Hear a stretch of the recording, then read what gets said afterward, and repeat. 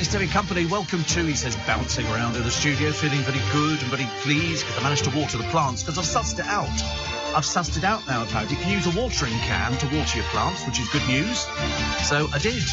I had to fill it up from the tap, and so I've attached a small piece of hose from the tap into the watering can. And then once I've filled one watering can, I go and water the plants, fill up another watering can.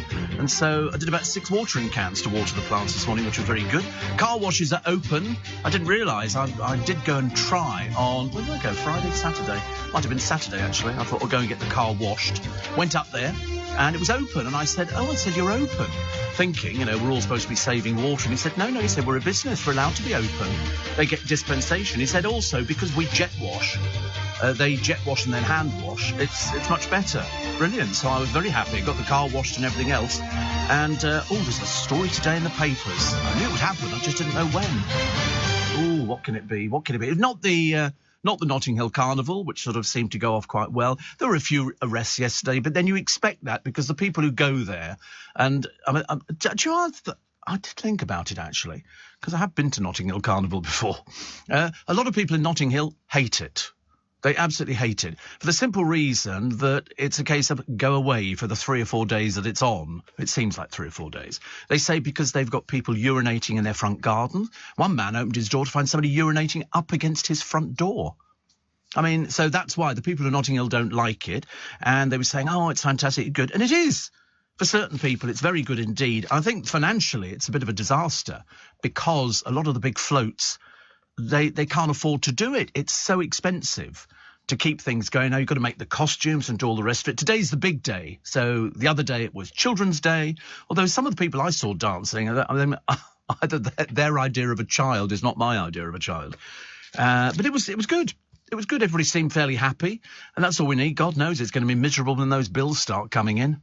I keep telling people, they go, it's not. I was talking to a company the other day. They reckon that their bill's going to go up. Well, in fact, there was one theatre, because I read it on the front page of The Stage, and they reckon that their electricity bill this year will top $1 million.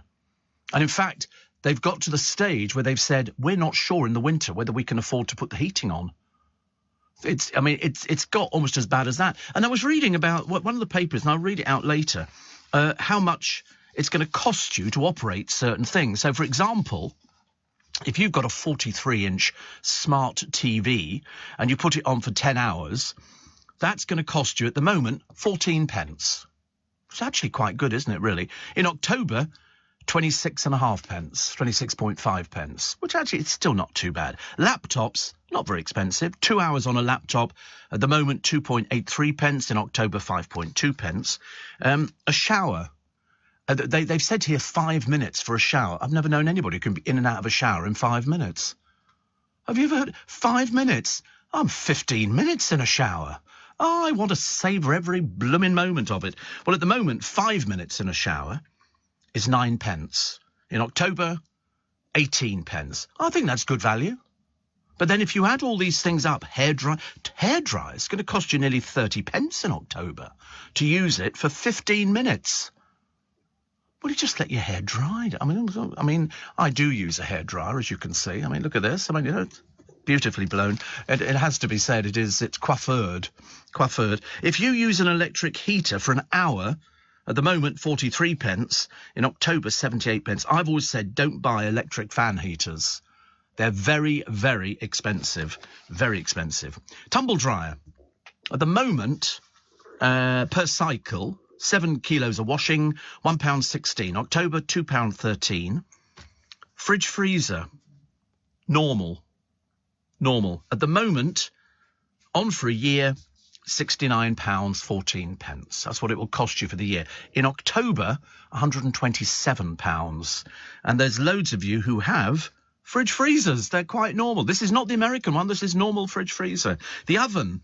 An hour of an oven, 21 pence at the moment, going up to 38.6 pence. It's going to be cheaper because they keep advertising on the television. These I can't remember the names of them, but they're sort of ovens that you put on top of ovens and they grill and they bake and they saute and they do just about everything you can think of. And they say they use a lot less electricity. So that's what I think people are going to be using. They're going to be sort of trying to cut back. The fridge is quite expensive, though, so I'm slightly worried. I nearly bought an ice machine the other day. a portable ice maker. And I thought, because I like ice. Is it a bit noisy? Are they? Oh. They're quite cheap, though. For about 150 quid, you can get a really nice one, which churns out so much ice. I think it takes 10 minutes, depending on what you want. Thin, medium, or thick ice cubes. I don't know the difference. I mean, as far as I'm concerned, it's an ice cube, isn't it? Because I like sucking ice cubes. I'm big into that. You know, if it's just a normal thing for me. I don't put it in wine. A lot of people put ice cubes in wine. I don't do that. Never did. Ed Sheeran's neighbours are counting the times he uses his chopper, because he's only allowed to use it 28 times in a year. He's got a helipad, but because of the neighbours, right, miserable bunch of old so-and-sos they must turn out to be, he can only use it 28 times a year. So he's on tour at the moment, but 28 times in the year can he use his helicopter. I've never heard of anything so stupid in my entire life. He's on a world tour, but he returns home to his Suffolk estate, where he lives with his wife Cherry and their 2 girls. He's also got a football pitch and a wildlife pond. Some of the neighbours think it's a swimming pool. He said, no, it's got plants in it and things like that. They're a right bunch of miserable old gits down there, aren't they, really? You can imagine just how miserable it must be. You know, they go, I don't need to go to a helicopter, and all like that. And he's got this pool up there, and he said it's got tadpoles in it and swamp stuff. You know, you can get people that come along and they will dig you out a pool. It fills by itself, and it's a natural pond. It's a natural pond. And people go, I mean, I personally want to go swimming in it, thank you. If there's fish in there and stuff, no, thank you. I don't want anything sort of, you know, as you swim in something, oh, no, definitely not. Tadpoles or anything else. Did you know that the sell-by date on every packet of Walker's Crisps is a Saturday? Every single packet of Walker's Crisps, the sell-by date is always a Saturday. Isn't that clever? I didn't know that. I learn all these different things almost on a daily basis. Anyway, now what was the story about? I know it seemed to run for ages. It was Wagatha Christie, the ghastly Rebecca Vardy, proven in court to be untruthful, and Colleen. This was, you remember the story because it was over who was leaking stories to the press, and so Colleen basically outed Rebecca Vardy and said it's on her account. Her account has gone in and she's found out. And Rebecca Vardy said, you can't say that to me. Because the old wicked witch of the West. In fact, so wicked is she, her parents didn't even bother going to her wedding. Such is her reputation, I think. But anyway, neither here nor there. They were trying to find out, so they go to court, and it drags on forever. And somebody had said, I think it was the judge, why don't you just settle this out of court? No, Rebecca Vardy wanted to go with it. In the end, she lost, and it's going to cost her about £10 million. So we all laughed like drains, because she's not pleasant. She's really not very pleasant. She's so desperate to be somebody, and she's turned out to be a nobody. The one person who didn't appear in court was her agent. The agent was the one who, we were told, lost the telephone. Do you remember the telephone that fell overboard and fell into the North Sea? I'd have had divers down there immediately. Get the blooming phone back. Although it must be a very old phone, because everybody now, all the information on your telephone is in the iCloud. That's where it is. It's up in the cloud. I mean, everything on my telephone, if I lost my telephone tomorrow, I've saved all my old iPhones. I can just plug it into the computer and it will download all the information. So I don't need to worry about it. In this particular case, the agent lost everything. Anyway, then the agent became ill, so couldn't appear in court. And then word filtered out a short while ago that that Rebecca Vardy had basically thrown the agent under the bus and blamed her. The agent sold her story. I can't wait to read this. This is either where Rebecca Vardy gives up completely. This is a lady called Caroline Watt. She didn't give evidence, but a source said she knows what really happened. This is where, I should imagine, Rebecca Vardy sort of gives up and leaves the country. It's going to be an awful lot easier, I would have thought. Are you looking for a number? I haven't got a number, actually. Is that my account or your account? Is it probably your account? I don't know. I haven't... You want to log into you? Oh, it's all right. I mean, you can log on into me, but but you can't tell me anything because you haven't put my password in. So we have to put my password in, and then it sends me a number to the phone. It's all very confusing. I mean, I don't understand it. That's okay. There's no rush, honestly. I'll just carry on making my Carnival costume today. I don't know what it's going to be, actually. I was looking at Lewis Hamilton's latest outfit. I mean, what is he telling us? What is he telling us? Is he telling us he's either blind or he needs to go to Specsavers because he's got no taste in clothing? He looks, I mean, seriously, you've never seen somebody look such a numpty for a racing driver. Seriously, I couldn't actually believe the outfit. You will find it online today and you will look and you will laugh and you will sort of go, what's he wearing? And we all go the same thing. Perhaps there's something the matter with him. Because I've never seen such ludicrous outfits. But I say, just going back briefly to Rebecca Vardy's agent, former agent, I have to tell you, this is going to be very interesting. As somebody said, she knows exactly what happened. If anybody can throw anybody under the bus, it'll be the agent throwing Rebecca Vardy under the bus. Because all the bits and pieces that Rebecca Vardy obviously thought she could be keeping secret or quiet might actually end up coming out again. Two people are bidding for Caroline's story. Because I mean, if anybody knows what's going on, she knows what's going on. Gould knows what she's going to come up with because Rebecca Vardy's always been proven to be a little bit untruthful. You know, she doesn't know what the word truth is, which is a bit of a shame. Maura Higgins is the surprise frontrunner to host the rebooted Big Brother. God help us. Seriously, I don't think she's bright enough to do that. You know, she's a model, and you don't expect models to talk. You know, it's like footballers. You don't really expect footballers to be able to hold a conversation because they're a bit thick. You know, that's what you see nowadays. You look at footballers, and what do? They drive big flashy cars, and they do everything else, and they sort of go out looking for bimbos who've been on television or Love Island or The Only Way is Essex. Oh, I watched that the other day, actually. I didn't know if it was an old programme or a new programme. I can't keep up with the bed hopping. People are nipping out of beds, and they don't know whether or not they like each other, and all can't talk like that. And you start worrying about it, actually. You start worrying about whether or not they're all there. There was one the other day called Dan Edgar, apparently. I don't know who he is because I can't remember who he is. And I sort of watched a little bit of it. And it didn't kind of mean anything to me. And then apparently fans were writing in saying, he's lying. You know, because it's a case of, you know, did you cheat? Did you not cheat? And it gets to be a little bit tedious. But that's what apparently we like. And then I watched the Made in Chelsea crowd. Oh, my goodness me. What a bunch of saddos.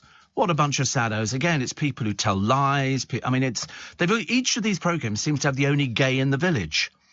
You know, and we had one in Made in Chelsea. We've got one in... No, we haven't got Bobby Cole Norris, have we? We managed to kick him out, thank God. And they've got sort of somebody else in there. I lose track of it. I really do. I was watching RuPaul's Drag Race the other day, which I can't stand. I can't stand it. It's drag queen. I mean, as far as I'm concerned, drag queens. I grew up in London where you'd go to pubs and they would have drag shows on. These ones on the television, I mean, seriously, where are they from? They're peculiars. They're all of a sudden, drag is like everywhere. And people who go... The funny thing is, the only people who like it are heterosexuals. For some peculiar reason, hen nights like drag. And Danny LaRue used to have a line. He used to come on stage and he'd look glamorous in all these sort of showgirl outfits and everything else. Big, huge star in this country. Biggest star. And he'd say, I know what you're thinking. Where does he put it? He said, that's what they ask. He said, and I'll tell you now, he said, I've been doing it so long. He said, I whistle and it goes away by itself. And I remember thinking, clever. And he'd always come on stage and he would always dispel the myth by going, watch your mates. So there was no doubt whatsoever that he was a bloke in a frock. And that's what they called him, the bloke in a frock. And then I saw, who was that one who went on, was it Big Brother, who was the Australian drag, Courtney Act. And I remember he made Anne Widdecombe look almost shabby. Really, Anne Widdecombe sat there and she hated him. She didn't like things like that. She's not very good with sort of things like that. And because he looked good out of drag and in drag, and he sings and everything else. And Anne Widdecombe was sort of sitting there looking like Miss Frumpy. It was really embarrassing. Whereas Courtney Act looked sensational. You know, there's a video on YouTube of him putting his makeup on, and he transforms from a bloke into, because it's not always, you know, sort of attractive people who make good drag. As the producer will tell you. Right, we'll take a short break. It's nearly 18 minutes past 4. To keep my business ahead of the game, I knew I needed some fresh ideas, and fast. That's why I decided to host a young person on a T-level industry placement. My student has already brought loads of new skills into the workplace. Plus, we're getting first pick of new talent coming into the construction industry right here in the Northwest. It's been a total win-win. Go next level with T-Levels. Search Skills Revolution. Steve Allen on LBC. Morning. Did you know you can call your bank? Every bank. I don't need to speak to my bank. I have it all online. Every single thing. I know people talking about bank. There's a lady in the paper today. She said the closure of her bank had basically just ruined her life. Ruined her life. And I said, well, I haven't been into my bank for a long, long time because I can do it all online. I can do everything. We can transfer money. We can do all sorts of things with it. So, and it's not difficult. I know people always say the same thing, don't they? They say, oh, because I'm old. Not me. But other people, they say, oh, I'm old, I can't do things like that. And I think, actually, you really can do things like that. It isn't complicated at all. Somebody says, there's nothing wrong with Lewis Hamilton's dress sense. I think that kind of sums it up. You've summed it up in that one word, haven't you? Dress. Have you seen what he's wearing recently? He's the only driver who expressed himself. He's perfectly entitled to do so. It looks so ridiculous, dear. Looks so ridiculous. Have you ever seen an outfit like it in your entire life? His dress sense is dreadful. Dress sense is dreadful. Absolutely dreadful. Really is the worst thing I've ever seen. You know, he drives racing cars, love. That means he puts his foot down on the accelerator. Shane says it's the same with Big Brother down here. It's boring. Well, I don't know if they're going to do a celebrity version. They can't because there aren't any celebrities left. They are now resorted to finding people who've been on a reality show who now laughingly becomes a celebrity. How can that be? They weren't celebrities when they went on. They were talking the other day, as I say, about Dan Edgar from Essex. They were saying he's a star. I thought, at what? I didn't quite understand what he was a star of. I didn't, because he's on the television. Does that make you a star? I do hope not. A local block of flats has carried on watering their gardens every day since the Thames water ban, says Elaine. It even waters on the pavement. It's always about 5:36 a.m. I can't find a way to report it to Thames Water. Well, they might generate their own water. I don't know. I really don't know. I think if you've got disabled people, you can water. I think disabled people are allowed to water. I'm pretty certain. There are all sorts of little anomalies, but it's the way it goes. I mean, some people take the water from the Thames to water their little thing. I mean, I've got tons of watering to do. As I say, I think this morning I must have used 1, 2, 3, 4, 5, 6, 8 watering cans to water the amount that I've got, which actually isn't a huge amount compared to most other people, and yet probably would have used more water if I'd used my hose. But I didn't. I just used the hose to fill the watering can up and then turn it off. My friend Johnny Perry says, yes, the combi microwaves are certainly more economical because that's what we were talking about. And it's one of those sort of things, isn't it? He said, wait a minute, I've lost my blooming thing here now, actually. He says, yes, so they're more economical. If you have smallish amounts of food to cook, the air fryers are excellent. This air fryer is good too and very competitive, priced at Costco. I've seen it here, which is the Gourmet 6.7 litres. Because when it's got a drawer that you pull out, you can do also, apparently you can do everything. I've seen them advertised on QVC, on Ideal World. I tell you what I do get annoyed at with Ideal World. In the early hours of the morning, they flog watches. I mean, who in God's name hasn't got a watch? What sort of people are they appealing to? You can go, I wear a watch all the time. Actually, the funny thing is I don't look at it. If I want the time, I'd turn on my telephone and have a look at that. It just seems more accurate, I suppose. But or they sell drones. They have a bloke in who comes in to sell either little motorised cars or drones, and that's all he does in his life. I wasn't too sure whether or not he was sort of suffering from sort of anything else. And another one here, Steve Allen saying Bobby was in Made in Chelsea. No, you need to wash your ears out, Mary. Very contrary. No, he was in the Essex programme. But he doesn't do that now, does he? He sort of decided to opt out, which was probably a very sensible move, I should imagine. 84850 steve@lbc.co.uk. So it was very interesting, actually. A lot of people talking about a friend of mine's got obsessed with moon launches because they're going to do another one, aren't they? A friend of mine has got, and he said, did you see the I thought I couldn't care less. I mean, I'm not one of these disbelievers who believes they filmed it in an aircraft hangar, because I think that's just the stupid. Mind you, it's almost as stupid as the other story in the papers today, that they're so keen to find the Loch Ness Monster. Mind you, drink a bottle of whiskey and you'll see it every 2 minutes. It's as simple as that. They put up 5 cameras on Loch Ness, and so they can monitor the lot. There's nothing there, okay? Dimwits. Nothing at all. Well, it's a bit big to drain. It would be nice if you just pull the plug out. But, of course, the people who want to believe in it, basically, bit mad. And they're also the people who believe in crop circles done by alien ships, as opposed to a bunch of students who've had a few bevies in a pub and gone out there with a piece of rope, half a broom handle and a torch. That's who makes the crop circles. But you can't tell people that because they don't want to know. They want to believe in something, and they wanted to believe that the man went to the moon, but they went, no, they didn't. It was all because of this. There was no shadow or there was no something else. It was filmed in an aircraft hangar.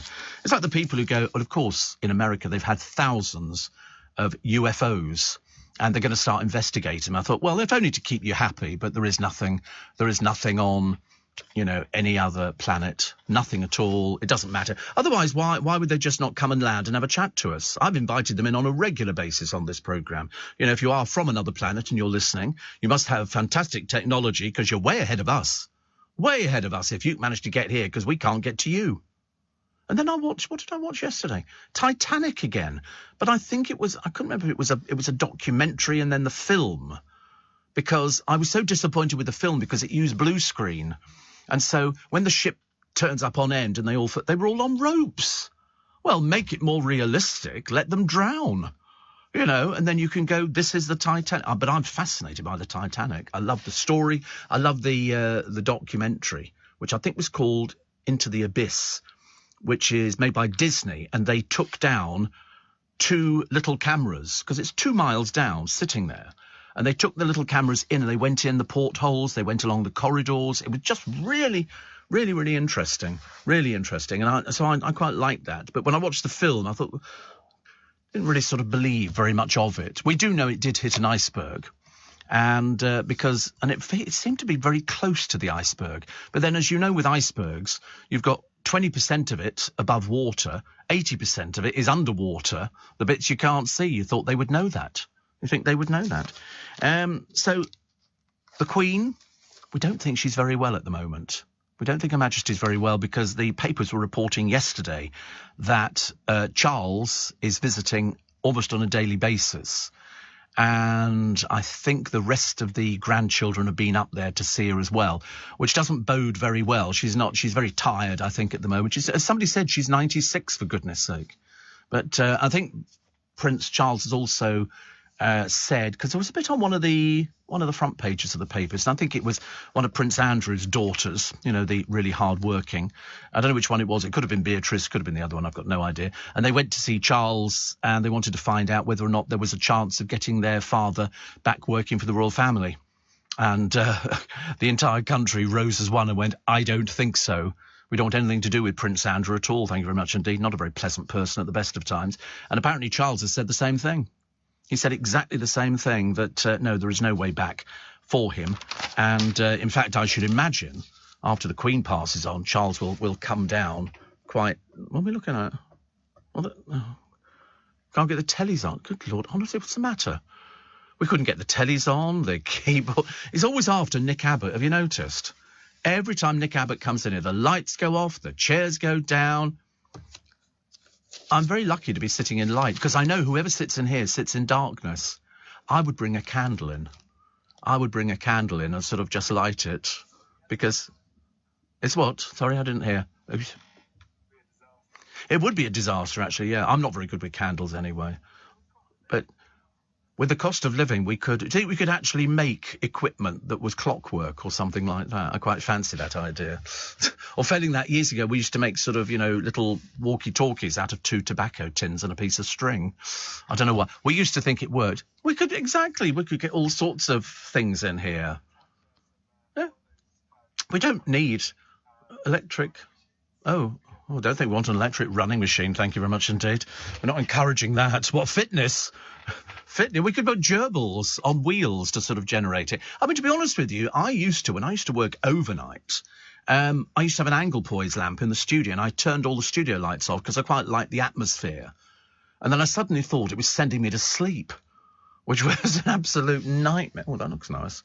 Oh, that's... Would you... Yes. I see no reason why not. 84850 Albert says, I saw the picture of Lewis Hamilton. The collar on his shirt looks 3 sizes too big. So having loads of money doesn't give you dress sense. Oh, he's had the most awful outfits. I think he wears them as some bet or something. How daft can you look? Ashley says, hope you're well. I've realised I'm getting old. I had to phone Virgin Media and they wanted my landline number, label printer at the ready. I haven't used a landline for years. I've got a landline, but it's to connect the computer to, and that's all I don't know, there's another way, perhaps there might be another way, but I haven't used physically a home phone for a long time. Everything is on my mobile, every single thing. All my numbers are on there, and I make all my phone calls on there. I spend most of the time charging it up. I bought a fabulous thing the other day. It's from China, and I keep getting these adverts on my phone, and they say, have you got one of these? I bought the bubble gun, which is, it fires, you sort of dip it in bubble liquid, and it fires a stream of bubbles like you've never seen anything like it. Not just one of these pathetic little things like that. This thing does an absolute cascade of bubbles. And it's a little shaver. And it's tiny. It looks like a little tube. And you charge it up on a plug which goes into the computer or whatever. I've got one of these boxes where you plug about 10 things in. And it's brilliant. 23 quid. And so I bought 2. Well, in fact, I didn't know I bought 2. But inadvertently, I think I pushed the wrong button. And another company, remember I bought these sunglasses, which you can't break, which was a bit of a shame, really. And they wrote back and said, look, I'm terribly sorry, but it's been too successful and we can't get any more. The factory's not making them. But here we offer you something else. I didn't want anything else. So a friend of mine said, just send them a text saying you want your money back. To be honest with you, I didn't hold out much hope. Company in China, dealing with somebody over here, but it was on PayPal. And so I wrote to them and said, no, I'd like my money back, please. I don't want to buy anything else at the moment. And they wrote back and said, yeah, that's fine. I thought, that's the last I'll hear. 2 days ago, PayPal sent me a text saying the money has just arrived back from this Chinese company. I couldn't believe it. 52 quid I got back, which I was very pleased about. There you go. There is a God. He just moves in mysterious ways, I think. 84850 steve at lbc.co.uk. And with the time at 4:30, let's get the latest news headlines with Alice Bell. To keep my business ahead of the game, I knew I needed some fresh ideas, and fast. That's why I decided to host a young person on a T-level industry placement. My student has already brought loads of new skills into the workplace. Plus, we're getting first pick of new talent coming into the construction industry right here in the Northwest. It's been a total win-win. Go next level with T-Levels. Search Skills Revolution.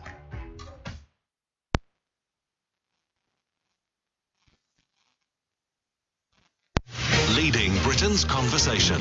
LBC with Steve Allen. Hello. Nice to have your company.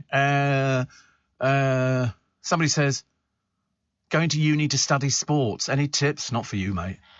You'll fail miserably. I think just sports, honestly. Dear, don't write again, please. Yoni says, I'm on way to Gatwick, going to Spain with my partner Chris to celebrate my 50th birthday. Oh, that's quite nice. What's their weather like? I don't know what their weather like is in Spain at the moment. Some friends of mine live over there, and they've had the same sort of problems that everybody else has had with sort of the weather. Good. And what about Pakistan? Do you see the floods? Oh, over 1,000 people dead already? I couldn't believe it. I was sort of watching it thinking, it was almost like looking at when the tsunamis took off. And you look at these tsunamis, and I was sort of sitting there looking at it, and there's people paddling at the beginning of the ocean, and they're looking out to sea, and there's this little tiddly wave. I promise you, it was so small. I thought, well, I wonder what that is. And then it got a little bit closer, and then all of a sudden, we realised that it was a tsunami. It was a tsunami. Have you done it again? Do you want it again? Oh no, same thing. And by the time it reached the shore, it just swept in. And I saw one in Japan where literally people were standing there filming it. And they're standing on this bridge, and I'm thinking, get the hell off the bridge, quick as possible. And the next thing, cars, ships, and everything else swept under the bridge, and just I've never seen anything like it in my life. The power is terrible. Steve says, Monica, I think Charles should take the same hard line with Harry as he's taking with Andrew. He should be removed from the line of succession. Oh, he's never going to get there. He's never going to get there. In fact, nobody really is particularly interested in poor Harry, is they? Because did you realise, he said, I'm doing this polo match the other day to raise money for charity. Did you hear about that? He was doing it for his Centre Barley charity. It was so lovely. We were all going, oh, that's really nice, except he took a private plane for it, and it carried all his gear, which he didn't have to carry out. They had flunkies to carry it out. So much for poor old dreary Harry. Poor soul, honestly. I don't think, actually, that Charles will take the same line with Harry. He's not remotely interested in Harry. In fact, the only person who's interested in Harry is the woman he married. And if ever it splits up, he's going to be paying for the 2 kids for the rest of his life, I should imagine. Funny, isn't it? She likes the Duchess title, but hates the royal family. Funny that, isn't it? The Americans are always very funny. Do you know how many people the police have questioned over the murder of this poor little girl, Olivia Pratt-Corbell? 170 people so far they've questioned. These gangs, and somebody is harbouring a murderer. Somebody is harbouring a murderer. They will be found. One of them, I believe, who's being questioned, has been beaten up already in prison. So, not so good. So here's sort of little Lewis Hamilton, not afraid to make a fashion statement at the Belgian Grand Prix. And mind you, he didn't do very well. It didn't help him because he crashed in the first lap. That's the trouble when you put your foot down on the accelerator, dear. Not so good. I always liked the humble Swiss roll. You know why? Because in Marks and Spencer's they do them for £2. You can't make the thing for £2. And they do it with apricot jam, or they do it with blackcurrant jam or something like that. Well, there's a new one here. Fortnum and Mason are flogging their own version of a Swiss roll. If you buy it online, and it's white chocolate and lemon curd Swiss roll, which sounds quite nice, doesn't it? I mean, I could quite go for that. It's fairly light, aren't they, really? Decorated with white chocolate shards and a blooming selection of sugar flowers, which is lovely. Get the same thing, well, roughly without all the embellishments on, in Iceland for £1.50. And how much do they charge in Fortnum and Mason? £22. Trouble is, delivery charge is £6. It's cheaper to get the bus, isn't it, and go down there and sort of just go and pick one up. It's a lot of money, but people will buy it. People will buy it. But apparently Iceland flogged their traditional one for £1.50. One reviewer said plenty of cream and jam and a really good size. Well, I think that sums it up, doesn't it? What more can you ask for? You're looking for something a little bit substantial, and it's cheap at £1.50. You can't beat it. You can buy frozen kebab meat in Iceland. They sell frozen kebab meat, and it's already cooked, but then frozen, and all you have to do is sort of... It's very nice. It is actually, yes. It is very nice. Admittedly, when it looks in the pack, you look at it and you think that's a bit naff.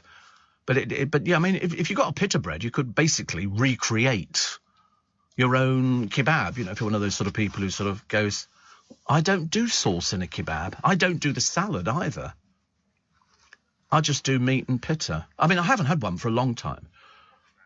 Yeah, they always say chili sauce, and you go, no, thank you, just meat. Just meat. And they, salad? No, just, excuse me, just meat. That's my first sneeze of the day. Don't think we had one this early before, actually. Normally wait till, it's quite early for me, later on in the programme. So the end of cash in 5 years, they reckon. Which is a shame, because I love cash and use it all the time. I don't like using cards, because I like to keep a handle on exactly what I'm spending, so I can see exactly what it is. The only time it ever goes on a card is if I order from Amazon. And I do order from Amazon on a daily basis, almost a daily basis. I always like things that you wouldn't believe, some of the stuff I've ordered. I can't even begin to tell you. No, seriously, I'm worth more than my job, I should imagine. Do you remember the limousine that Diana died in that tunnel in Paris? Well, the bloke who owns it wants it back. He reckons it's worth 10 million. The police are not telling him where it is, but I'm assuming it's in some police station covered in tarpaulins.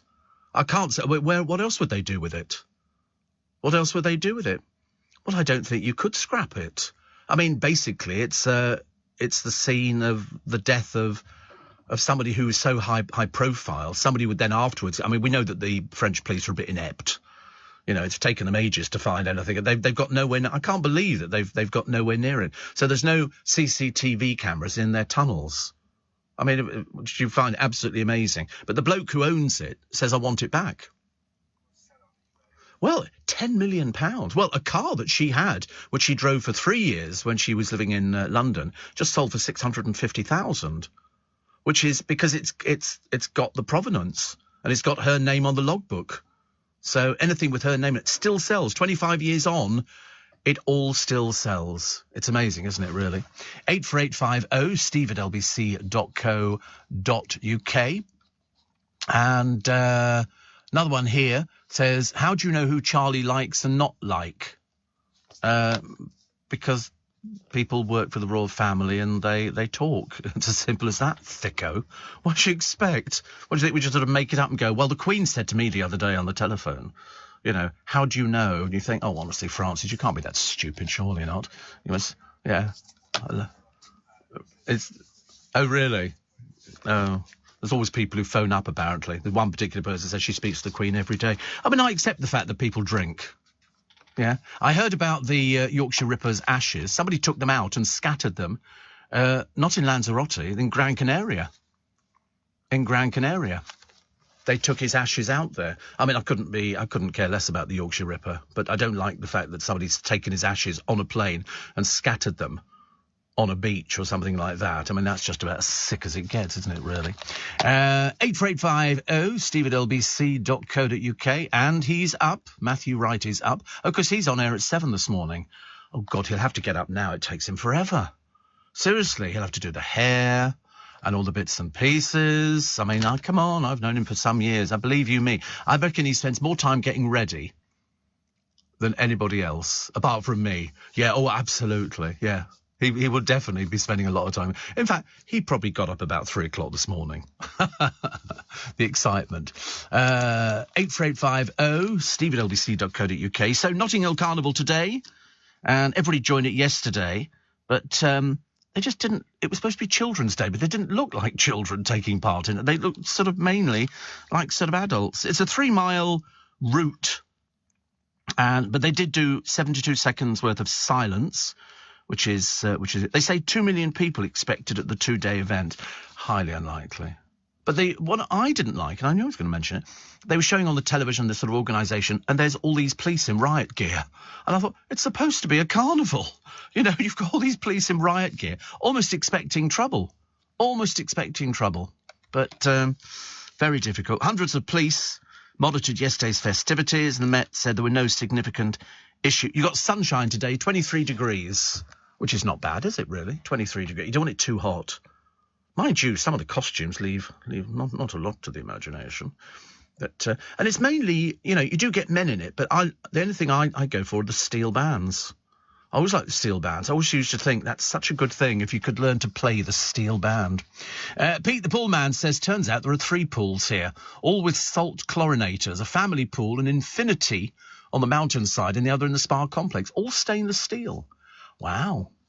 That's lovely, isn't it? I like that, actually. Because he went there and he said there aren't, because he's a pool man, because he cleans people's pools. Lots of famous people. And he said, oh, I'm here. He said there aren't any pools. Now he's found 3.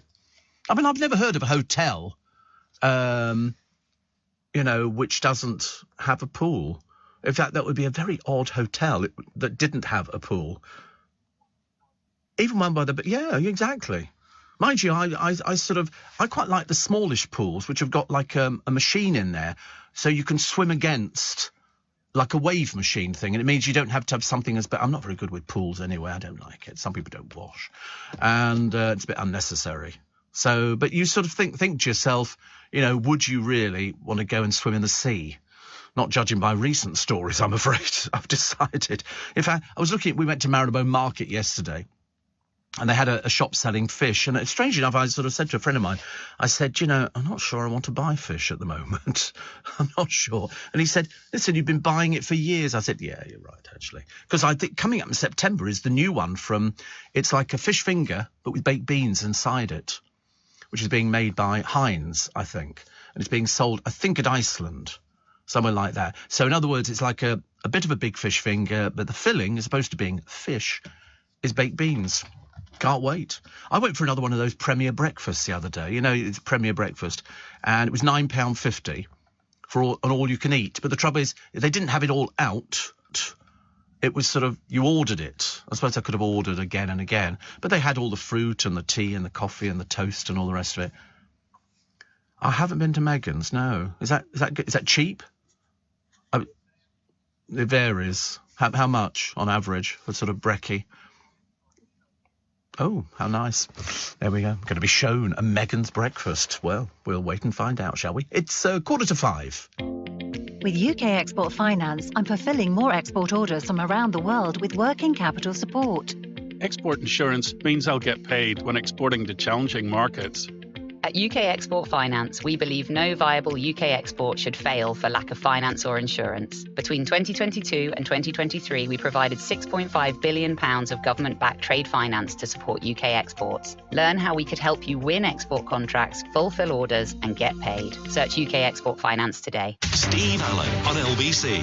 Text 84850. Morning, nice to have your company. Welcome to Bank Holiday Monday. Second day, Notting Hill Carnival. And a joyous, happy occasion yesterday. I always feel sorry for the cleaners. They have to come in there. They've got their little barrows, and there is a ton of rubbish. I mean, I've never known so much rubbish.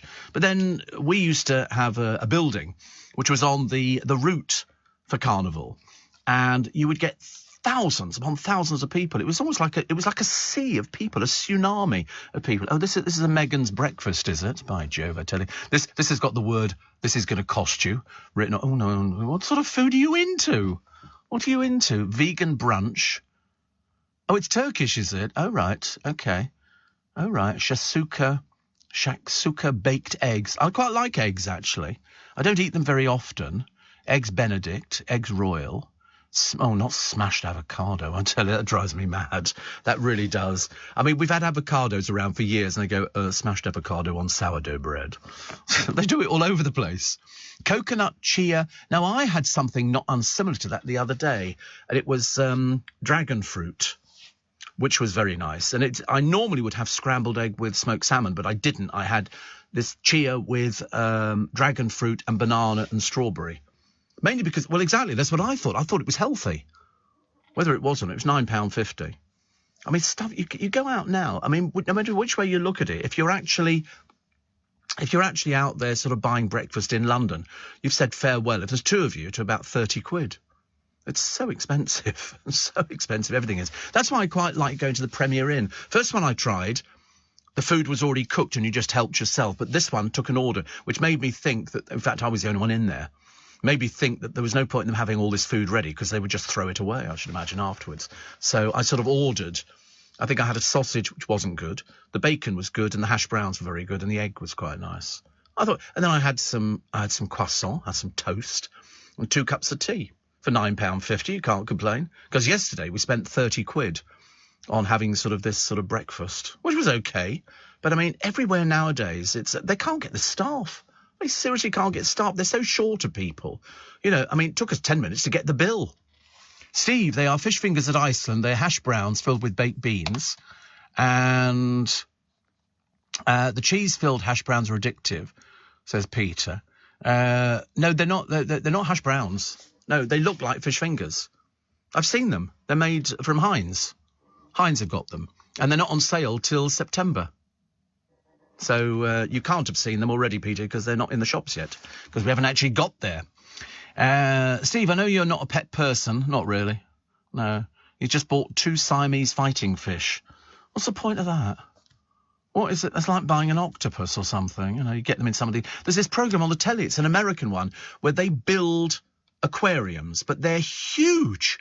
Whatever you want. So there was one guy who wanted one that looked like an amusement arcade. And it went the whole length of his house, and they put all this different coloured coral in and all the rest of it. And I wouldn't like to imagine what they cost. Probably an arm and a leg. But they're quite beautiful. We used to have one at ITN. They put in this aquarium in the foyer, and it's enormous. It's the whole width of the foyer. And you'd come in every morning, there'd be another dead fish in there, because they have to adapt. And also some of the little fish got eaten by the bigger fish. You know, because that's what happens, isn't it? And it's quite complicated setting up an aquarium. But I do find it quite nice, actually. And there you go, the Georgia Aquarium.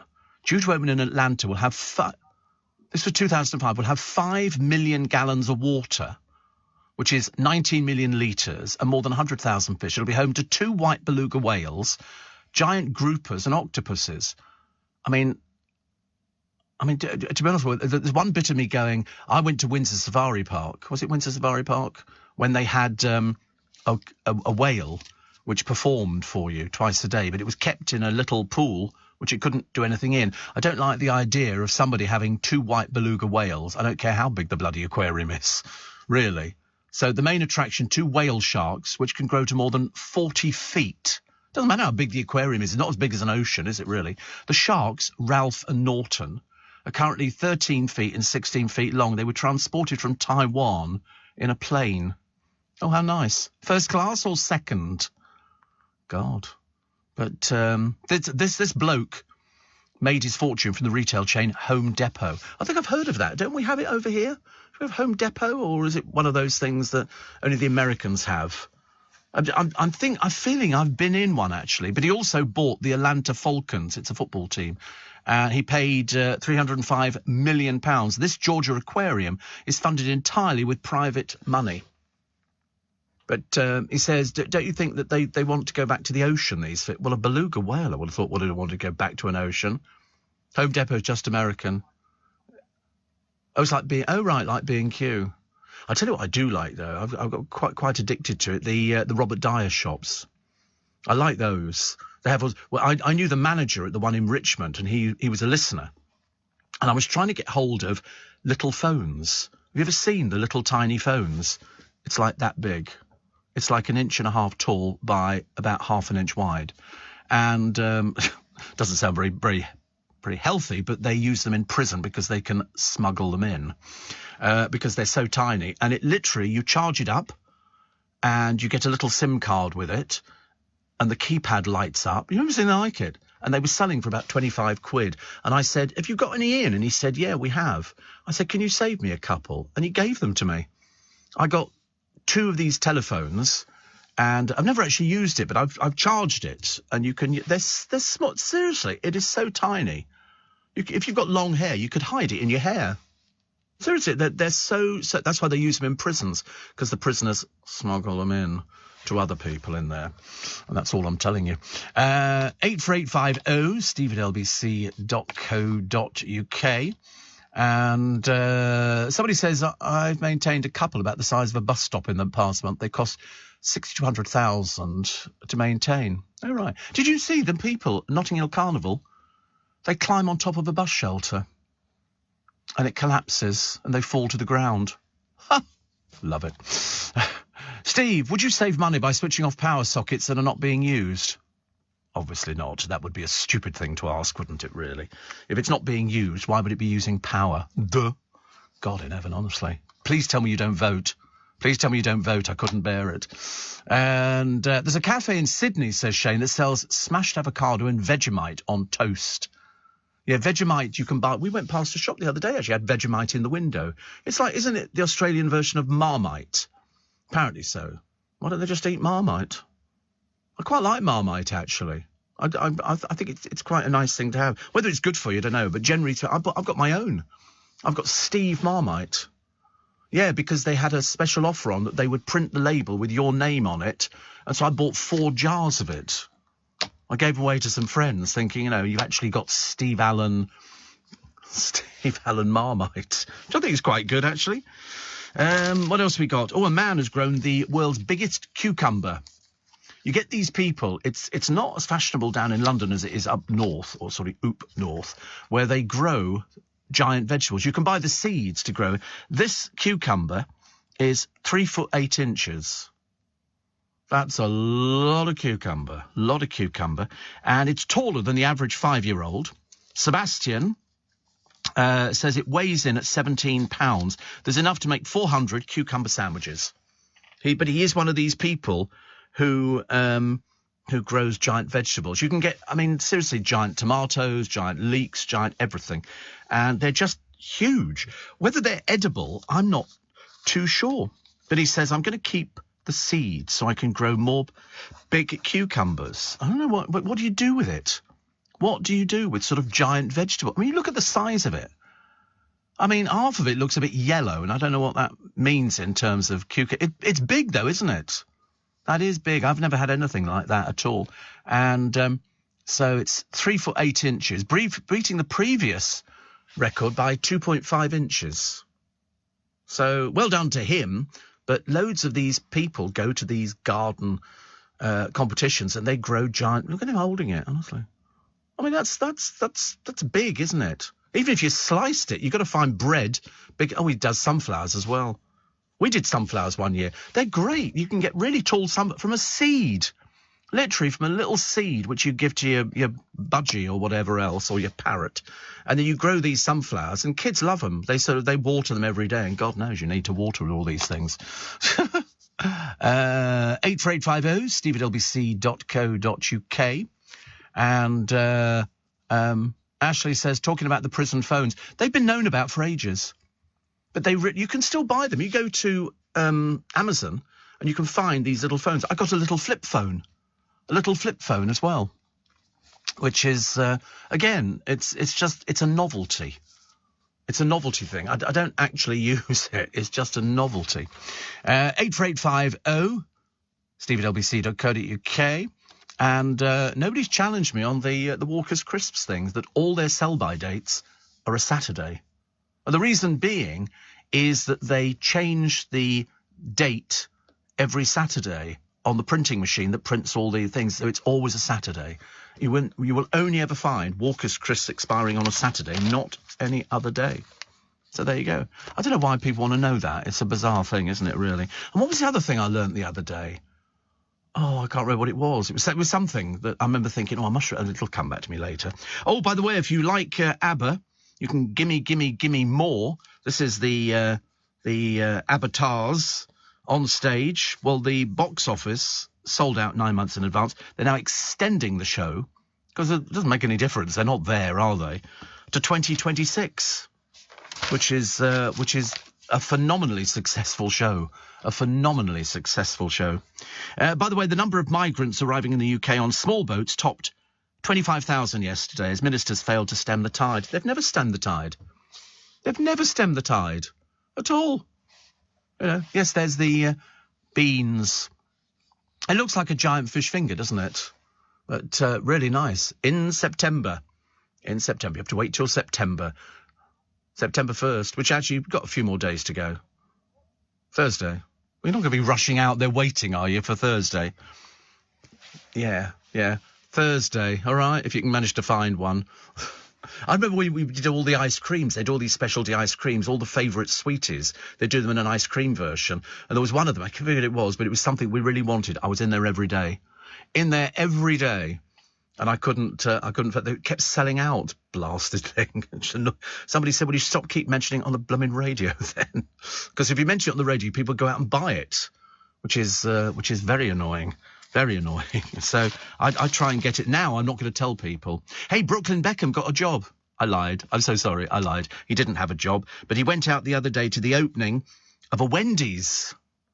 Him and his wife, because his wife's father owns the chain Wendy's, and so Brooklyn was a free thing. I mean, I was hoping he was going to get a job flipping burgers, but I don't think he'd be able to manage anything like that. Still waiting for a job, and the Beckhams themselves, Mummy and Daddy and Scroat, are out there in Aspen, Colorado. Have you ever been to Aspen? It's like for the super rich. Super rich. If you buy a house in Aspen, Colorado, you're seriously rich. I don't know what they were going there for. Because I don't think he skis, and I'm not sure that she can stand upright very long. They just went for a walk up a mountain, and that was it. But no, Aspen, Colorado. I thought they'd just come back from holiday. If only she concentrated more on the business, we'd all be a lot happier, wouldn't we? Are you receiving tax credits? If so, this message is for you. Tax credits are coming to an end, and most people will be asked to apply for universal credit instead. The Department for Work and Pensions is writing to tax credit claimants. You won't be moved automatically, so look out for your letter explaining what you'll need to do and by when. And there's also lots of support to help you make the move. Get ready for your universal credit switchover. Search Understanding Universal Credit today. Eligibility criteria apply. LBC from Global, leading Britain's conversation with Steve Allen.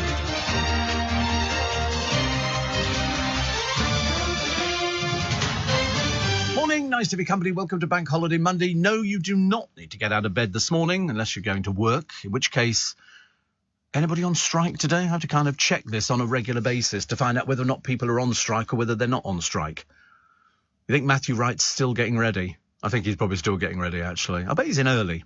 He's definitely going to be in early, I think. Steve, do you still use Creed? Yep, always. In fact, I buy 2 bottles at a time now because it's much easier that way to do it. It doesn't make it any cheaper. You wish you could start negotiating on price, but it's I buy a little bottle. I only do two sizes, which I bring with me on a daily basis, and I've got the big bottle at home. But actually, it was all due to my friend, Danny Milo. He was wearing this aftershave, and I remember thinking, what is it? And he said, it's Creed. And so I immediately went out and then discovered how expensive it was. 84850 steve@lbc.co.uk. My younger brother Michael was obsessed with the Titanic. Steve, when he was about 12, one day he decided to pick up the phone to Dr. Bob Ballard, who worked at the Oceanographic Institute and was the guy who found the wreck of the Titanic. And this was before email had hit mainstream, and somehow managed to speak to him. They struck up a friendship. And amazing, isn't it? Absolutely amazing. I'm just fascinated by it. I'm just fascinated by the whole story of the fact that it was unsinkable. And, of course, they had that problem that what they'd done is they'd closed the doors from third class so they couldn't get up to save themselves. They'd locked the gates. And so there were the people trying to get round it as the place is filling up with water because they had first, second and third class. I mean, there was one man, my favourite man, who literally was so drunk that as the ship went down, he was at the end of it and it goes up on end and he just stepped off into the water and swam away and he survived. One of the rare people there. You know, and the band did keep playing until it got to that stage where they obviously thought, I think we better stop playing now and sort of kind of save ourselves. And they had all sorts of problems with people trying to get into the lifeboats when it was women and children first. But I don't think they actually had enough lifeboats for the whole lot. So a lot of people were clinging to it because it was icy cold. But it was still fascinating. And it fascinates us now because the ship is still sitting down there. In a few years, it won't be there because it's being eaten by these creatures that live down there and feed on metal for some reason. How you'd live 2 miles down in the ocean and think, I think today we'll eat metal.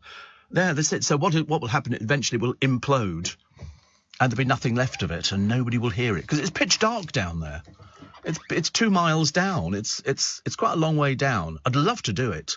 They used to offer, it was about 30,000 quid to take you down there in the submersible to go and have a look at it, and you apparently go down. I mean, I'd get panicky even thinking about it, just in case the glass broke. And then they switch on the floodlights, and there's the ship. Well, half of it, because it broke in two. Still amazing, though, that you can go and see things like that. I always wanted to do the pyramids. I wanted to go inside a pyramid. You can do it on YouTube.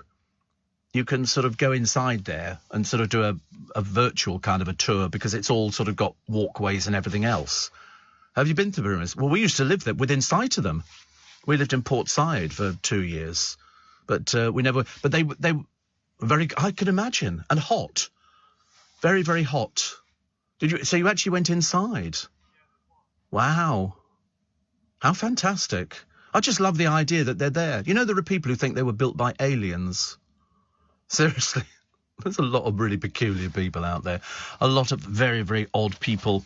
What else have we got today? In the papers? Apart from that, I can't wait for this Rebecca Vardy's agent to spill the beans for a bombshell TV documentary. This is going to open up all sorts of floodgates. Seriously, it is. I mean, I can't believe why it's taken so long. But apparently she was so ill. That's why she never appeared in court. So perhaps that's sort of gone past. Phil Collins' ex-wife, she took him to court to claim £17 million. She's been kicked out of court. Well, not her, but they've decided to, nope, you're not having anything. So there you go. And who's this? Bronzed Barbie. Loves nothing more than a good soak. She's a Barnsley babe, 22. Marvellous. I bet she wouldn't do anything like the Notting Hill Carnival. They've just unveiled a fab statue of Tommy Cannon. And it was unveiled by Tommy Cannon unveiled it of Bobby Ball, who I thought was great. They fell out big time for a while, and then they sort of got back together again, and they did a programme about going to Las Vegas with a load of people, including Sue Pollard and Bernie Clifton with his emu, and I think Bobby Crush and everybody else. But it's a great picture of him. I thought they were good. I thought they were very good, actually. I thought it was nice sort of humour. One of the best bits they ever did, they did pathos very well. And so Bobby Ball would stand there and go, "Oh, I thought you liked me, Tommy." And I remember on the variety show, he sort of sat on the chair and he fell asleep. And at the end of the act, Tommy just picked him up and walked off stage, and the spotlight followed them and then just switched off. It was brilliant. Absolutely brilliant. Much missed. There's a boy aged 16 who died at the Leeds Festival. You know, you get the Reading Festival, and I think it's still on today, isn't it, Reading Festival? Is that still going? Oh, God. Uni students, that's all it'll be. Oh, look, we've got a spliff. You know, they'll get very... Anyway, this particular boy died, and they're now trying to find out whether or not he'd taken an ecstasy tablet. Because the problem is that I remember when they did this with a girl years and years ago, her parents, because I interviewed them, put a picture of their daughter to the newspapers. She died of an ecstasy tablet. And somebody said, you know, we've got to try and stop this. The trouble is you're never going to stop this, because these ecstasy tablets are produced in their millions. And it might be that a person who takes something like this might have a reaction to it. So loads of other people could take it and have no reaction whatsoever. But, you know, one person takes it and they die as a result. But you think at 16, what is it about people who take things, or they buy things either in pubs or at festivals or at carnival, makes no difference where it is, and they have no idea what it is? You know, I mean, there was one point, wasn't it? It was a horse tranquilizer that was being sold, and was that ketamine? A horse tranquil... I mean, seriously, if you think about it logically, you'd have to be off your trolley. And then there was another one, which was a paint stripper for a garage door, was another thing that was being sold. And then they say that if anybody's buying cocaine, the chances are it could be cut with rat poison, it could be cut with all sorts of things, because people buy it, and the further down the line it goes, the more cut it is with all sorts of different things. I'm so glad, I'm so mean, that I would never spend money on drugs. It just didn't ever interest me. I do enough stuff from the chemist. I don't need to worry about anything else, thank you very much indeed.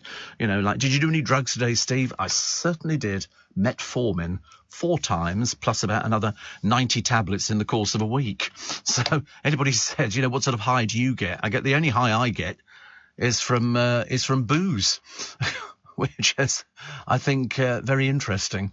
Very interesting. Booze, isn't it? Somebody said to me the other day, they said, what do you drink? And I said, well, actually, I only drink Prosecco.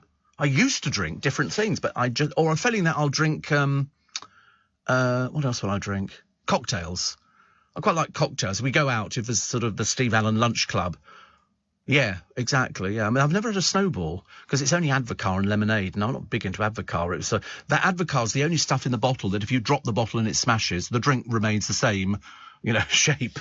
People used to like, old ladies used to like it, didn't they? That was the sort of thing that they used to go for, which I thought was fantastic. Steve, it's a myth the Titanic staff closed the third-class gates. A myth spread by the Titanic film. No, I'd heard it before. And also, you can't prove it. That's what I like. I like things like that. Jeremy Paxman was left in terror when Anne Widdecombe lifted her leg inches from his face. Apparently. Oh, by the way, I knew there was a producer story I was going to tell you about. They've got a new producer at EastEnders. He's having a bit of a cull. Some people have gone already, and some people have been sort of moved up the scale. He's bringing in some new characters, which is absolutely brilliant. Absolutely brilliant. Jamie Winston spent ages trying to lose Barbara Windsor's Wiggle and Giggle to play her character Peggy Mitchell. They did meet, actually. They met on set in 2017 because she was in a biopic called Babs, which was strange because I never heard anybody call her Babs. It was always Bar. Always Bar. But anyway, they've got this flashback episode of EastEnders airing next week. And Jamie said took a long time to shake the wiggle and the giggle. But she said she felt that she captured Barbara's image when she put the wig on. Then she became Barbara Windsor. She said, I'd strip away all the carry-on stuff and everything. I'll tell you what I read the other day. I read the book, it's just come out, of Wilfred Bramble, who was in Steptoe and Son. He was the old man. And it's a very interesting book, talking about his life, his career, and how when he died, hardly anybody went to the funeral. There was only about 10 people at the funeral because nobody knew he was ill.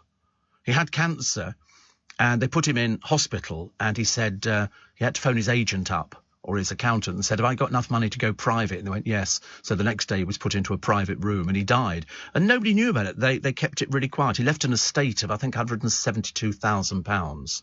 And he left it all to one person. One person got it, which was good. But it was interesting because he'd been set up by the police at one point, and it was all very sort of dark and a bit satanic and things like that. But nobody knew it was him when he left the studio, because he would dress up very dapper with a hat and a cane and a very smart suit, and he could literally walk past the fans and nobody knew it was him. And he was terribly polite. But it's a very good book, actually. A very, very good book. It's got all these sort of great stories about all the programmes he was in, including he turned up in one ghastly film. In fact, he made a couple of ghastly films. Do you remember the In-Betweeners star, Joe Thomas? Best known for playing Simon Cooper on the comedy series, has finally got some work, although he's been making a fair bit of money doing these little videos where you sort of send 25 quid or whatever, and he'll go, hi, Steve, this is Joe Thomas, wishing you all the best, mate. Your show's the best, although it doesn't matter. Something like that, and that's how he's been making his money. But he's landed his first TV role in almost 4 years, and people go, oh, don't worry, they make loads of money. They don't. He was quite clever, though. The series also features Parminder Nagra, from Bend It Like Beckham, also Lara Pulver and mum star Lisa McGrills. Focuses on the life of 3 female doctors returning from the post-pandemic frontline. He's been filming on location. Oh, good. I'm delighted, actually. I always thought he was the nicest one on there, because I wasn't sure about the other characters, whether that was them or whether it was just a part that they were playing, because I was a little bit shocked, it has to be said, by the In-Betweeners and some of the things they used to talk about. Have you ever seen it? Some of it was terribly rude. I mean, really unbelievably rude. I used to sit there watching it thinking, do you think there's parents watching it going, hope the kids are not watching this? Because it was just over the top. But I suppose it sort of pushed the boundaries, didn't it? Well, that's what they thought it did. It pushed those boundaries. It was just very, very rude. Very, very rude. A British charity is hoping to have beaten the world record for the most blood donations in one day. I can't give blood, actually. It's a shame, actually. But because I'm diabetic, yeah. I don't know why, actually, because they seem to take enough blood out of me when they go, oh, we're just going to take blood. I hate it. It's the only thing I hate. Why can't they have little tiny needles to take your blood out? When I inject, the needle is tiny. It's like 5 millimetres. And yet when they want to take your blood, I remember they strap your arm up and you think, oh, don't. And they just go, little scratch. They used to say something else, but we stopped that. And they'd slide even thinking about it makes me go queasy. They slide the needle in, and then they said, oh, ghastly, let's take a break, shall we? Leading Britain's conversation, LBC, with Steve Allen. Morning, nice to have your company. Nice to have your company. What else we got? This story about the limousine in which Diana was driven to her death is demanding he be given it back. He was speaking about it. I mean, it's 25 years, and he's now asking for it back. But the French police have said no. It's as simple as that. He can't get it back. And allotments. Isn't it James O'Brien who's got a thing about allotments? I think he likes allotments. I think he always wished he used to keep chickens in his garden, but then they had a visit from a fox. So I haven't got chickens anymore, because I remember a friend of mine, she had a neighbour, and the neighbour said, can you look after the chickens while we're away? And she said, yeah, that's fine. And so she had them in this sort of pen, but she forgot to lock the gate on it. And of course the fox came in and it was carnage, absolute carnage. I shouldn't laugh actually, really, because she was horrified, absolutely horrified. Never mind. Oh, Elton John out wearing another sort of formal and leisure wear, Gucci Adidas blazer. The trouble is, you see, more money, no sense. It's as simple as that. Snowflakes are ruining their lives, apparently, by going on booze and sex-free holidays. Booze and sex. We were talking about this a second ago, actually. Studies show that holidaymakers are refusing to step out their comfort zones. They can't be, because I watched a programme the other day called Ibiza Weekender, with the most ghastly lot of... You wouldn't want to go to this place if it was the last place on earth. It's just full of the most awful people. The reps appear to be bedding everybody in sight. The whole thing is overseen by this gay guy called David, who they've tried to make into a personality, and it's failed miserably. But the whole thing is just so awful. I don't know about doing... They go on pub crawls on this programme in... I think it must be Ibiza, actually, mustn't it? And when I went to Ibiza years ago, it was a very nice place. It was very sedate. It didn't have all these sort of people going there and getting completely off their faces. And you sort of look at it and you think... Have you seen that one where it's almost like Bank of Mum and Dad, and the parents follow on the kids afterwards to see what they get up to, so they hide the parents. That's right. Sun, sand, sex as well. Oh, right. And suspicious parents. And then the parents hide, and then they they discover that their kids are dropping their trousers every 5 minutes and sort of getting their bits out and waving them around a bit. The Magaluf. We went to Magaluf once. It didn't last 5 minutes. We got out the car, we looked at it, we got back in the car and went home. Dreadful. Created by a load of people. Written. Yeah, yes, Cava. It's the same sort of thing, isn't it, basically? It's just a lot of people getting very drunk who come from up north. There's nobody from Soho. Nobody from Chichester or anything like that. They're all from sort of places up north. Very bizarre. They're obviously the sort of people who are sort of used to getting very drunk. And then they all get tattoos when they're drunk. Have you got tattoos? No. Strange that, isn't it? You haven't got any tattoos, have you? No. I haven't either. But I think because we come from nice families. You know, it's a case of your parents would go up the blooming wall, wouldn't they? You go, what's that? It's a tattoo. Get it off. Get it off now. Oh, so it's all right, Mum. It was only Bazooka Joe tattoo. And they put it on your wrist. And we used to be able to buy tattoos in shops. And it was on a piece of paper. And you put it on your arm. And then you put water over the top of it. And we go, it's a tattoo. And people go, no, it's not. It's one of those bits of paper, which I quite like, actually. Steve, my family have taken you on a holiday to the River Kwai. Oh. Stephen, thank you very much indeed. I've been on holiday most places, actually.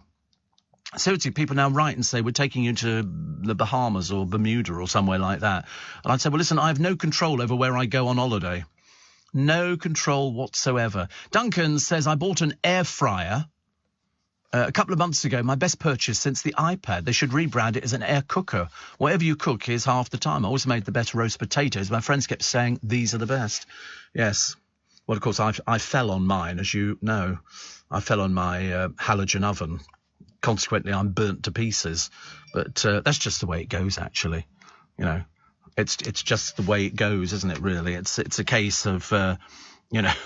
Mr. Neil says, morning, Steve, read the Titanic. Like you, we visited the exhibition in Las Vegas, so chilling seeing all those. But, yeah, we went to Vegas as well. We saw the same thing. We saw the same... And, in fact, we were given a card as we went in, and... It had the name of a person on it. It was a passenger. And at the end, you then discovered whether your card lived or died. Mine died. As indeed did most of them. But interesting. Steve, you kept me going through Glastonbury. Do you know, I've never been to Glastonbury. I've watched it on the television loads of times. Loads and loads of times. And I sort of thought, would I want to go there? No, I definitely wouldn't want to go there. Apart from the fact there's so many... I didn't realise how many thousands of tents get dumped at the end of it. I mean, really, really amazing. And they could all be used for people. You know, homeless people have tents. We usually get a proliferation of tents and homeless people. And it was a case of, you know, why do they abandon the tents? And the answer is because they're cheap. And so nobody wants to be bothered with packing up and taking it back home again. But there are literally thousands of these things left. Thousands left behind. And I think most of them are just, well, I suppose they go into landfill. I can't think of anything else that you would do with them, which is a bit of a shame. There's a cheese called Yorkshire Fettle, which is having to be renamed after Greek food makers complained it sounded like feta. Well, it doesn't. It's two completely different words, fettle and feta. Anyway, officials from the Hellenic Association of Milk and Dairy Products, a.k.a. SEVGAP, accuse the Yorkshire manufacturer Shepherd's Purse of trying to dodge same-name rules with its sheep's milk cheese. It's bizarre, isn't it? You get people who go, you can't have that because it sounds very similar to something else. And so they've had to change the names. It used to be called feta. Yorkshire feta. I don't think I've ever had feta. Is it nice? What is it? Oh, right. Oh, right. You crumble it up, do you? Oh, right. So I've never done that. I'm not really a cheese sort of eater, which is a bit of a shame, really. Perhaps I should. Because when we went to the market the other day, they had all these cheeses that were on sale. And I remember thinking, oh, it'd be quite nice if I liked cheese. And then I think, no, I'm quite glad I don't like cheese. Because a friend of mine put on serious weight. You can cheese and biscuits every night after dinner. And it just means that you just balloon. It's very fattening, but very nice, especially with a nice bit of Branston pickle on it. But you're right. It did used to be called Yorkshire feta. But it's now, because a previous complaint saw the company forced to rebrand it as Fettle. Caroline says I don't know who Caroline is, actually, but she's here as well, actually. Oh, she's the Shepherd's Purse cheese steward. She said the company's now axed the name, and she said they didn't really have the financial muscle to mount a challenge to the decision. It's now being sold as Mrs. Bell's salad cheese, which I suppose is, it's the same thing, but by a different name. And Steve, how come we never have a memorial day for the lost lives on the Titanic? They do. They have one at the cemetery where a lot of people are buried. And but no, we don't have it. We don't have anything like that. I mean, otherwise we'd be having days, every day. Although actually, strangely, the Mayor of London, Sadiq, says that he wants to see more events taking place this year, to make people feel a little bit happier. But at the moment, it doesn't appear to be happening. I mean, let's see how the Notting Hill Carnival goes today, because I think today is their biggest day. This is where all the floats come out. But as I heard the other day, somebody said that a lot of the floats are not appearing. There will be floats there, and there will be, people in carnival clothes and stuff like that, and there'll be all the food, there'll be jerk chicken everywhere and all the rest of it. But it's the fact that they can't really afford to keep stuff going because it's so expensive. These huge lorries that they bring in, it's like carnival around the world. It costs a lot of money. And so they'll be cutting back on things like that. I was looking at this, talk about cutting back, all these different places now that are going to be suffering with these huge electricity bills. So I don't know whether or not I'm supposed to go around and keep turning off lights and stuff like that, whether it's going to make the scrap a difference. And the answer is I've got no idea. The mornings, says Nicola, are dark now. Did you watch the programme about Ken Dodd? I didn't, actually, but I was a big fan of Ken Dodd. Big fan. But he was the one who, if you went to see him in the theatre, you sat there till hell froze over because he just went on. So they had to put clauses in the contract to make sure that he finished on time. Otherwise, they used to lock the doors. He didn't know when to stop. He just loved being on stage. He was a great singer. I mean, for a man who looked the way he did, you'd think, where does that voice come from? And he had so many hits. It was like sort of Des O'Connor, very, very good singer, but always pilloried by Eric and Ernie. They used to take the mickey out of him, and yet he was very, very successful, actually. Love Island winner David left a boxing match the other day with 2 women. But I didn't think that he was going out with this other girl. I thought it was just one of those things that they go, oh, yes, they're actually going out together. And you think, no, it's just a television programme. Cash machines going out, apparently. You see them close, and you think, I suppose because if the bank's closed, and most of the banks appear to have closed, then consequently, you're a bit stuck with it. Because where else do you get your money from if you can't go into the bank? I saw a couple the other day at Lloyd's Bank, and it was on the Saturday. And I said, it's not open on Saturday. And she went, oh, since when? I said, well, years they haven't opened on a Saturday. I said, opening hours are all over the place. I can't tell when they're open now. We've only got 2 banks in Twickenham. We used to have 4. Now we've just got 2. We don't have a Halifax anymore. We don't have a NatWest. which has been sort of boarded up. So we've got a Lloyds Bank and a Barclays Bank, but they've closed a Barclays Bank somewhere else, so we can now get queues a mile long for our Barclays Bank. Because some people feel happier going into the bank to get their money out, but everybody else just goes to the bank machine. 5:30. Should we get the latest news headlines with Holly Harris? Steve Allen on LBC. Actually, I'm glad that Duncan has bought this air fryer, because they're the best things for doing roast potatoes in.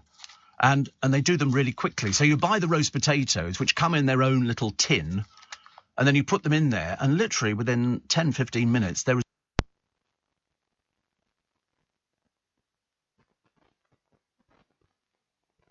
Steve Allen on LBC. Actually, I'm glad that Duncan has bought this air fryer, because they're the best things for doing roast potatoes in.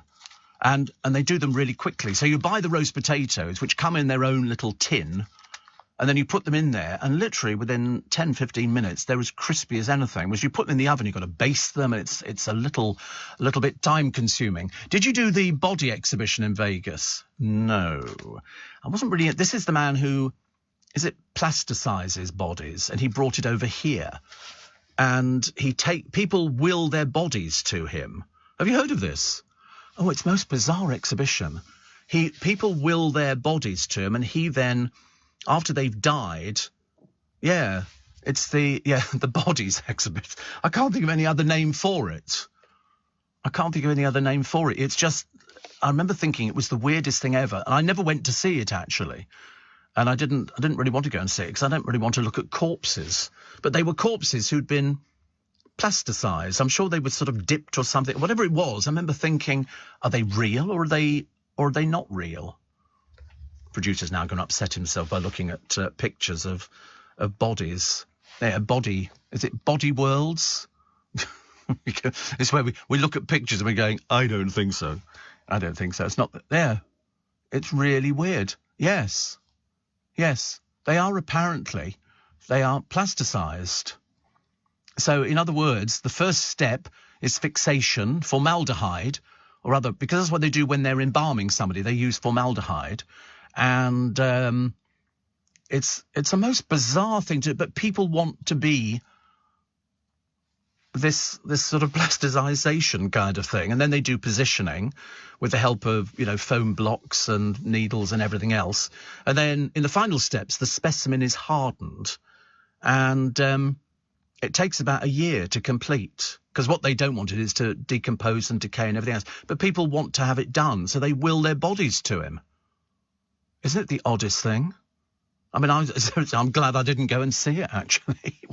Wouldn't have been my sort of thing at all. But they're there, and it's sort of people's faces, and they're sort of sitting there. They are real people. It's weird. It's bizarre, isn't it? It is absolutely bizarre. It's sort of what goes on underneath your skin. Anyway, we didn't go.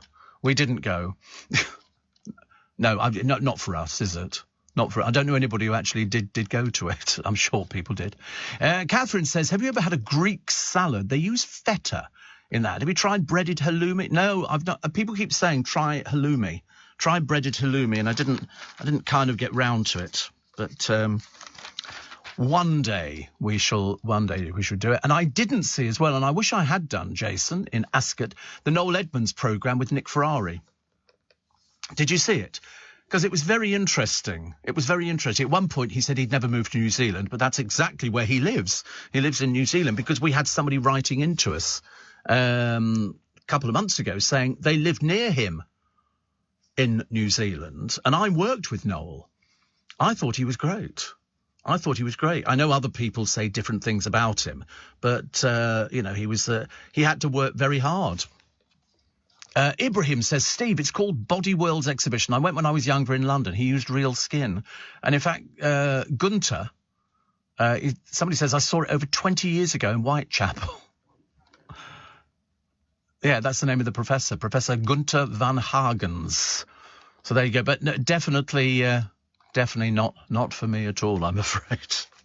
I could live without things. That would be like sort of funeral directors opening up their home to you and going, I remember going to see a friend of mine who was a funeral director.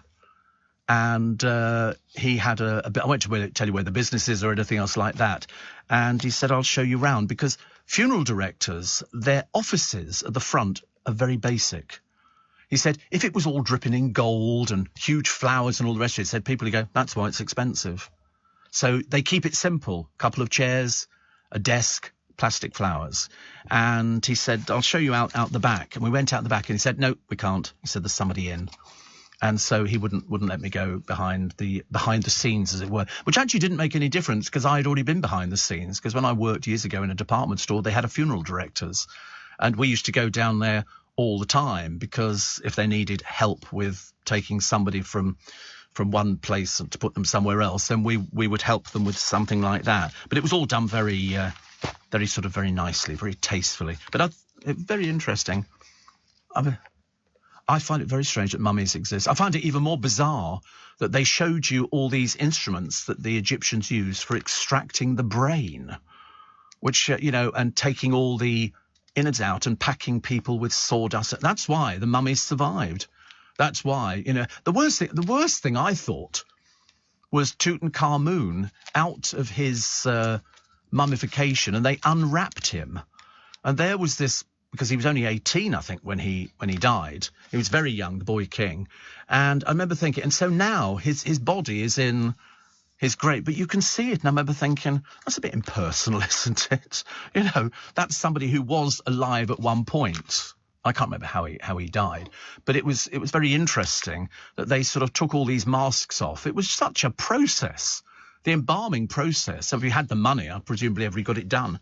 And a lot of people, the Americans have it done far more than we do. We aren't as big into embalming as the Americans are. I remember reading the book about an actress, actually, and the daughter went to see her. Joan Crawford it was. And the embalmer said, does she look good? He said, she said he was looking for praise that he'd done my mother really well, done her hair, done her makeup and all the rest of it. And people pay for that. People pay for that privilege to end up looking nice. Although in the case of the boy king, they took everything off him. They took his mask away. I think there were 2 masks until they found the mask. He didn't do badly, but there he is, stark naked. It's crazy, isn't it, that we do things like that. Holly Willoughby and Pip Schofield were hugging each other again after COVID, but say guests were a little less hands-on. Social distancing had kept them apart on the ITV show, but Holly admits that while it was lovely to hug Phil again, once restrictions were lifted, guests still showed a bit of trepidation. Yes, but they do return on September the 5th. We've had an assortment of people doing it while they've been away. And, of course, the one thing that's noticeable is that Holly and Pip didn't get nominated for a television award, which is really bizarre. Alison Hammond gets nominated, but not Dermot O'Dreary. And Holly and Phil, I thought they would have been absolutely, because the programme got nominated, but they didn't. I thought they, I shouldn't imagine they'll be very happy about that, because they are the best daytime programme. It's the best magazine programme, mainly because their executive producer is a former reporter at LBC. Well, Ant and Dec seem to get nominated in two categories, and then they win it every time. In fact, I don't think there's been a year where they don't win it. It must get to the point of, just one of these days somebody's going to go and name somebody else. And we can all see what happens, can't we? Steve, I went to that exhibit as the girlfriend was a bit arty. It was interesting but sad, as mate's mum had brain cancer. One of the exhibits related to that. Yeah, I don't know what's art in this day and age. It can be all sorts of things. They call that art, don't they? I call it for certain people. Ibrahim says, I'm a property valuer and once did a funeral home. It was a very surreal experience. Did you know that Noel Edmonds is from Ilford? Is he? I never knew. I know Ilford very well, of course. And because I used to go down there to the park. Steve, I did see Dan Walker mistweeted dogging for digging after his first show. I'd sooner have watched the former to the latter. The show was awful and staged. Well, he's having a row at the moment with Piers Morgan. Piers Morgan said, if everyone want advice on interviewing, just let me know. It's just never going to go. Because the trouble is, Dan Walker left the BBC because he probably got bored reading Auto Cue. And the trouble is, he's a bit beige. he's a bit bland. So I mean, I think he thinks that he's going to sort of discover a new career as somebody in light ent, but I really don't think it's very likely. I mean, I haven't seen it, but I know that they were very interested in sort of saying, oh, he's got lots of things, but it'll only be for Channel 5. So I don't think it'll make too much difference. Tattoos apparently turn ugly with time, and that's the way it goes, because your skin changes, doesn't it? It's these people I see on the television. Sometimes there's people in The Only Way is Essex, and they've got tattoos all the way up their neck and onto their face and going into their hair, and you look at them and you think, I'm sorry, is there something the matter with you? Because as they get older, it's going to look so disgusting. It's going to look so revolting. Why you'd ever want to tattoo your face, I can't imagine. I can remember going to Waterloo Station some years ago, and it was Ascot, and the trains were all full of people with sort of, their morning suits on and top hats. And there was one bloke, morning suit, top hat, whole face covered in tattoos, whole face. And I remember looking at him thinking, ugh, yuck. Because when you get older and your face starts sagging and everything else, and these people who got it up their neck, and you think, why would you want that done? What would be the purpose? I mean, David Beckham's had about as many tattoos as you can possibly get. I don't think there's any room left on his body to actually put tattoos on, because he seems to be I think it's an addiction. I'm pretty certain that if you have one tattoo, and then you have another tattoo, and then you think, oh, perhaps I'll go and have so and so, and they used to have this program on television, which was 3 people. It was a girl who worked as the receptionist, who then went on to do a couple of adverts, which I thought was a bit bizarre, and 2 blokes, and somebody would go in and they've got, this is my ex-boyfriend's name on my arm, can you change it into something else? And so they have a competition to see who can, and they draw around it. Sylvester Stallone did it a short while ago. He took out a picture of his wife and had it changed into a dog on his arm. And I remember thinking then, so you had a tattoo done, now you don't like it, and you have to have something else done. It's all a little bit bizarre. What else do we have? Oh, the Love Island winner, David, who was seen leaving a boxing bout with 2 women, whilst his villa girlfriend, Ekin Sue, was in America on a photo shoot. Well, you're not married, dear. I don't know why you're complaining about it. What difference does it make? Not married. But apparently David, who'd been watching a fight at London's O2 Arena, shared a laugh with, and they've got the name of these people, as he walked to the car ahead of them. And so he's sort of, I don't know what happened. I've got no idea. I wasn't there. But it's interesting. Ekin says, we've decided we're going to be moving in together. Probably not now, dear. Probably not now, I shouldn't imagine. I don't think it's the kind of thing that's going to go on. Cut to put cash in pockets. Liz's bills help will halve VAT. They're also worried a little bit at the moment. Chip shops and curry houses have called on the government because they use gas. What's going to be very expensive? Gas. So I think you're going to be seeing a lot of Chinese takeaways. In fact, there was one that closed the other day, actually. And because the guy's bills went, I think from 2,000 to 12,000. He said, I'll have to put the food up by 300%. He said, I can't afford to do it.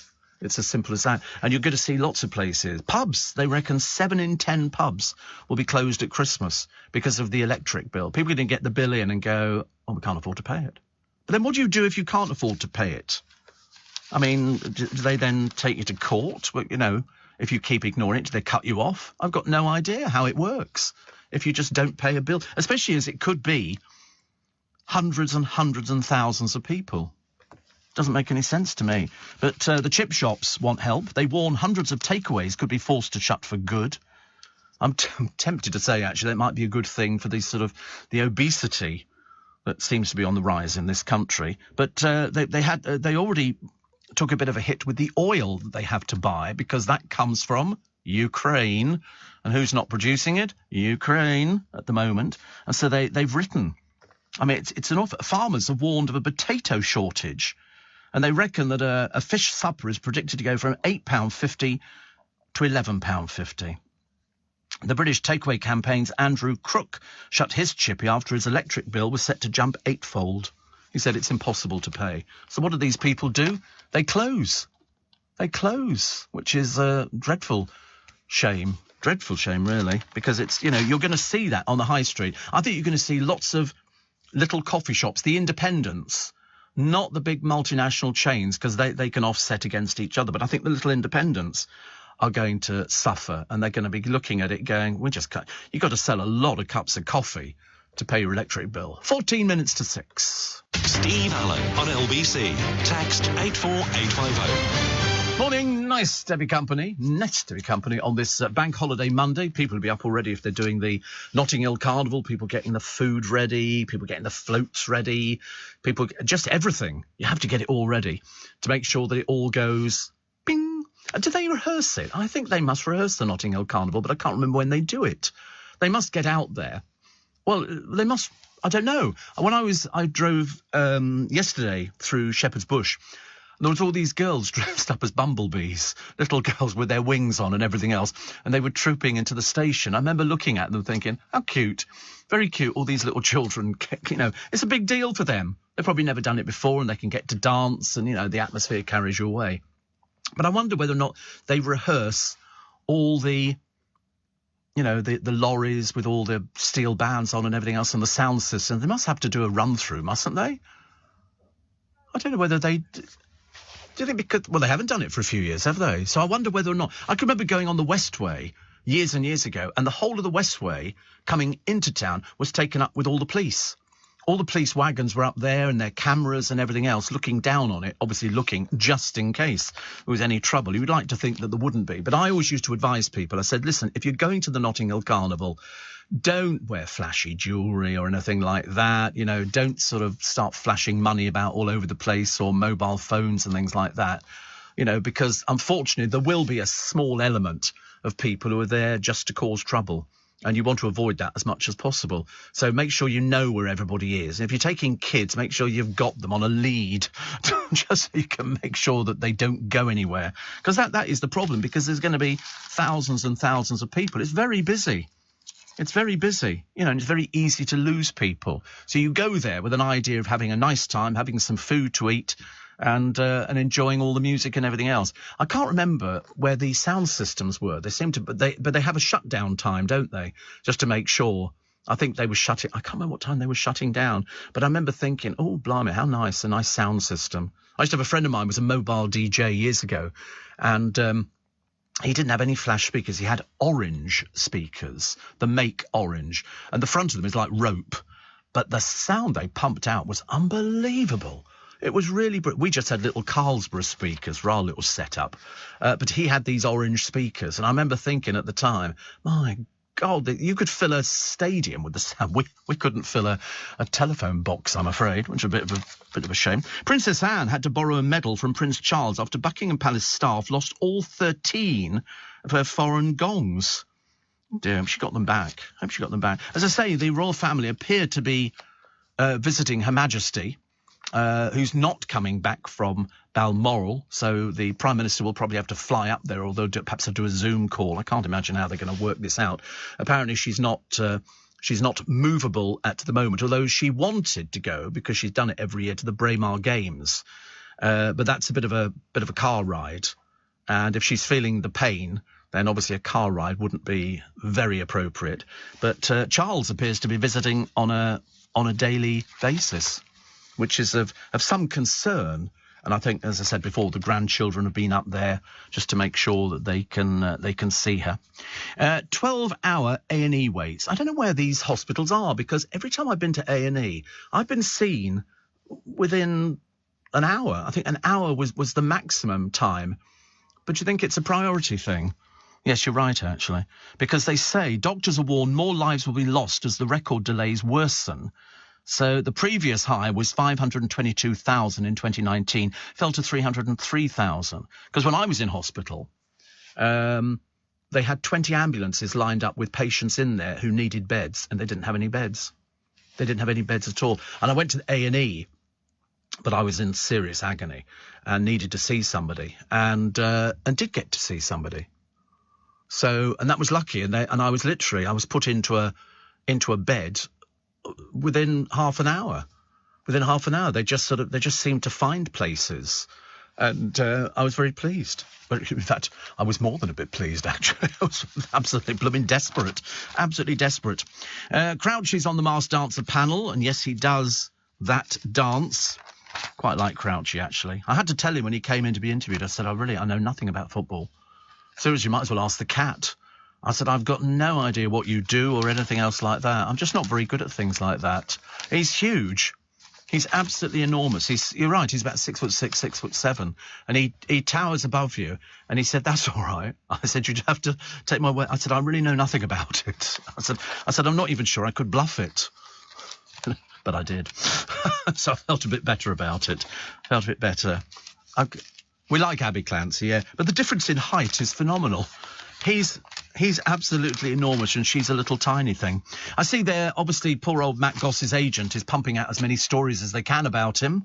The latest one, he's preparing to strut his stuff, even though we don't think he dances. We don't think he can dance. He does a little bit, running on stage and doing this bit, but I don't think he dances. But it marks a U-turn for the Bros singer, as earlier this year he said he would only consider appearing on the BBC show as a judge. Don't know why. He can't dance. How can you judge people? But anyway, Matt said of talent shows, I'm a fan of on an entertainment level. I would like to be in a judge's position. But at the same time, the journey is the most important. He does come up with some garbage. The journey. We're on a journey, dear. No, you're doing a gig because you don't have any work. That's what it is. It's a gig. Of his own fame, he said, I don't want to be called Matt Goss from Bros. I'm not called that in America. No, they don't call you anything in America, dear. They don't call you anything. He says, I've done enough stuff. Now they do these shows and they're like job interviews and they tell you whether or not you can have a job or not. And then Rod McPhee, writing the TV Biz, says a job's a job these days, Matt. Because he was talking about being in... He's not played Vegas for ages. Ages. When we went online to find out more about him, he hasn't got any work lined up in America either. He was sort of saying, I'll do work here and then go over to America and do... Well, no. There isn't any work over there, and that's why he's over here and dancing. But as I say, it'll be interesting to see where he goes. But apparently all his fan are going to be voting for him, which is going to be very nice, isn't it? I quite like the idea. I mean, because that's the only way he's going to get there. Because when he came back from America last time round, there were loads of his fan at the airport. And you know why? Because he'd announced on television what day he was coming back, so they all knew. That's the way it works, isn't it, nowadays? You have to sort of drum up the publicity. But also Darius, Darius Campbell Dinesh.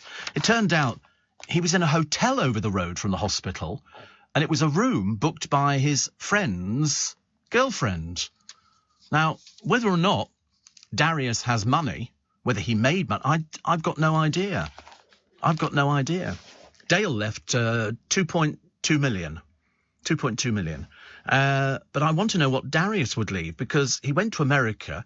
He'd done a few things over here. They were saying the other day, what's the woman who was on Love Island? What's her name? She was the host, Laura Whitmore. They said she's going to be earning £2,500 a show for doing this show in the West End. I thought, no, she won't. It'd be nothing like that. Nothing like it. £2,500 per show, 8 shows a week. I don't think so.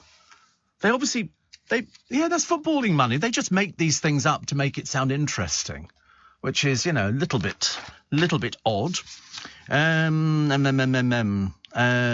Great news, says one columnist, about Vanessa Feltz, who's joining Talk TV. No audience at all.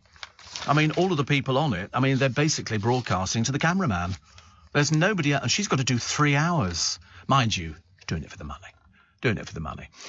Steve, where do all these noisy Notting Hill sound systems go when they're finished? Well, they just go back home, I think. I think they sort of, it's like being a mobile DJ. You sort of get a booking for a wedding or something like that, and you...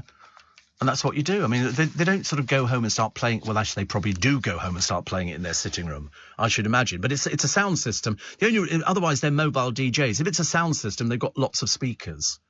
And the more speakers they have, the more... And they're looking for the bass. It's all about the bass. no treble. It's all about the bass. They love things like that. My son, like me, I was sort of singing along this morning, cheering myself up, as you do with George Ezra's The Green, Green Grass and the Blue, Blue. Everybody hates it. I'm the only one who loves it. It's so catchy. It's so catchy. It's one of those sort of things. I said, if you stuck him at Glastonbury next year, the whole crowd would be singing that song, because it's just one of those songs that you want to sing along to. I know it's not, people say, oh, for goodness sake, aren't the lyrics very simple? And I said, yeah, but that's the idea. That's the point of it. It's meant to be simple. You want people to sing along to it. Every time I played it to myself, I sing along to it. Blue, blue sky, on the day that I die. And I just think that's so catchy. And he looks so happy doing it as well. I don't know anything about him. I know nothing about him. I just know he had that other song about, we'll be riding shotgun underneath that. And the whole crowd at Glastonbury all sang along, which was fantastic. They've got a quiz for you today. Why is it on a bank holiday the papers go, what can we fill the papers with? Because there's no news. There's no news until Truss gets selected, and you end up with sort of huge bills which will be coming through the door anytime soon. And so they go, let's have a quiz. Do they think people sit in cars going, oh, let's play this quiz, shall we hear? And they've got all sorts of things. Who was Robin Hood's lover? Never even thought about it, but it was Maid Marian, wasn't? Well, I assumed it was Maid Marian. I mean, I don't know. I mean, who played Blackadder's servant and sidekick, Baldric? So you're getting better already. You're getting better. You're online for an opal fruit. You're online for a sweetie prize. Right. Who owned Bullseye in Oliver Twist? Bill Sykes. I tell you, that opal fruit is getting nearer and nearer, I promise you. Which character's catchphrase was blistering barnacles? No, I didn't know that one either, actually. And which schoolboy wizard get mixed up with the Deathly Hallows, the Goblet of Fire, and the Prisoner of Azkaban? Harry Potter, I know. Some of them are so easy, aren't they? And then it gets complicated. By what name was Zimbabwe previously known? I think it was Rhodesia, wasn't it? I think it was Rhodesia. Yeah. Thank you. The only one I knew. The only one I knew. Listen, it's Bank Holiday Monday. Coming up to the news at 6. It's Steve Allen's Early Breakfast on LBC. You're very welcome. And it's nice to have your company this morning. We'll take more of your text and emails. Don't forget, it's Matthew Wright for breakfast this morning on LBC. He's going to be with you at 7.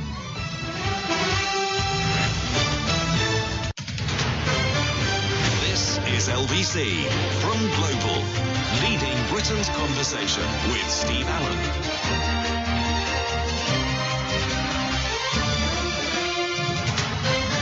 Morning, everybody. Coming up 4 minutes past 6. Bank Holiday Monday, Notting Hill Carnival. People going, thank goodness we don't need to get up too early today. We can rest. No rain. As far as I know, it's going to be 23 degrees, which is not too bad at all. And I was listening to Andrew Castle yesterday doing breakfast, and somebody was talking about kids getting hold of vapes. And, of course, you know where they get them from. They get them from these American sweet shops. These American sweet shops are selling vapes. And, in fact, I was going to phone Andrew up, leave a message for him, to say that there's one literally less than half a mile from us. On the Strand, one half is these American sweets. They're trying to close them down as fast as they can. In fact, there's 3 round here have been closed down already by the council. But they're also selling in the other half of the shop vapes. Don't carry prices. They're a bit like the pedalo cabs that we've got in London. So there's no price. They seem to make things up on a sort of an ad hoc basis. Although I did see one of these pedalo things, which are the scourge of the streets at the moment. But this bloke was so bone idle, he didn't even pedal it. He had an electric one. So it was going along by itself, which was very interesting. So what have we got? Temperatures today, 22. It's gone down a bit, but it doesn't matter. We can cope with 22. Light cloud and light winds. Tomorrow, 22. Wednesday, which is the 31st, sunny intervals and a gentle breeze. I never noticed the gentle breezes. And Thursday, 25 degrees. Friday, 25. Oh, Saturday, rain. Sunday, rain. Monday, rain. Oh, here we go. And Tuesday, rain. Good Lord, the entire week is rain. That's amazing, isn't it? Thursday, the 8th. Yeah, light rain showers and light wind. It's not going to fill up the reservoirs, though, is it? Highly unlikely. But about a whole week of rain, my little umbrella might come into its own. My little umbrella will come into its own, which was very nice. Steve, when I was aged 18 in 1976, the Brazil Rio Carnival was the best Feb-March time. Well, apparently, I think Notting Hill is supposed to rival it on size. That's what they've said. Second biggest in the world. So there you go, behind the Rio Carnival. I think but they've been doing it in Rio for donkey's years. I remember seeing pictures of it ages and ages ago. Steve, George Ezra is one of my favourites, says Jane. Listen to Budapest. You'll be singing along to that one, says Jane. Thank you. Are all his songs catchy? They all got a sort of a catchy little hook thing to it, because that's the big success, isn't it, really, which I quite like. So that's why. Steve, I was told by my clinical specialist nurse to go to Queen's Hospital in Romford. I was there for 10 hours before seeing a doctor. Was there for 14 hours. Good Lord above. 14 hours. It depends on whatever it is that you're going in there for. When I arrived in A&E, I was in agony like you can't imagine. And they did see me. They saw me quite quickly, mainly because I was about to sort of give up completely. And then, they were absolutely brilliant. I never understand people who criticise the NHS. I mean, I've been using the NHS for years and years. I've been private, I've been NHS. And then somebody said the other day, I think Andrew Castle took a phone call from somebody who said that he'd been on a waiting list for ages and ages in his NHS hospital and nothing had materialised. So obviously it wasn't that important, because if it's important, they will try and get you seen to. They don't want you to suffer any more than you want to suffer. And then he gets a phone call from the hospital saying that they can do this particular operation privately in the hospital. Now, when I went to get my colonoscopy and endoscopy done, right next door to where you go through into that department is the private wing in Kingston Hospital. So there's a private wing which does exactly the same. It's just that you get it done quicker. So if they say to you, for example, colonoscopy, there's a waiting list of whatever it happens to be, but we can do it in the private section. It'll cost you X amount of money. This man had said that he was quoted, I think, between £30,000 and £40,000, depending on what it is, and they could do it fairly quickly. That's the whole idea and there are private hospitals everywhere. If you've got private health insurance, you can get seen same day. Same day. When I went in for my first thing, I was seen by the specialist in the morning at 9 o'clock. By 11, I'm in the hospital. It was as simple as that. It was just, so when you see people who say, I waited 14 hours, you think, good grief, so it can't have been that serious, because if it's that serious, they will see you. But I don't know what people go to A&E for. I know that there was always a complaint some years ago, wasn't there? Which is that if you went to a hospital, some people would go there, I've got a cold. And you think what they need to do is they need to sort of have some sort of vetting system when you go in. And then it's a case of you go in there and it's all sort of sorted. Well, that's the whole idea. It's all sorted. We'll wait and see. Do you know that vaping is at record levels? I've never seen kids doing it, but I always worry about selling, vaping stuff inside a sweetie shop. 4.3 million people are doing it. And I can always tell if they're vaping because you get clouds of smoke or steam or whatever it is. I can't remember what it is. And then Joe, my producer, he says, oh, and this flavour is licorice, or this flavour. They do them in all different flavours now. And I remember thinking, how weird. But does it actually stop people smoking? And is it any better for you? I mean, do we know, have we got enough research on vaping to say that it's okay? There is research done. Bit healthier. A lot healthier. Is it? Because it's like sort of all of those things, and people are only doing it to stop smoking because smoking is so addictive, and it's, but it's amazing, really. It says here they want a plan which can help smokers, because it is very addictive. You can test the effects of cigarettes in the brain quicker than heroin. It's that addictive. And I can remember when I gave up years and years ago, and it's been donkey's years now, but I gave up, and I was doing quite well, actually. I did 2 years without a cigarette. And then I went out and I was at a party in a theatre, actually, and people were smoking in those days. And somebody said, "Do you want a cigarette?" I said, "I've not smoked for 2 years. I'll just have one cigarette. I'll just have one." That's the fatal thing. That one cigarette, I took one, but it was lovely, I have to tell you. It tasted great. And I went like that. I was crawling up walls within 10 minutes. I had to go out and find a garage that was selling cigarettes so I could actually have a cigarette. You're right, you never give up, yeah. It's like once an alcoholic, always an alcoholic. It's only you being off the boot. You only need that one drink to get you back into it. And cigarettes as well, exactly the same. Somebody said, have you had a cigarette since? I said, good God, no. Not the amount of illness I've had, definitely not. But it's a case of, you get angina or any other one of a number of other problems. And you have to go into hospital and they have to give you heart surgery. So I've had it twice now, which is, and it's excellent. It's excellent. But I couldn't even think about going back on cigarettes. Apart from the fact, have you seen the price of the blooming things? I thought they were bad enough in my day, but now they're about 15 quid a packet.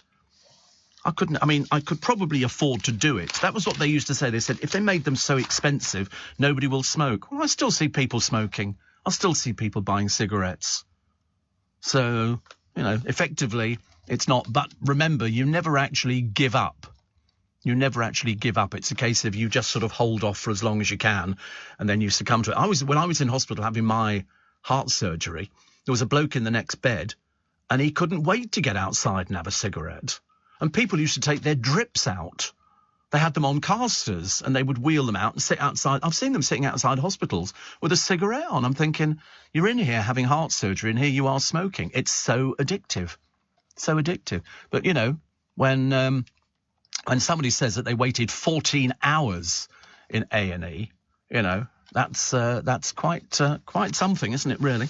Lots of pictures of Notting Hill Carnival, and there was loads of paint being thrown about.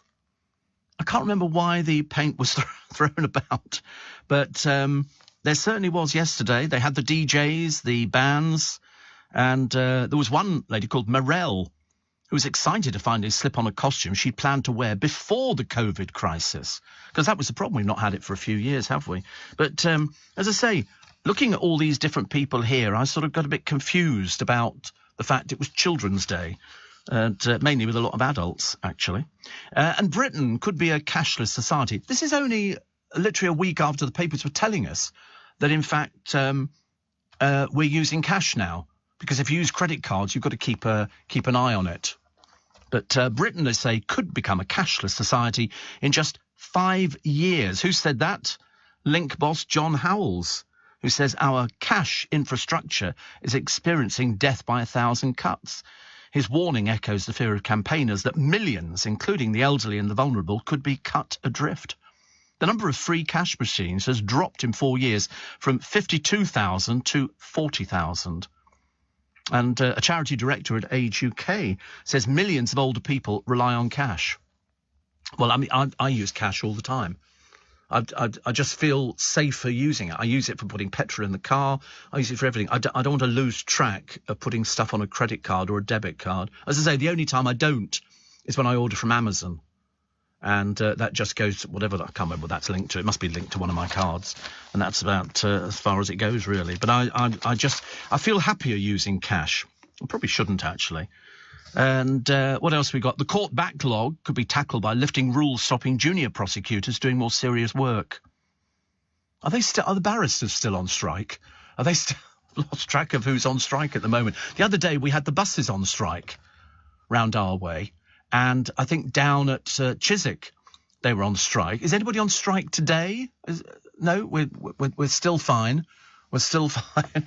Somebody says, did you find your smoking more a routine? Yes, absolutely. You would tie in your smoking with things you did. So I woke up in the morning, I'd make a cup of coffee, because if you smoke, you lose your sense of taste, and a cup of tea doesn't do it. You need a cup of coffee because it's the thing that kind of affects you quicker. And I could have a cup of coffee, first cigarette. Once you'd had that first cigarette, you then had a second cigarette. You didn't have one cigarette, then you got yourself ready. I could have 10 cigarettes before it even got as far as the shower. And that's where the addiction was. In a restaurant, you'd have a cigarette when you could smoke in restaurants, and then you'd have your first course, and then the moment you finished first course, you lit up another cigarette. I mean, I've actually sat in restaurants with friends of mine who smoke. They still smoke. And all of a sudden, they all go outside for a cigarette. So there's only 2 of you sitting at the table. You know, one time there were 6 of us. And then 4 have disappeared outside to go and have a cigarette. And I remember thinking, it must be really addictive. But if you like it, I've never criticised anybody for smoking, because I smoked. And, I know what it's like. It's very addictive. But if you do it, you do it. But there are consequences. And the consequence is we have to take a break and tell you it's 6:15. Steve Allen on LBC.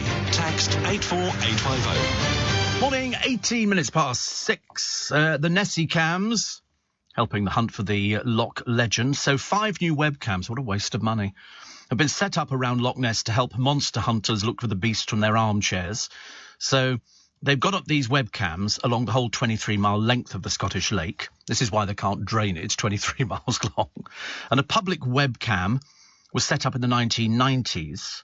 But the new ones will supersede it. The legend of Nessie began, or as I prefer to call it, the lies about Nessie, first started in 585 AD, when St. Columbo first spotted a creature in the Highland Loch, which is 400 feet deep. To date, since 585, there's been 1,100 sightings. Perhaps this thing just floats up and then floats down again. Perhaps it doesn't breathe. Perhaps it can breathe underwater, because as far as I know, everything needs to come up to breathe. Whales come up to breathe, and everything in the sea comes up to breathe. It's as simple as that. Apparently, Michael Golding says the new webcams will give Nessie fans another way of spotting our elusive and most popular resident. You're a liar. There is no Nessie. It's called a tourist trap. People want to buy the tourist things. They buy into it. And what we're doing is perpetuating a myth. There is no Nessie. There never has been. There never will be. Because, I mean, how old is this thing, for God's sake? If they first saw it in 585 AD, also, what does it eat? There's no fish in the loch. It's just mud and vegetation, and it doesn't come up to breathe. And then some bright old wag came up with the idea that there's an underground cave system. No, there isn't. No, there isn't. And it swims out to the sea and then comes back in again. No, it doesn't. No, it really doesn't. In fact, there's been some little bloke in a caravan there, I think, and he's been waiting for about 30, 40 years. He's not seen anything. You know, they've got these 5 cams hoping that somebody will see it. So how old is this thing? I mean, perhaps it's able to reproduce itself. I think unlikely, of course. But that's I mean, can you imagine poor old Loch Ness and then just become another place where they're sort of taking money off you to buy a little Nessie thing, and you tell kids that is where the Loch Ness monster lives, and you go, you're lying to your children. Don't do it. It's not very nice. Steve, I understand the smoking addiction. My late dad was on oxygen, says Stella, and would take his mask off to have a cigarette. My grandfather, on my mother's side, used to have a thing, and it was like a Bakelite thing, went over his nose, and he would squeeze the bulb, go, and that used to give him sort of air and stuff like that before oxygen, I suppose, really. Another one here says, imagine the frenzy of people trying to get rid of cash when it's stopped. Oh, they'll never do it completely. There'll always be cash. Always be cash. Well, certainly will be in our lifetime. Ashley says, do they want it to be cashless because it's a hint the Queen won't live longer than 4 years and they don't want to reprint notes and coins for the budget in government? I don't think so. Shane says, you know, a packet of cigarettes is $60 in Australia. I don't smoke. A friend of mine does. How do they afford it? I've got no idea. I was smoking 60 a day, 3 packets of cigarettes. I mean, it would be... You wouldn't have been able to see me, no. I don't remember... We were never allowed to smoke in this building. In our last building, we couldn't smoke in the studio, but we had an outdoor area. But in our building in Hammersmith we could smoke in the studio.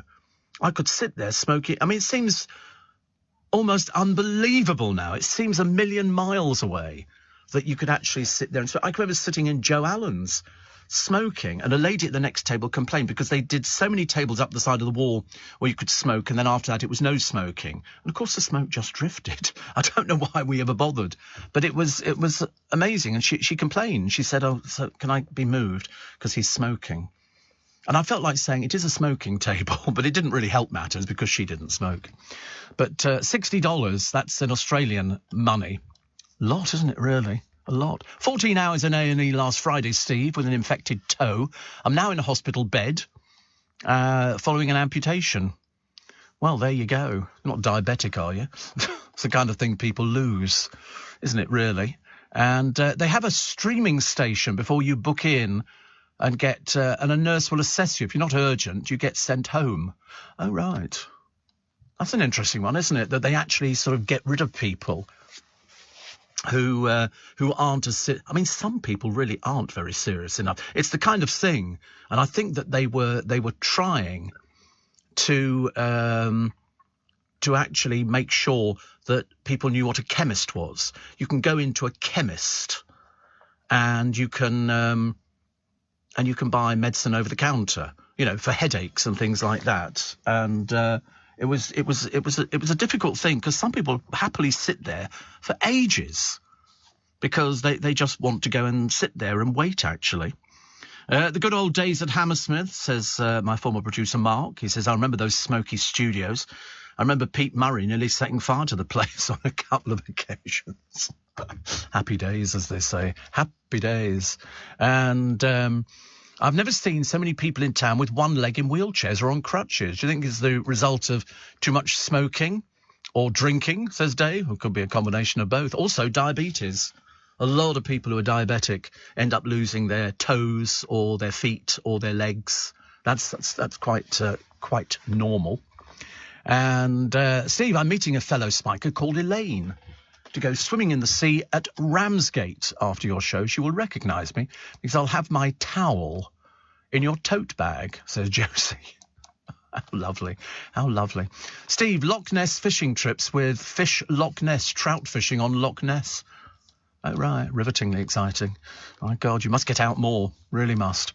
And another one that says... another one, you mentioned St. Columbia. Do you think we should have the legend Columbo resolve it? I'm sure, says Ashley, he probably could, actually. I'm sure he could, actually. But I like the idea of draining the loch. I think that's the funniest thing. Draining the loch. I think it's a good idea. 84850 steve@lbc.co.uk. Teresa, so you just read out my text, re Queens. Can assure you it was a serious matter. Well, I don't know. You haven't told me what it was. So I'm not psychic, unfortunately, Teresa. I wish I was. Otherwise, I'd have sussed that one out straight away. The First World War Dead Man's Penny. I'd never even heard of these things. What they'd done is they had given to the family of the youngest person ever to get a Distinguished Conduct Medal. Jack Pouchet, 15, had tried to rescue a corporal in no man's land in 1914. And before you query it, he lied about his age to enlist in the Queen's Westminster Rifles. He was killed serving in the Royal Flying Corps a month before armistice, and the family is selling this penny, the dead man's penny. They reckon it could fetch about £12,500.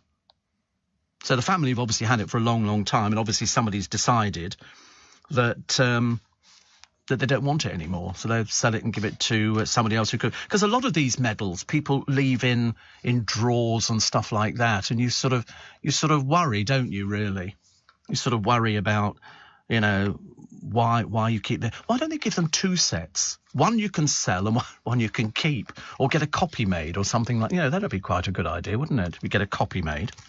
A football match between two school teams has been replayed 50 years later due to a disputed goal. Graham Jones was 10 when he put the opposition's keeper and the ball over the line in the last seconds of the game in 1972 to give his side a 1-1 draw. The former Royal Navy training instructor admits it should have been disallowed, so he decided to make amends by assembling the same lineup for a rematch. And they thrashed them 6-2. Never go for rematches. Never go for rematches. And here come the girls, all 5 of them. Millie Quinn is only a few days old and joins a proud line of strong-willed women in a family headed by her great-great-grand Pearl Shaw, who's 88. The tot is Chloe Barron's first child. In addition to her great-grand Pearl, Chloe's been able to call on mum Michelle Barron and her gran for support. She says, I'm very prepared for motherhood. She's all we know about her is she's a shop owner in Barnsley. Could be anything, I suppose, couldn't it, really? And a lot of people got a bit worried. The skin of a tarantula has been found on a pavement, sparking fears the spider is still lurking. This is at a place called Edenbridge in Kent, because they shed their skins, and it's almost a perfect copy of them. I don't know how they managed to do it, but it's very clever. So Sunday 28th, Monday 29th, bus strike. There is a strike planned over the August bank holiday on buses operated by London United, while most of the bus network will be operating. I don't know what the buses are around here. Are they TfL? I don't know, actually. I'm really not sure. So that TfL's the main system. Oh, right, these are separate. So there will be disruption on some routes, mostly through west and southwest London and parts of Surrey. As long as I get to Waterloo Station, I don't really mind, actually. I'm OK on things like that. It's a bit of a pain, isn't it, really? You think, of course, it would be an awful lot easier, actually, if we had no strikes at all. So, but, I mean, it's bank holiday, so you expect things like that, don't you? People going on strike. But whether or not anybody takes any notice. I mean, on the bank holiday, we don't do anything, do we, in this country? So we might go to the coast, but I think it's unlikely today. Mainly because it's the petrol getting there. So everybody suffers. Everybody suffers on all of these levels. What with all the bills coming in, the price of food going up, and the price of food is really going up. I've noticed it on certain little things. I've looked at it. I've thought, I'm not buying that. Not at that price. I mean, I did buy 2 bits of fillet steak yesterday. Yeah, we're all going to go very thin, very, very thin, which is a good idea, isn't it? Really. I love it. I bought fillet steak. I bought 2 pieces, actually, and it was, what was it? 12 quid for 2 pieces. Now, had I bought it in a restaurant, 2 pieces of fillet steak, that would have set me back about 60 quid, I would imagine. Definitely. And lovely day spent at the Bluebell Railway, Steve. Now, people keep sending me brochures for the Bluebell Railway, which is quite nice. I've never actually done it. But I feel as though I've lived it. And little Julie says, yummy roast at my local pub. Do you know, they were saying that they might start fading out, these poor Sunday roasts, because that's what people go to the pubs for, especially if it's a carvery and you can keep eating, because that's kind of like the best value, isn't it? Which is lovely. 84850 steve@lbc.co.uk. We read all of your texts out on the programme. And there's one, First Royal have been first class. A shout out to North 9 Ward, Liver Ward Special. Lovely. And somebody else talking about people vaping. How many people they see vaping? I see loads of people vaping. It's become very, very popular. Very, very popular. And people like it. 6:30 is the time. Let's get the latest news headlines from Holly Harris. This is LBC with Steve Allen. Morning. No, it's underneath that one. It's underneath that one. 27 minutes to 7. Trying to work out actually today whether to go home and then come back to the carnival, having not done it. And then as somebody said to me, don't take the car, for goodness sake. I said, well, actually, I wouldn't take the car, and there's nowhere to park. There's nowhere to park, which is quite interesting. Nearly all residents in a road are being forced to leave their rented homes because the land was bought by a food firm, which is interesting, isn't it? The 11 households have been given just 2 months to leave by Cranswick Country Foods. People are begging for more time, but the company so far refused to let them stay longer. In Norfolk, only 3 of the bungalows are unaffected. There's one bloke, he's a retired delivery driver, Malcolm Nurse, and his wife Anne, said it's an impossible situation. So the Borough Council of Kings Lynn and West Norfolk says it's supporting the families who've contacted them. That's the trouble when you don't own anywhere and then somebody sells it from underneath you, which is awful, which is a bit of a problem for people who've lived there for absolutely ages and ages. It's quite interesting. Quite interesting. Lots of pictures, I say. Oh, there's a piece. I knew there was something I was going to mention. I'd forgotten it. And an extra inch on your waistline increases the risk of heart failure by 11%. Oxford University analysis of 430,000 Britons aged 40 to 70 showed waist circumference is a bigger risk factor for events such as heart attacks and cardiac arrests than other obesity measures like body mass index. So an extra inch, that's another 11%.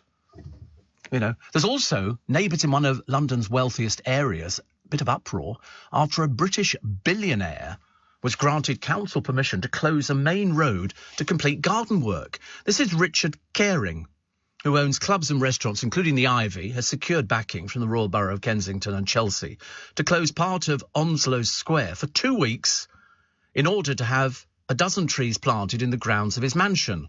So what they have to do, these are fully grown trees. You buy them. There's a special nursery where they sell fully grown trees. And they bring in a huge crane. They've got a big root ball and they bring them in. And I should imagine it's going to cost an absolute fortune. So this mansion, which he's got, has got a 2-storey basement with a swimming pool, beauty treatment room, steam room, storage for summer clothes. He's had a bit of a 5-year battle with residents to live near his Park House mansion. I mean, anybody can apply for road closure. And if he's bringing in trees and it's going to be one of these huge cranes, presumably to lift it over, then, you know, it's I mean, loads of people, actually. Loads of people. I mean, high-profile residents in Kensington have disagreed on housing work in the past with builders for Robbie Williams being fined $3,000 for disturbing his next-door neighbour. I mean, because I went because I think Robbie's got that former mansion of the film. I can't remember the film director now, but it was his, and he paid $17 million, I think. But you know, if you've got to bring trees in, and you're bringing trees to, you know, to make your garden look nice or whatever, because you want an instant garden, then you've got to bring in a crane, and you've got to get the crane in there. It's got to be assembled. Then the lorry will come in with the trees on, and then they'll be lifted off, and it'll probably take 2 weeks. You know, it's interesting. That's the way that it goes. That's the way it goes, I'm afraid. Royal Free London, not Liverpool. We didn't say it was Liverpool. Honestly, I wish people had opened their ears. Honestly, get new batteries makes it so much easier. And I'll be on my way, says Leah in Ilford, to the Notting Hill Carnival this bank holiday. I'm excited for the party, but dreading the journey. Well, that's the thing, isn't it? Price of petrol's high, but if electricity prices keep increasing, it'll be cheaper to fill up with petrol than charging an electric vehicle. Do you know, I thought naively that it was free. They put in all these posts, and I thought, that's nice. I didn't realise you've got to put in a credit card, and you buy, and it's not cheap. It's not cheap. And also you've got to wait forever and a day. I don't know. I've never met anybody who's actually sort of got one of these electric things. I thought somebody said it was about 40 quid to charge them or something. I could be wrong on that. Could be wrong, but I'd be fascinated if you've got an electric car. How much does it cost, and how long does it take to charge it when you sort of pull in? And we've got these places everywhere, not as many as there probably should be. But I wonder really how much it costs to fill up, and how long does it take? Because, you know, if you're sort of trying to find, I mean, I don't know, do people realise that when they buy these electric cars, you've got to pay for the charging? Oh, there we go.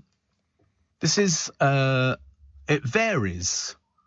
You see, for a typical electric car with a 60 kilowatt battery and 200-mile range, that's quite a lot, isn't it? I didn't realise that they went that lot. Charging at home, about £15.10 for a full charge. Rapid charging points are normally found at motorway service stations and typically cost £11 for a 30-minute, 90-mile charge. That's only going to go up. Exactly. You're right. That's only going to go up, says the producer. So the cost to charge, it's about 28p per kilowatt, I think.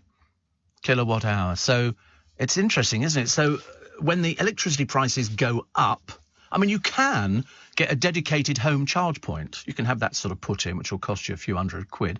So here we go. So interesting, isn't it?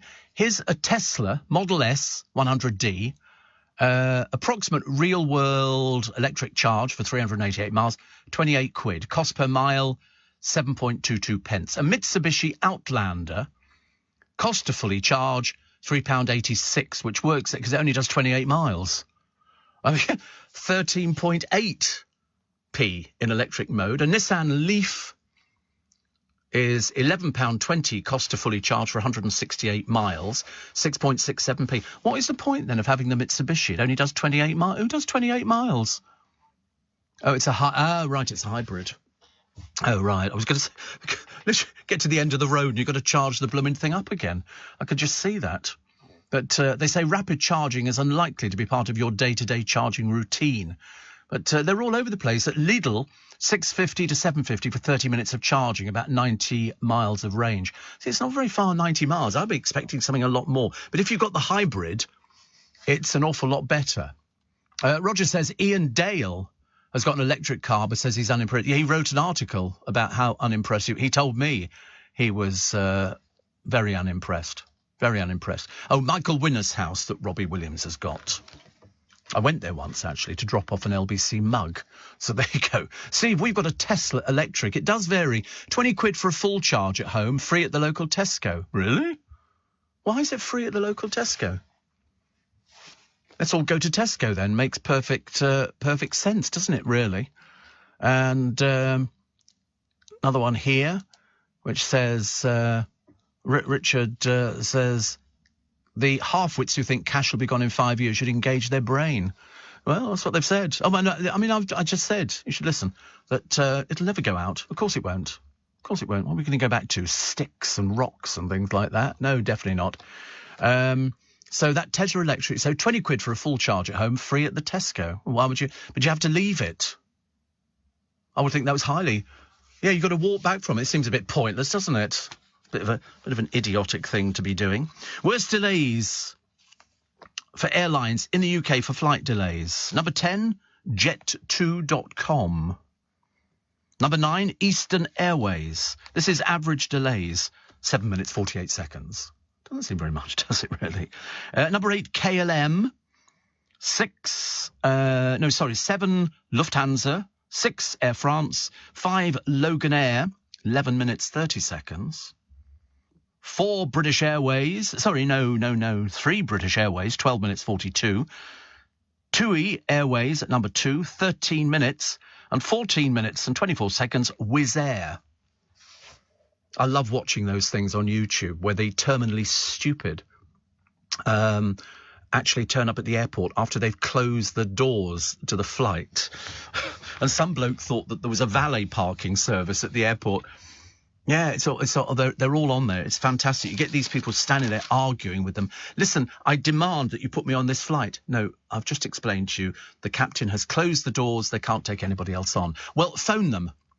No, I'm not phoning them because I've already been told that we can't take anybody else on there. You would think that these people would realise. I tell you, that they start throwing their weight around. One woman said, "Excuse me, you've lied to me. I'm going to phone." I think she said she knew somebody at EasyJet or something. She was obviously a right prat. Steve, I'm charging my car right now, and it's just cost me £16.63 for 1 hour, 30 minutes. A year ago, that cost £7 for 230 miles. Oh, interesting. 80% of charging points are free in Scotland. Lovely. And an electric Kia Niro, 260 miles on average, free to charge using ChargePlace in Scotland. So obviously you get it all free in Scotland. Down here it just appears to be some sort of Tesco, although I'd check it first, just in case you get there. And also, why would you want to leave a car in a Tesco's car park overnight? I certainly wouldn't want to do that, thank you very much indeed. 84850, steve@lbc.co.uk. A pensioner was picking strawberries 50 years ago, and he lost his ring. Dave Radley was distraught when this 21st birthday present from his mum, Rhoda, slipped off in the field. He thought it was gone forever, but he got a call from a friend who still owns the land, and they found it. It was buried 7 inches down with a metal detector. He said, I couldn't believe it. He said, I couldn't believe it at all. So he's been reunited with a gold signet ring that he lost all these years ago, but at least he's got it back. Ozzy Osbourne says he and Shazza are moving home after more than 25 years in LA. The Black Sabbath frontman said he was sick of all the mass shootings. He added he had no desire to be laid to rest at a certain celebrity cemetery. He's coming back. I thought he lived here anyway. I had no idea he lived in America. I thought he'd been back here for a long while. But he said everything is ridiculous there. I'm fed up with people getting killed every day. God knows how many people have been shot in school shootings. And I don't want to be buried in Forest Lawn. I'm English. I want to be back. So they're going to live in their mansion in the village of Jordans in Buckinghamshire. It's a 120-year-old Grade 2 listed mansion. So they've obviously been using it all the time. It's not like they've just discovered it. And, that's the way it goes. And another one, somebody says, I've got a Honda E. It's interesting, isn't it? The amount of people who have got all these cars which need charging all the time. Short break, it's 6:45. 13 minutes to 7 is the time, and let's hope Love Islanders, Tasha Ghouri and Andrew Lepage, or Page, stay together, because they've got matching... Of course they haven't, it's just a game. They have no interest in each other at all. It's just done so that they can sort of make a little bit of money, and then they disappear into obscurity. Because by the time, any of these people have found a decent job or anything like that, we'll be on to the next show, which will be good. From 2030, there'll be a ban on the sale of new petrol and diesel cars. Hopefully the charge will be a lot quicker and easier. You're joking. They'll be ripping you off left, right and centre. And from 2030, I don't think we'll be worrying about that 8 years' time. Apparently you plug in and fill up free at Tesco while you shop. It's to attract you there, says Alan. But I think you only get an hour, don't you? I think so. I think free EV charging up to an hour, and they hope that you'll do your shopping. That's like loads of these sort of places, but it doesn't always work like that, because some people just go off somewhere else. You don't have to go shopping there. There's such a choice of supermarkets. There really is. And people now are sort of reading all the adverts on the newspapers just to sort of find out the best. But it can cost you a fortune to keep going from supermarket to... That's why people do it all at the same place. So then they can also, put in... everything on the credit card. So Chris says from 2030 be ban on the sales of new petrol and diesel cars. Yeah, but there'll be millions of them out there on the road now. Millions. So, I wouldn't want an electric car. I'm not remotely interested.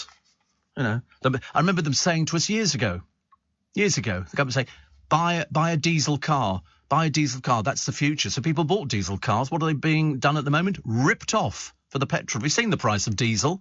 Go, struth above. It's absolutely amazing. So even if they ban sales of new petrol and diesel cars, it won't make any difference. People will still drive them. Let's face it, you've got about another 8 years before you need to worry about it. And it's not going to make any difference to anybody at all. More pictures, Notting Hill Carnival, front of the Times. And apparently, for every inch you can pinch... They used to do an advert on the television, didn't they? Do you remember it? If you could pinch an inch... So you pinch the side of your weight. Then they said you're overweight. They were sort of recommending a breakfast cereal, which, of course, everybody still, said, well, you shouldn't really be eating that. Apparently, it's hardly any cereals which are any good for you, because they've got sugar in or things like that, even though some of the nicest cereals are the ones which are just drenched in sugar. I used to like Frosties. Well, you can't have Frosties. It's just basically cornflakes with sugar on. Very expensive. Very expensive. And they're so expensive, the price of cereals now. I don't know what a weekly shop costs, because I shop on a daily basis. Because I don't know what I do with a weekly shop. You see people staggering out with supermarket trolley. There was a woman the other day in Iceland. She'd filled it to the top. And I remember thinking, what do you do? Are you sort of in for a lock-in or something like that? It was all very worrying, actually. Truss's plan to cut VAT would crash the economy, say the experts. So what are we paying at the moment? 20%.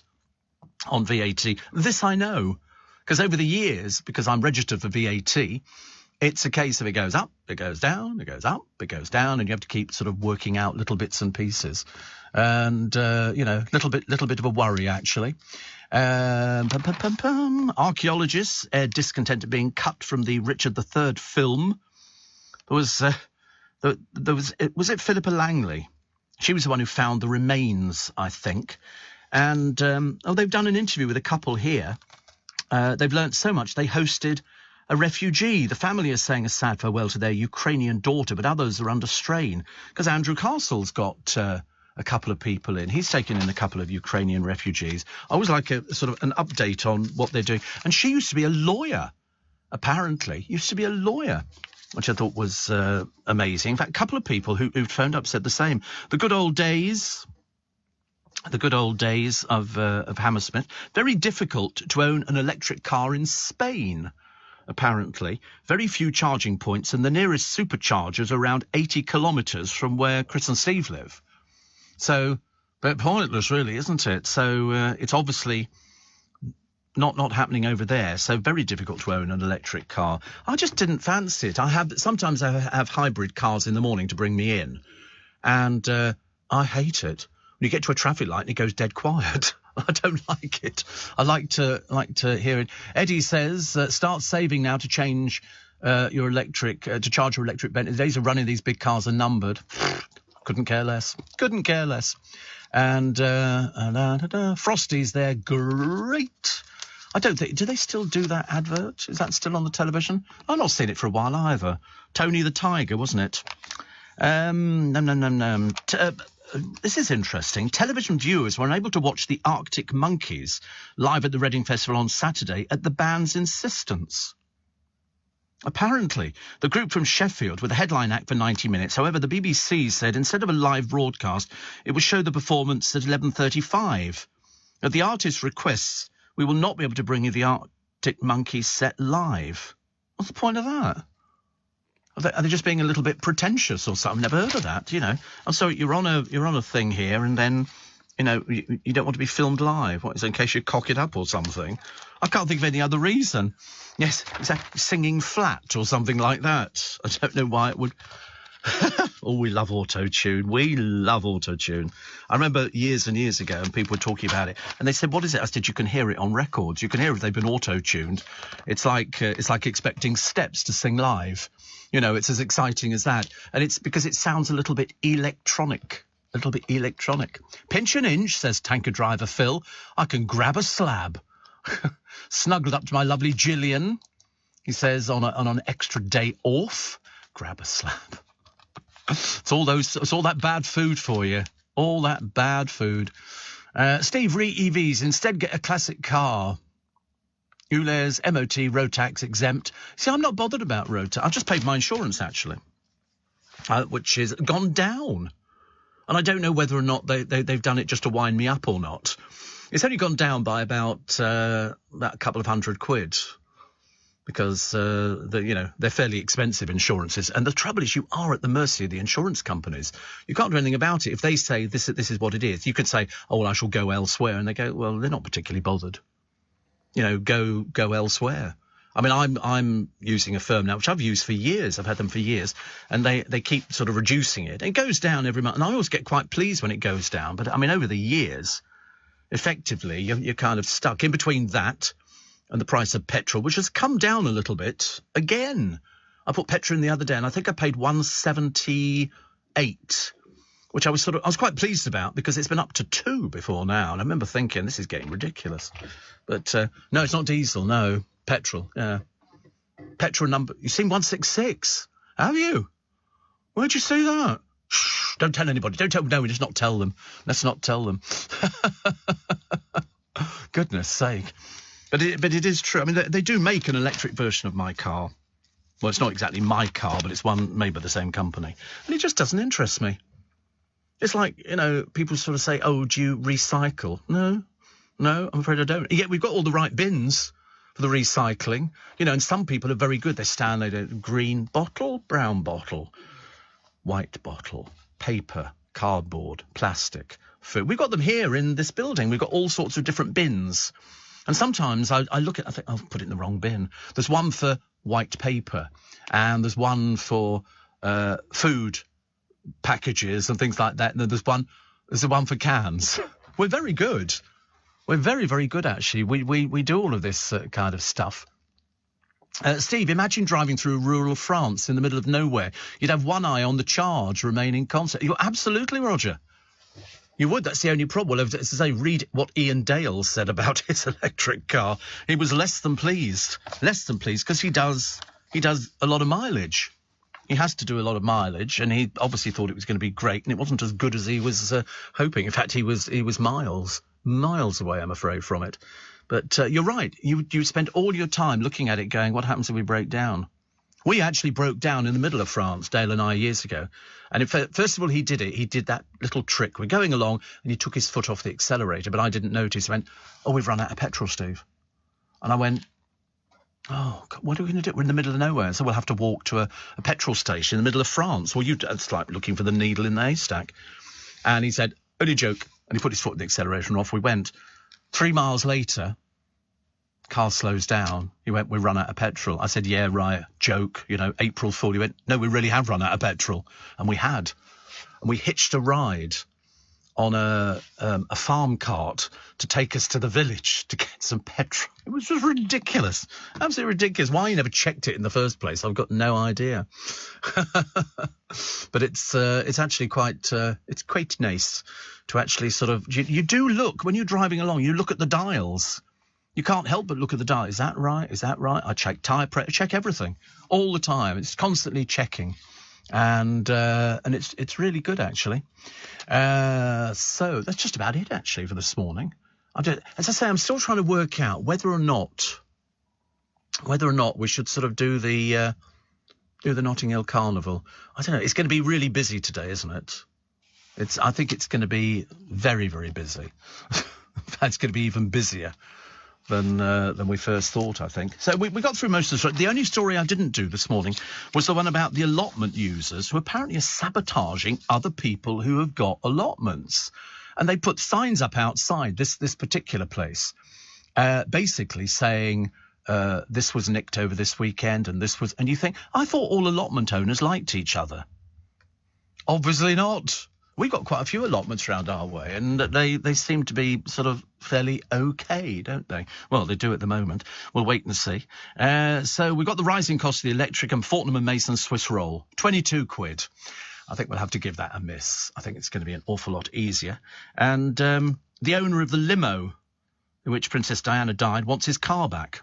25 years, and the French police are saying no. He reckons it's worth 10 million. To whom? I have no idea. No idea. Bobby's statue, which will rock on. And the water firms making sure you pay for their beach filth costs. Morning, everybody. Nice to have your company. Welcome to, I was going to say Monday, and then I suddenly realised when we have the bank holiday, I get a bit confused, even though I was here yesterday. And the Notting Hill Carnival went well, apart from the stabbing. I think there were 78 arrests yesterday. I mean, in theory, there shouldn't be any arrests whatsoever. It's supposed to be a joyous time. And I think there were 38, and that was on Children's Day. I mean, it does depress me. I mean, mind you, the numbers are vastly down, but even so, there shouldn't be any arrests at all. It will either be for thieving or drugs, or I can't think of anything else, actually, or somebody being stabbed. I mean, you sort of ask yourself the question, who wants to go to Carnival with a knife? Seems a pointless exercise to me. It really does.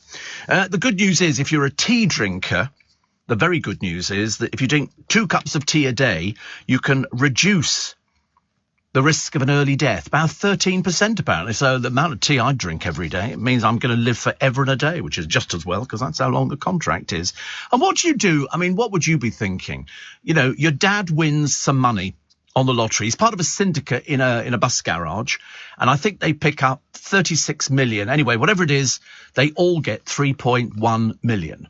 So he gets 3.1 million, and he takes it home and all the rest of it. And his sons go, where's money for us? And he goes, I haven't got any, I'll give you some cigarettes. So he gave them 200 cigarettes each, which I think was more than generous. Anyway, They were so upset, these poor little girlies, that they went round and trashed his cars. Literally, they smashed them to pieces. And I thought, well, you're not getting any money now, mate.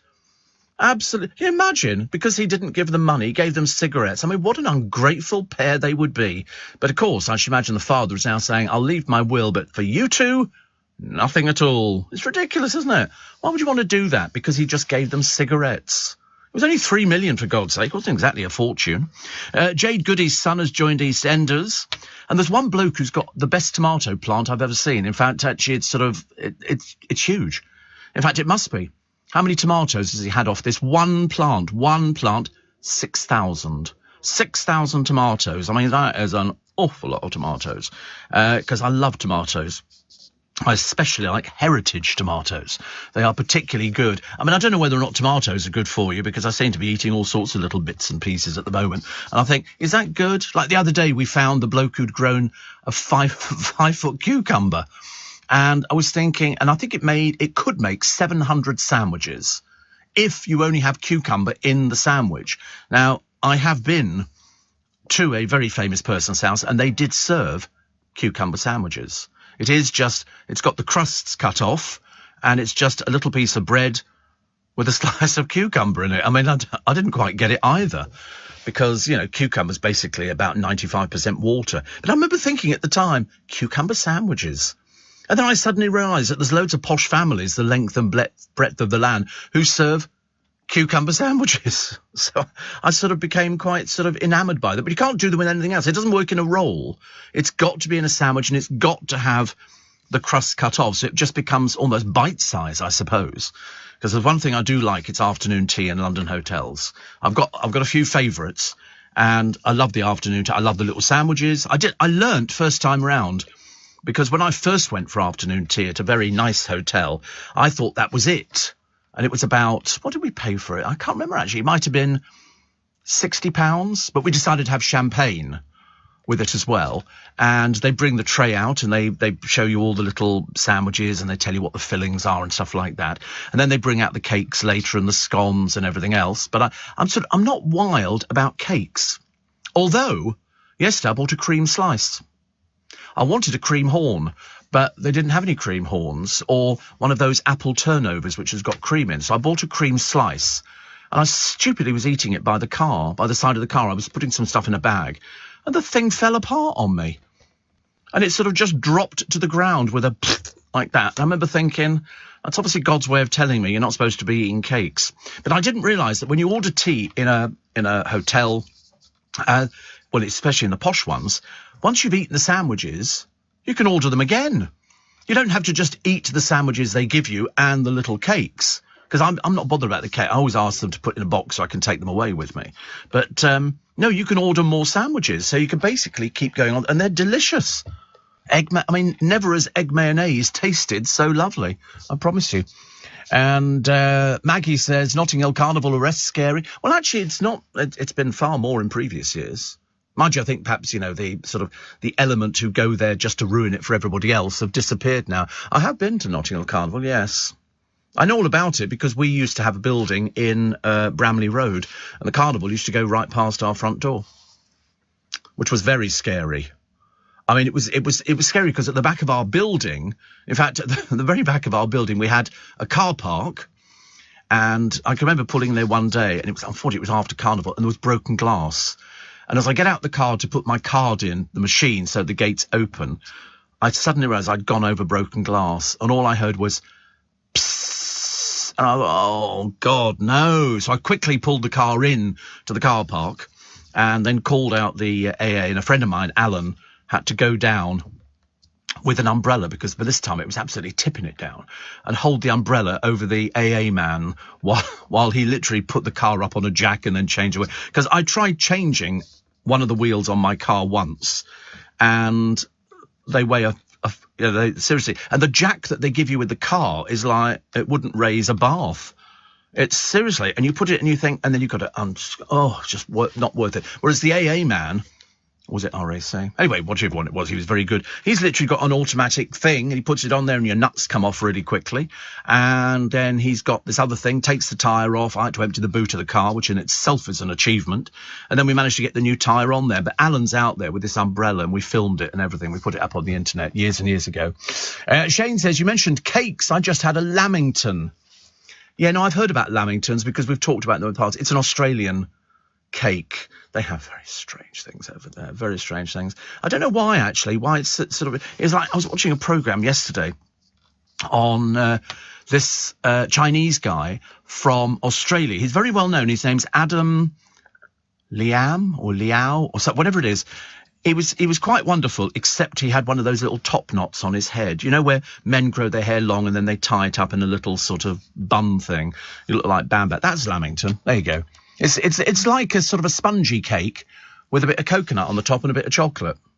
It's not the most exciting thing I've ever seen, but I mean, it's a cake, for goodness sake. You can't have everything. But this guy is going round Hong Kong. He has got a video out, but it's not the Chinese one, which I thought was brilliant. And he was going into all these places and he was ordering things, and then he was going back and cooking them, and he went into various restaurants. It was the most entertaining programme I've ever seen. And then the finale was he goes back, he hadn't been back there, in fact, he'd never been there at all, actually, to his dad's village. and met all the rest of the family, and they had this big feast with rice and chicken and everything. And it was, I mean, a veritable banquet which he'd made, and it was all very lovely. And his family flew over from Australia with his 2 kids. It was really good. There wasn't too much concentrating on the cooking. They had other people who were doing the cooking. And one restaurant, they didn't do duck, they did goose. And they did it in exactly the same way as you cook the duck, which is, because if you go to Soho, you'll see them hanging in the window, but they appear to have their heads on as well. Because I'm sure if the Chinese eat the heads of the duck, but I love crispy duck. I remember having it years ago, first time around. In the end, I gave up eating it with the pancakes. It was far too time consuming. It was a little easier just to sort of rip the thing apart and eat it. And he was also in this restaurant, and they did char siu pork, which is like pork with a glazing over it. Delicious, absolutely. And I was watching this thing and my mouth was watering. I thought, I need to go out and get a Chinese takeaway. I've not had one for ages, because the very good restaurant very near me closed down. What have you got? What have you got? Egg fried rice. Is that it? Just egg fried rice with prawns? And you think that's healthy? You think that's healthy? You know egg fried rice is really bad for you. Yeah. But the funny thing is, watching the Chinese make egg fried rice, it's only the British that went for this. What's that one that's got everything in it? Special fried rice. The Chinese don't eat special fried rice. They look at us, with pity in their eyes. But egg fried rice is quite a big thing. If you watch them cooking street markets and they're doing egg fried rice, it's quite an art form. They do it in the one wok. Absolutely. And the heat is phenomenal. So if you've only got an electric cooker and you've got a wok, give up now, because you won't get the heat that you need. And watching them cook this egg fried rice, I have to be honest, I like egg fried rice as well. There's a place just around the corner, just over the road from the Hippodrome, and you could watch them cooking in the window.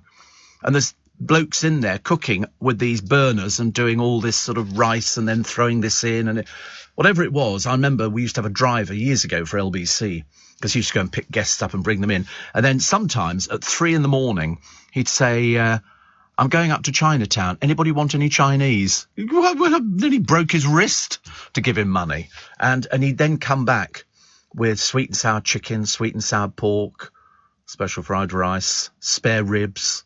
Also, and we'd sit there eating it on air. It was an absolute abomination. It was so delicious. Not nowadays.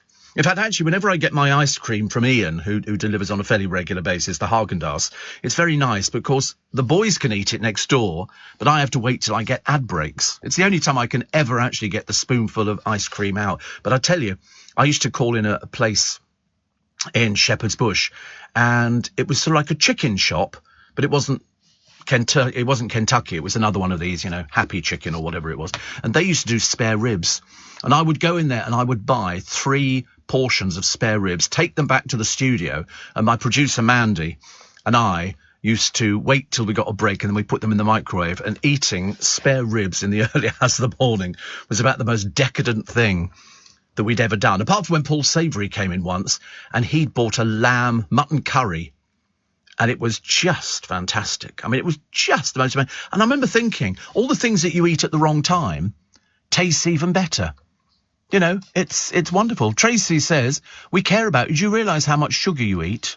Terrible for a diabetic. Actually, my diabetes is well under control, Tracy. Panic not. But you're in Basingstoke. Everybody panics in Basingstoke, don't they? Can we build in the roundabouts? That's all Basingstoke is famous for. Concrete buildings and roundabouts. But no, my diabetes is well under control.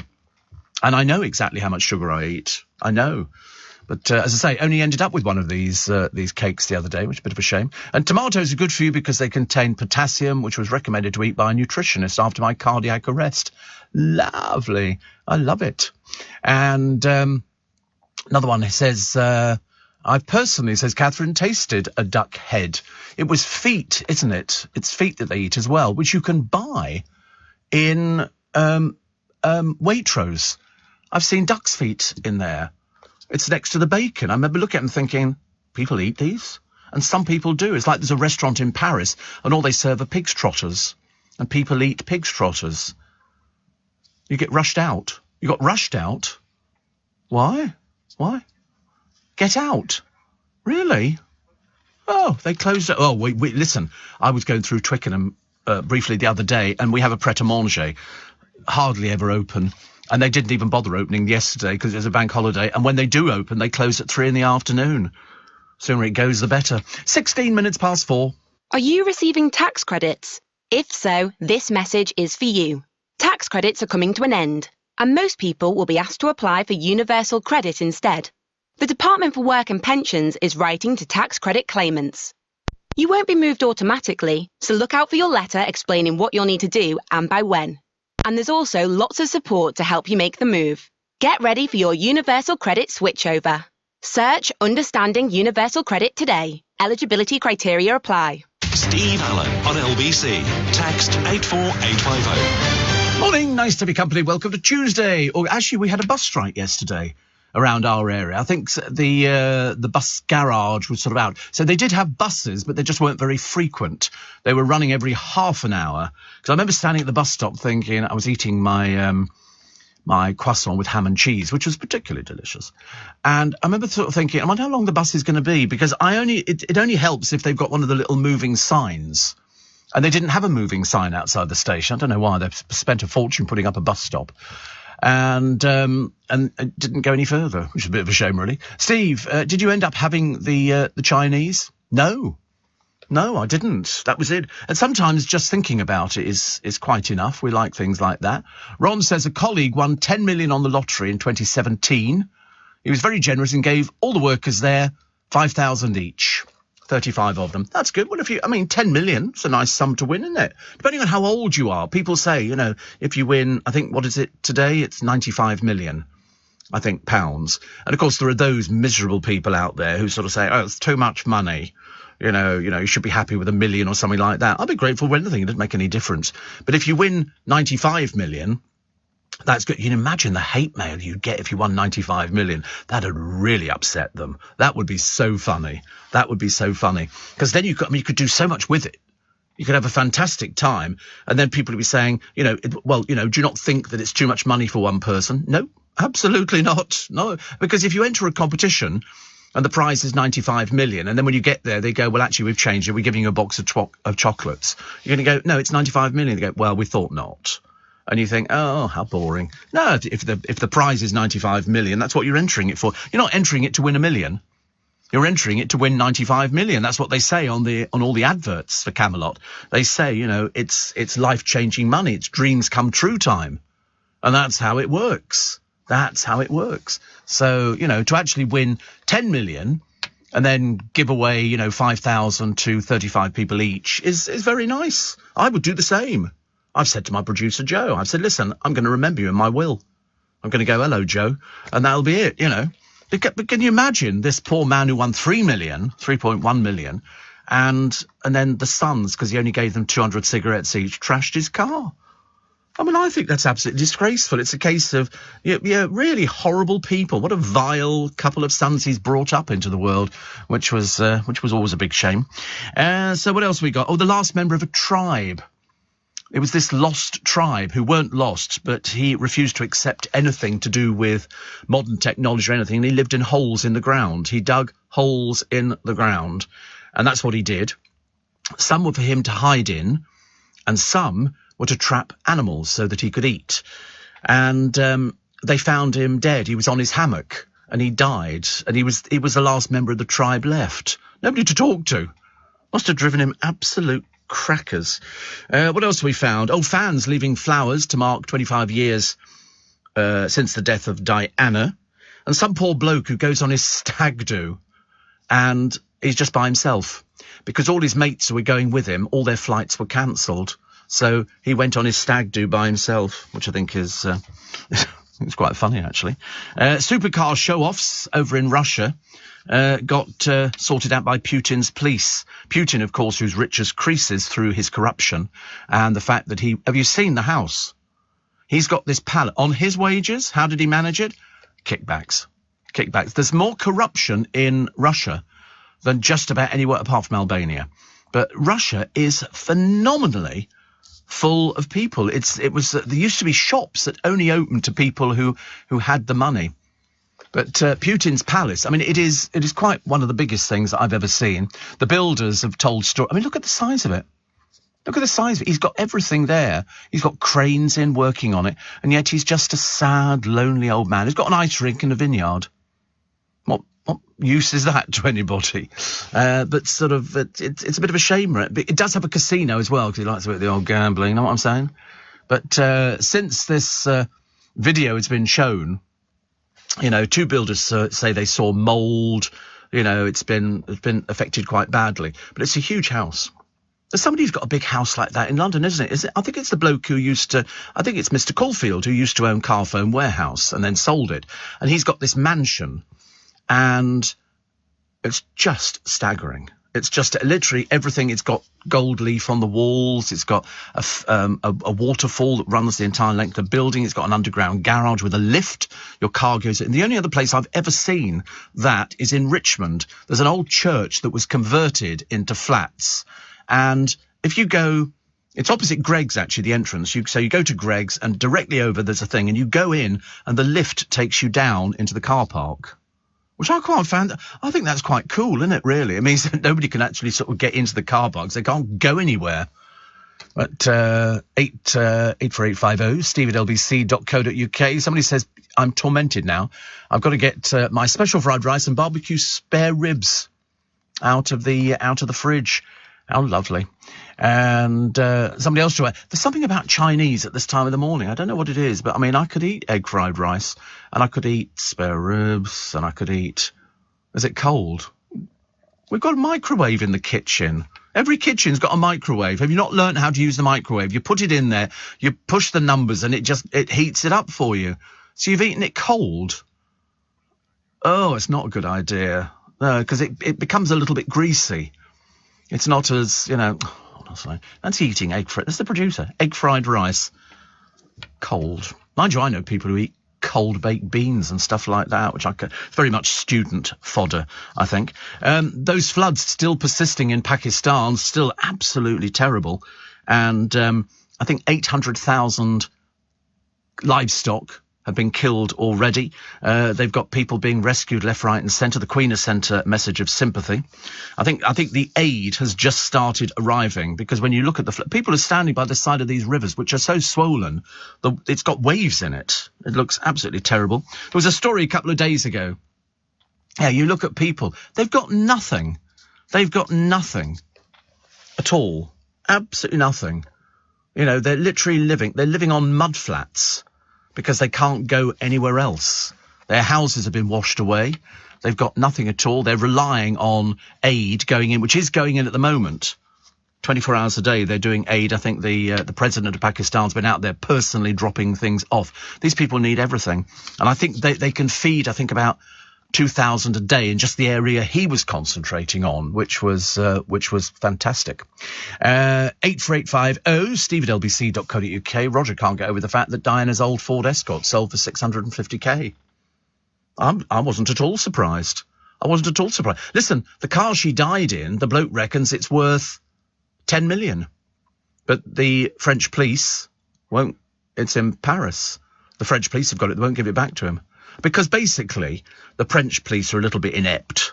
They're not the brightest pennies. They're a bit like the Austrian police as well, I'm afraid. They don't have to be sort of, you know, a Mensa member or anything like that. But after the car was taken out of the tunnel, it was covered over with tarpaulins, and I reckon it's under tarpaulins at the moment. He said he wants it back. It was 25 years ago. 25 years ago, and he said, I want it back. And they've said, no, you're not having it back.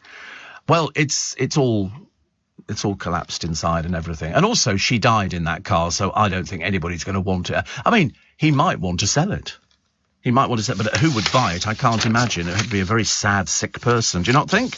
Absolutely. It's not going to be sitting on anybody's driveway anytime soon, I don't think. Meghan Markle, the fantasist, the one who hates the royal family so much but clings on so desperately to that shallow piece of her life, which has got the word Duchess in it. And she claims that she and Harry upset the hierarchy just by existing. You really are determined to bring it down, aren't you? For a woman whose career was sort of limited to Suits. She appears to say the prince lost his father over Megxit and all this kind of thing. The royal editor's verdict for the Mail. All the papers are the same on this one. Bizarre. often unintentionally hilarious, but her warblings have an undertone of cool menace. She's not a very nice person, not very pleasant at all. And she's got a new podcast where basically Harry doesn't feature. Harry doesn't feature at all. He doesn't feature in this interview. It's all about her.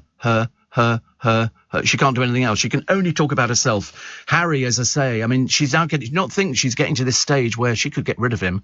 She's still got £50 million and she's got another career. She thinks she's an intelligent person. She's now trying to justify her family, none of whom, apart from her mother, went to the wedding. I wonder why that would be.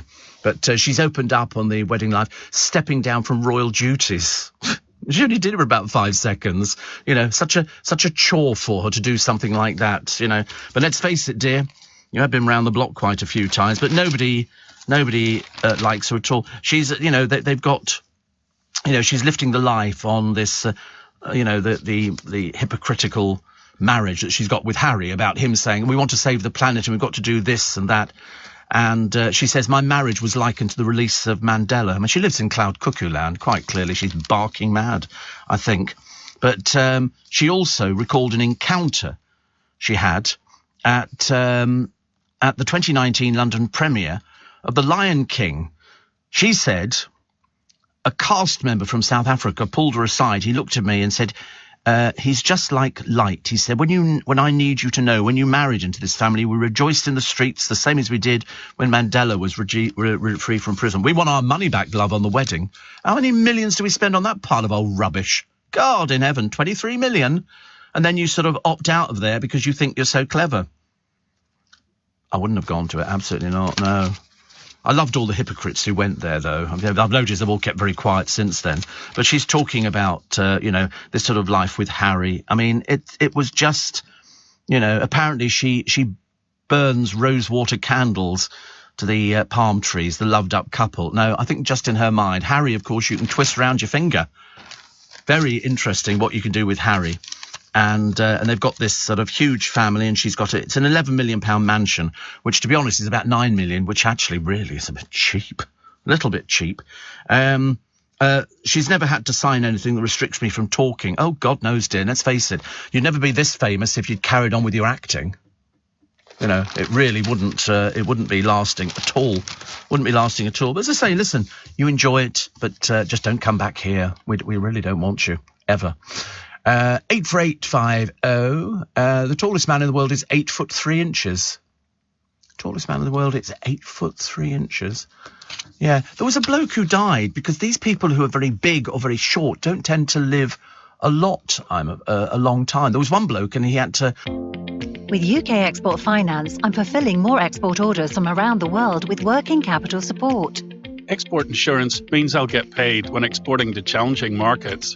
At UK Export Finance, we believe no viable UK export should fail for lack of finance or insurance. Between 2022 and 2023, we provided £6.5 billion of government-backed trade finance to support UK exports. Learn how we could help you win export contracts, fulfill orders, and get paid. Search UK Export Finance today. I've seen a picture of him, but it was a long time ago. A long time ago, and he had to get his shoes made for him because I think his feet were size 20 or something like that, and they had to have a special bed made, and it was just a nightmare. And they end up with all sorts of complications. But thank you for the interest, Harry. I bet your life's staggeringly boring. Let's take a short break, shall we? 4:30, the news headlines on LBC with Andy Ivey. Leading Britain's conversation, LBC, with Steve Allen. Morning, nice to be company. Welcome to Tuesday. So already you've got a short week, which is fantastic. William reckons that the Merc was shipped to the UK. No, the French police have got it. They said the other day. So why would they ship it to the UK? That would have made all the news. I don't believe a word of it. Some of these documentaries just get it all wrong, don't they? Nice to see the family paying tribute to that 16-year-old boy who died at the music festival. He'd taken a tablet. They don't know what it was. And they think it was an ecstasy. And it's such a tragedy because this happens every so often. There'll be one person who reacts badly to a tablet that they've taken, that they bought, because for some, I don't know, I never understand the reasons behind people doing drugs. It doesn't kind of affect me. But when you see people who do something because they feel that they're going to be better if they take this tablet. People say, oh, it's great, it'll do this, it will do that, and it's marvellous. And you think, fine. But you don't know what's going on in their body that might react badly to the tablet. And in his case, he died at this music festival at the age of 16. And there's nothing you can say to somebody, before they go to a music festival, apart from people will offer you drugs. I should imagine the drug dealers were out in force at the Notting Hill Carnival because lots of people, because of religious reasons, smoke marijuana and stuff like that. It's quite normal. But for some people, it doesn't work for them. So the family have sort of been, as nice as they can about him. But at the same time, they must be thinking, why didn't he just phone us and say, I've taken this sort of tablet, or, it is just terrible, actually. I think it's so sad.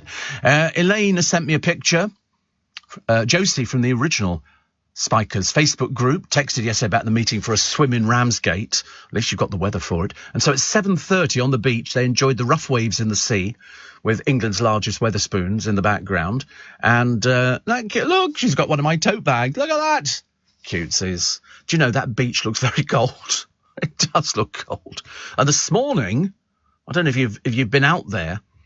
It's a bit nippier this morning, but next week, is it next week? Yeah, rain. That's what they've said, 5 days of rain. Now, whether or not we get 5 days of rain, because they have got it wrong in the past, remains to be seen. But we can certainly do. I mean, I'm still watering all the plants. Looking really good at the moment, actually. They seem to have had a resurgence. But as the weather chills down, you're likely to lose. Yeah, we've got a hose ban. I mean, you can water plants, though, with a watering can. And strangely enough, you can fill up the watering can with the hose. How stupid is that? I can't, because it's using up less water. So what I do is I've got 2 watering cans. I fill one up, and then quickly when it gets to the top, I put the hose in the other bit of it, take the watering can and water all the plants. Takes 8 watering cans. 8 watering cans to water all the plants. It takes about 20 minutes. And so then as fast as I finish watering, then I rush back, swap the thing over, get the other watering can out, because I've only got 4 hanging baskets to contend with, but I've got troughs. I've got about 20 troughs full. I mean, literally full to overflowing with sort of plants in. And, sorry? Yeah. I think, can you do what? It is good exercise. You just sort of there, lift it. I got a bit sort of stressed out with it the other day, thinking how much because to be honest with you, after you've watered them all summer, and it's great, they all look lovely, but because of the intense heat we've had, gardeners will tell you everywhere that they've been suffering with their plants because sometimes, they're a bit delicate and and it doesn't sort of doesn't survive, which is a shame. Who's worse, Meghan or Sarah Ferguson? I don't think it's a game. You can't choose between who's worse. I don't think you need to sort of worry about things like that. Meghan is quite determined to, be as offensive to the royal family as possible, and yet she milks every bit of it. That's the way it works nowadays. She's not bright enough, intelligent enough. Prince Andrew. Well, you see, the trouble is you've got Prince Andrew and Sarah Ferguson, and they're kind of a match made in hell, really, as far as I'm concerned. And then you've got the daughters, who don't appear to do anything nowadays, which is just as well. That side of the family, I think we could actually lose quite easily. And I think that when Charles becomes king, because I have no doubt in my mind that he will become king, I think you'll see him being quite draconian over what he's going to do with Andrew, because apparently Andrew had a meeting and they were trying to get him back working for the royal family, and Charles has said, no chance. No chance. Nobody likes Andrew. Everybody hates Prince Andrew. Nasty little piece of work. Nasty little piece of work. The man who sat on television and lied. It's as simple as that. But he's never been charged with anything. It's just that the Queen decided, sideline him. He had to pay to a woman he claimed he never met, which is even more bizarre. I wish he'd said he'd never met Steve Allen. I could get some money as well at the same time. And somebody says here, didn't they say, this is Harry and, what is that woman's name? They were going to live in America to get away from the media. Yes, that's the reason they left the country. Although, do you not think she's very manipulative? I'm hearing about her more now than the brief spell they lived here. And I wish Harry would open his eyes and come home with or without her. He's turned into a wet lettuce and needs to man up and stop letting her pull his strings. Well, he's a hypocrite. And that's the worst kind of person. You know, we want to save the world. Oh, here's me on a private jet. Oh, we want to save the world. Well, as long as I've still got my £11 million house, we're not really bothered about it. But we have to say that because then people think that we're, you know, people who sort of raise a lot of money for charity. I said to you the other day, Harry says, I'm going to do he can't do anything apart from play polo. And of course, you have to be very rich to play polo. You can't just go and play polo. Yeah, water polo is a little bit easier, I think. You don't understand it. But if you're playing polo, you need a team of polo ponies because they only play for about 8 minutes a chukker. So sometimes you'll see like one team will have 26 ponies out there because they've got to work very hard. And that's all Harry can do because that's what the royal family do. They hunt and shoot and fishing and polo. And so he plays polo. He's managed to find something to do because he's got nothing else to do with his life. And what does he do? He completely ruins the idea of I'm raising money for Centre Barley, my charity, by taking a private plane. You know, and you can imagine the carbon footprint. You know, it's just really dreadful, actually. Really dreadful.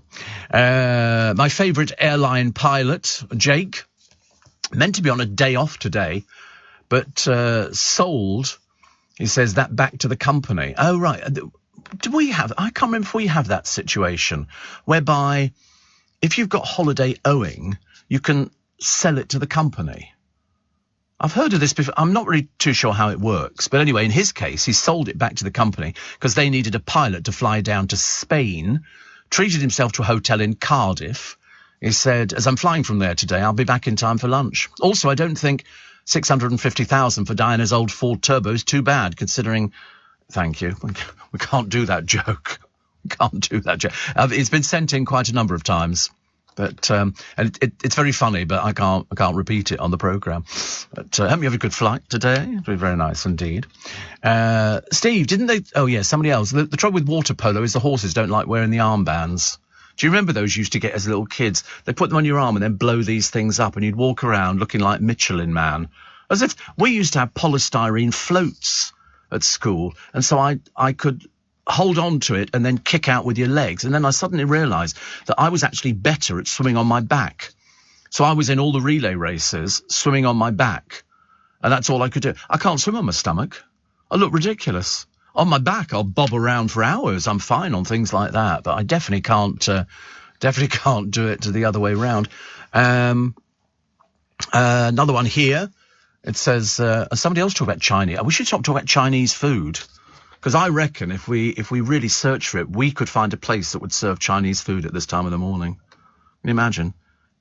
Yeah, I'm sure there will be. There must be loads of places where you can get food.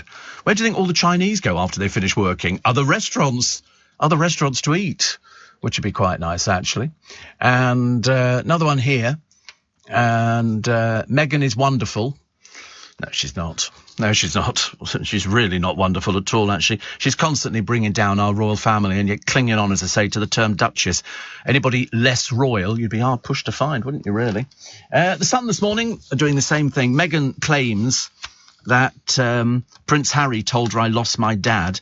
She really can't keep her trap shut, can she? I mean, honestly. I mean, do we believe her? I don't believe a word she ever says. Mind you, that was the Piers Morgan thing. He actually sort of said he didn't believe a word she ever said. A little bit like Amber Heard. I found a thing on YouTube, which I'd never found before, actually. And it was YouTube, and it's just called Liars. And it's got all sorts of people. There's a woman there in America, and they're claiming that she's been having affairs with other men, and she sits there on this television program. They used to have these weird programs in America where basically the audience would get up and beat the living daylights out of somebody on the stage. And this particular woman was sort of doing fake tears, and you knew it was fake tears because she was crying. No tears, completely dry, because she was acting. And then they did the lie detector test. Do you remember Jeremy Kyle's show? God, those days have long since gone, thank God. Nice to see Peter. Yes, nice. He's on. Yeah, but nobody's watching it, so it don't make any difference. It's like Peter Andre went to a party and decided to have a picture taken with Jeremy Kyle. Poor old Pete. He never gets it right, does he? He really doesn't. Yeah, well, you know. But anyway, so this woman, they said the lie detector test said you've been lying, and she went, "They're not true." And of course, it was true. She'd lied all the way through it, because liars are very clever. And then you had Roxanne Pallett. Roxanne Pallett was a very average actress in some programme. I can't remember what it was, actually. And she goes on Big Brother, and she tries to destroy another actor on there, who I think had been in Coronation Street, by lying. She lied that he'd attacked her and beaten her up. And she was a revolting person. And she was in Emmerdale, and it turns out that when she came out of the house, the crowd outside the Big Brother house, they used to go, get them out. And they were calling her name out to get her out, because it turned out she'd lied. And so they had to get her out. She did the usual crying bit, but with no tears. And she claimed that he'd assaulted her and all the rest of it. And some of the other people in there said, he wouldn't do that. She said, he did. Why do people all... And it turned out she's a compulsive liar. She'd made allegations about loads of other people in the past. And who is it who was interviewing her? Was it Davina? No, it wasn't Davina. It was somebody else. And they said, but you've done this before. You've done this loads of times before. You were trying to destroy somebody. Anyway, she then basically disappeared off to America and married, I think, a fireman or something like that. And I felt like saying, do you know what a liar she is? She tried to destroy somebody's career who was perfectly pleasant, and was the one who was literally crying in the diary room because she was going around telling everybody in the house, he did this to me, he did that. And it was just lies. They played it all back and they went, nothing happened. Absolutely nothing happened. So if ever the name crops up again, you'll find her on YouTube. Liar. And she got confronted. They all did it, didn't they? They also did the Jade Goody bit on there where they got rid of her and the crowd were booing her because of her racism. And she was absolutely terrible. This was with Shilpa Shetty. And again, you can find that on YouTube, where Jade Goody was just the most revolting person. And there were three of them. Joe O'Meara from S Club 7, and I think it was Danielle Lloyd was the other one, and they were all racist to Shilpa Shetty. I mean, it was just unbelievable. It really was, and they had to confront her about it. And she went, she then had to backtrack. But the trouble is, if you've done it on television... At Honda, we've been engineering cars for over 75 years, actually. We know that excellence takes time. So you can rely on the Honda engineering in the all-new ENY1, with a range of up to 250 miles on a single charge and up to 5 years warranty, servicing and roadside assistance. Our first electric SUV, the ENY1. Oh, a hole-in-one. Yes! Honda, the power of dreams. Range based on test conditions and may vary. It kind of stays there for a while. Look at the time. 14 minutes to 5. Steve Allen on LBC. Text 84850. Morning, nice to have your company. Welcome to Tuesday. So, as I said before, short week. We like short weeks, don't we? But definitely the temperature is dropping. I don't know what it's going to be today. We'll find out a little bit later on, because it's one of those. I noticed it this morning. I thought, I wish I brought a jacket, because I like all the pockets in the jacket. I never get round to them. My friend Ian over in Dallas says, in my day, there used to be a 24-hour Chinese place on Wardour Street. He said, just the other side of Leicester Square, where you are now, if it's still there. All the places have disappeared, actually. Opposite the Hippodrome, there used to be a place that did slices of pizza, and their Chinese was delicious. But they've gone. All these places have disappeared now. And I don't know why. Mind you, I think this year you're going to see loads of places disappearing. I mean, you're going to see loads of places disappearing. Simple reason being, they won't be able to afford their electricity bills. And they've said that the places that are going to be most effective are takeaways. Because if you're running a Chinese takeaway, you've probably got, you've got all your lighting and heating and gas and everything else. And one or two of them have been in the papers because they have closed already.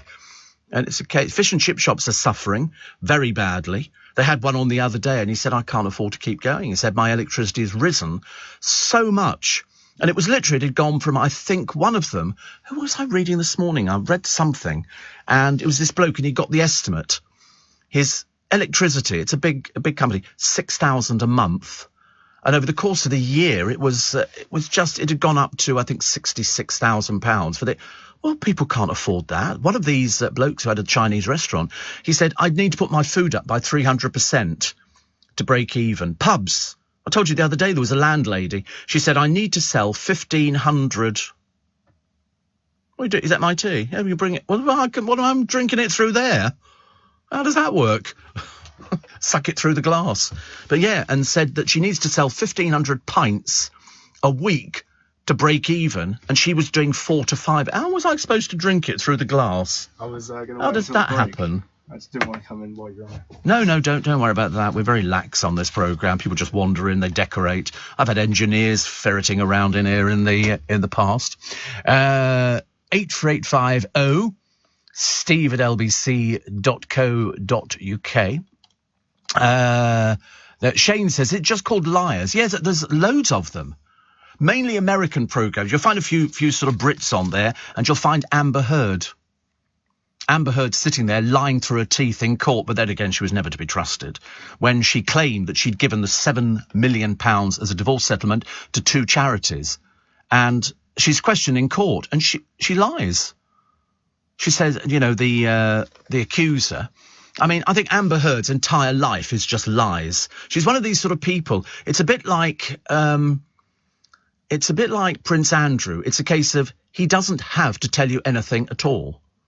And he doesn't, because he thinks he's being very clever. But in fact, he's really thick as a brick. And a therapist says that she's been lying her whole life. She sat in court, and it was so blatant, because you're watching the prosecutor saying, so you said that you gave £3.5 million to each of these charities. Yes. Did you? Yes. But you didn't. Yes, I did. And she said, quite clearly there's something the matter with her. Perhaps she was dropped on her head as a baby or something like that. But it just seems a bit weird that you would sit there and lie in a court of law. But there again, people tell lies. Did you do this? No. Yes, you did. No, I didn't. I didn't do that. Yes, you did. Kids do it from a very early age. They do it from a very early age. Did you throw that on the floor? No. Yes, you did. No, I didn't. And she admits she hasn't yet donated the $7 million to charity. But having sat in court going, yes, she had, which was even more bizarre. She insists the libel battle, was sort of going on. But she's obviously one of these compulsive liars, a bit like Roxanne Pallett, a compulsive liar, people who don't know the truth. And once they've gone so far down the line, you can't then backtrack, can you? If you've been saying, no, I didn't do it, and then all of a sudden they go, but I can prove you did. And you go, no, you can't. And then you start thinking, oh, maybe they can. I love it. 84850 steve@lbc.co.uk. Loads of people caught out lying. Rebel Wilson, Jennifer Lopez, Miley Cyrus, Lance Armstrong, Angelina Jolie, Bill Clinton. Yeah, Bill Clinton. I did not have relations with that woman. You lying old president, aren't you? Why couldn't you tell the truth? Why couldn't you tell the truth? I did not have sexual relations with that woman. I know, it was just magical, wasn't it, dear? How did that occur? Kim Kardashian, apparently, has had all sorts of things. Apparently, she lied to her then boyfriend, who was somebody called Nick Cannon, about the now infamous sex tapes. Have you noticed? At one point in show business, everybody was making sex tapes. Everybody was making sex tapes. Even Katie Price made a sex tape. My God, I'm not surprised she has to keep marrying people. Very dreary. And Brian Williams. Who's he? Do I know Brian Williams? Oh, news presenter. Oh, okay. Oh, is that one who said he'd completely made up a war story about his report? Oh, right. You can't believe that they actually go with it. News anchors. Oh, well, they had. I could tell you another story about news anchors, but that's another story. And but it's worth watching to see all these people, and they literally push it as far as they can. But Amber Heard, I think there's something the matter with her. I don't think she's with it in the real world. And then you get other people who, just through sheer arrogance, don't want to tell you the truth. They're either too embarrassed by it. It's a bit embarrassing, actually. Somebody says, I believe the lottery jackpot should be capped at 3 million. Well, you go play in another country. We don't want you playing our jackpot. 95 million quid this evening. Fancy capping it to 3 million. What's the point of that? It says, a jackpot of 25 million would be better being shared amongst 10 people. Well, off you go and play your own little game somewhere else, you boring old baggage. Who cares? Listen, what's the point of having 3 million? What can you do with that? Can't even buy a decent house in London. It's ridiculous. London is so expensive now. Just your electricity bill alone could be 3 million. By the time you some of these big companies, it could easily go for that. When you look at all lights on and everything else. I don't know whether I should start going round. Look. There's a lovely little place here in Ealing. Last few plots remaining. £99 you can reserve the house. It's a unique and beautifully built house, offering to the market a superb balance of both relaxed and formal living. So who writes this garbage? Who writes it? It's just basically a box with windows, okay? And the price for you, £600,000. And it's on Ealing Road in Wembley. It's 2 bedrooms and 1 bathroom. Have you been to Wembley? Don't bother, okay? And that's why it's cheap. Richmond upon Thames. I mean, there's a nice little place here. It's Clifton Road in Twickenham. I know it very well indeed. It's an end of terrace. And unfortunately, you've got a next-door neighbour and you've got rubbish bins right outside, so it doesn't look so great. And this is 1,100,000. 2 beds, 1.5. Yeah. I mean, I'm quite liking the one here, which is in Lower Teddington Road in Hampton Wick. And this one is particularly nice. I've had a look at this one before, actually. It's got a nice conservatory, and you're on the river, which is very nice, and it's 10 mil in Twickenham. Well, they call it Hampton Wick, Kingston upon Thames, to make it sound a bit more glamorous. But it's the river thing that, you know, you can actually moor your boat at the bottom of your garden, which is very nice. In fact, my favourite thing to do is to take a boat from Richmond and go to Hampton Court and to look at all the houses on the river, and you think, oh, that's nice. What about that one would be?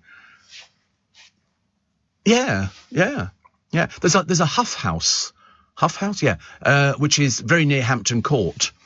And it's lovely. It's all glass. So what you do is you order your house, they make it in Germany, and then they bring it over here, and they put it all together, and you have whatever you want. You know, 6 bedrooms, 6 bathrooms, whatever it happens to be. This £10 million one, I mean, to be honest with you, I've gone off it now. It's got 6 bedrooms, but only 4 bathrooms. Well, what the heck do you do with that? They've got to be en suite for 10 million. And they say here, stunning gardens. It's a bit of grass that goes down to the, you know, like loads of exclusive private river frontage. Viewing strictly by appointment only. Of course, they don't want any old Herbert, do they, going in there? But 10 million. 10 million. I mean, there is a lovely house on Richmond Green. In fact, there's some very nice houses on Richmond Green. They really are gorgeous, some of them. The only problem you've got is there are pubs on Richmond Green, and in the summer, drunks. That is the problem. You have to put up with things. Lovely to look. There's a super one down on the river, Richmond, if you walk along the river bank as if you were sort of walking out, and it's like an octagonal house set by itself. There used to be one on the other side of the river years and years ago, and I thought if ever that came up for sale, that would have to be a £25 million house. Oh, I've seen the house, but a friend of mine used to live in Barnes. Yeah, some really nice places, very, very nice places. Some of them were just, well, if you live around Barnes Common, of course, the only problem is you can't get over the blasted bridge, can you? You have to... Oh, do you? Oh, I don't. No. I'm sorry. As far as I'm concerned, they should have repaired that bridge ages ago. They never do it, though, do they? Sorry, just having a little bit of a cup of tea. Is it what? Yeah. It is nice. We know who's selling up down Barnes Way. Annika Rice. She's got her house on the market. She borders the river. And in fact, if you keep going further round, you've got Holly Willoughby. She's down there as well, and she's got a very nice house with her old man. Very nice indeed, very nice. Cost of living help is on the way, says Rishi Sunak's team. Well, that's what they say now. But bearing in mind they're desperate to be. It's going to be Truss, isn't it? I mean, I can't really see it being anybody else. What was it? Was it Rishi Sunak who said that his favourite McDonald's was a wrap, and somebody said they haven't done those for ages and ages. So he's trying to be man of the people, but he's hopelessly out of touch, I'm afraid. Hopelessly out of touch. Yes. He didn't know how to... What was it he didn't know how to use? There was something he didn't know how to use. That's right, it was... You have to laugh at these people. Steve, I had a lamb pasanda curry with mushroom rice and a garlic naan and a beer. Sounds quite nice. I can't do lamb, though. It's the only thing I can't do. I wish I could do lamb, but it's not good at all. Stevie, who's moaning about the amount people should win? Oh, who knows? One of those drearies. You know, the people who sort of go, oh, I think it should be capped at 3 million. Well, then nobody had played the blooming thing. They're only playing it today because it's 95 million. You know, people want to win 95 million. I mean, to be honest with you, it's nigh on impossible to sort of win, because that's why it's got to 95 million. Normally it would go a long time before that, because they've made it very difficult. You know, it's a case of, but I mean, 95 million. Somebody says not everybody lives there. Oh, it must be the same dreary. Not everybody lives in London, and 2.5 million could enrich many people's lives. Well, you go and do it then, dearie. Don't bother us with your boring little pettiness. Goodness sake, honestly. You must be so boring in your life. You know, I'd only want to win 3 million. It says you must be too wealthy if you talk about 3 million like it's nothing. You've obviously never been to London, dear. We've got cars and everything. It's amazing now. Buildings you can move into, and £200 million flats. Literally a stone's throw from where I'm sitting right now. A flat is £200 million. So not for you with your 3 million. Not for you. You couldn't even afford the deposit. You'll have to stay where you are, which I'm assuming is, miles and miles away. Must be if you think you can buy a decent house for under 3 million. For goodness sake. On your radio, on Global Player, and Play LBC. leading Britain's conversation. This is LBC. Are you receiving tax credits? If so, this message is for you. Tax credits are coming to an end, and most people will be asked to apply for universal credit instead. The Department for Work and Pensions is writing to tax credit claimants. You won't be moved automatically, so look out for your letter explaining what you'll need to do and by when. And there's also lots of support to help you make the move. Get ready for your universal credit switchover. Search Understanding Universal Credit today. Eligibility criteria apply. Nice to have your company. Welcome to Tuesday. Welcome to August the 30th. Do you know, it's funny, isn't it, really? Because we always get paid on the 25th. So, in fact, you've sort of done quite a bit of money by the time you get to the end of the month. And you've got another month to go, because there are 31 days in this month. And missed it. Yeah, pay, yes. Oh, do you not put your hours in? Oh, dear, that's no good, is it? Mind you, Joe, my main producer, he had loads of time off because he was not very well. And then when he came to put his invoice in, it didn't look very interesting at all. Poor soul, honestly. Do you know that they have at Heathrow Airport and all airports, they have a man with a falcon or a peregrine falcon or any of these things, and they're there to keep away pigeons from the aircraft, because if a pigeon gets sucked into one of the turbines, it can cause immense damage. And so they send these peregrines up to keep away the pigeons. Go, well, we have them in Trafalgar Square as well. There's a bloke who's got an eagle. It's either an eagle or a falcon, whatever it is. It's very nice. And he flies it around the square to keep the pigeons away, because you still get the barking mad ones who feed pigeons. Even though there are loads of signs, don't feed them. They're filthy, disgusting vermin. They're flying rats. And there used to be a place that sold birdseed in Trafalgar Square, and people would have them sitting on their hands. These birds walk through excrement every day of their life. They eat everything. And so luckily then closed it down. And so people go there now, and because there are wardens, they put the food in their pocket and it drops down their trouser legs so they can feed them. Because people think that pigeons are going to starve. Well, you don't see that many dead pigeons, do you? You do under the wheels of my car. But I always miss them. You know, it'll be pecking away, pecking away, pecking away. You go over it and you think, you look in the mirror, still pecking away. They just seem to avoid things like that. And that's why buildings around London, and probably where you are as well, spend a fortune putting spikes on all our windows in this building. You can imagine how many windows we've got have all got spikes on and cables, so we don't get pigeons sitting on the windows, because they're a filthy vermin, and we have to get. You're scared of them. I've heard of people who have a fear of pigeons. There's a name for it. I can't remember what it is. But is it the flapping you don't like? If there's a pigeon, you walk around the other side of the road. Really? Well, I have tried various deterrents to get rid of pigeons, because we had a problem with pigeons because they keep looking for nesting sites, and as they spend most of their time having sex, one of the very few animals, I think, in the real world, and they literally will sort of settle everywhere. The mess they make in our car park is disgusting. So I've never see what? Wet pigeons. No, they don't mind rain. Rain doesn't bother them in the slightest. No, they're not bothered by that. But when they're sort of mating, you'll have the one pigeon that's just eating, and then the one which has puffed itself up to look, walking like that rat. You think, God, you're ugly. Oh, they're horrible. I know. I don't like them at all. But the people in Trafalgar Square were literally feeding the pigeons and dropping all this birdseed. People who, seriously, the mess that they make is just unbelievable. So I bought spray. spray. In fact, I bought a couple of things, actually, where they were standing. They'll grip to anything. Literally, the top of a screen that they can sit on. And so I bought some sticky pads. And I put them on this thing, and it's quite a big sticky pad, which I bought in Robert Dias. And they put their foot on it, and they suddenly realised they couldn't lift their foot off again, so they went into a panic, so it lost a lot of its feathers. But I've now got a spray, and you spray it on the areas where they are, and they don't like the smell. It doesn't stay for too long, but it's enough for them to fly in and go, and fly off again. But never. Absolutely. Well, yes, you have to. But in London, the mess that they actually create is absolutely terrible. Terrible. Steve, we had homemade chicken passandra for tea last night with chapatis. Yeah, I don't know what passandra is. I always lose track of all these different dishes. There was a very good woman on the other day, and she was making Punjabi food. God, it looked delicious. She was doing all sorts of things. I remember thinking, oh, that's easy chicken passanda, which is just chicken breast, double cream, garam masala, and a few other bits. And what's garam masala? Wait a minute, I've seen as well. Do you know you can buy a tin of clarified butter, ghee? You can buy ghee, which is the thing that you don't want in your food because it's really, really bad for you. Really bad for you. Somebody says, how can house prices be so expensive in Twickenham as it's a dump, says somebody.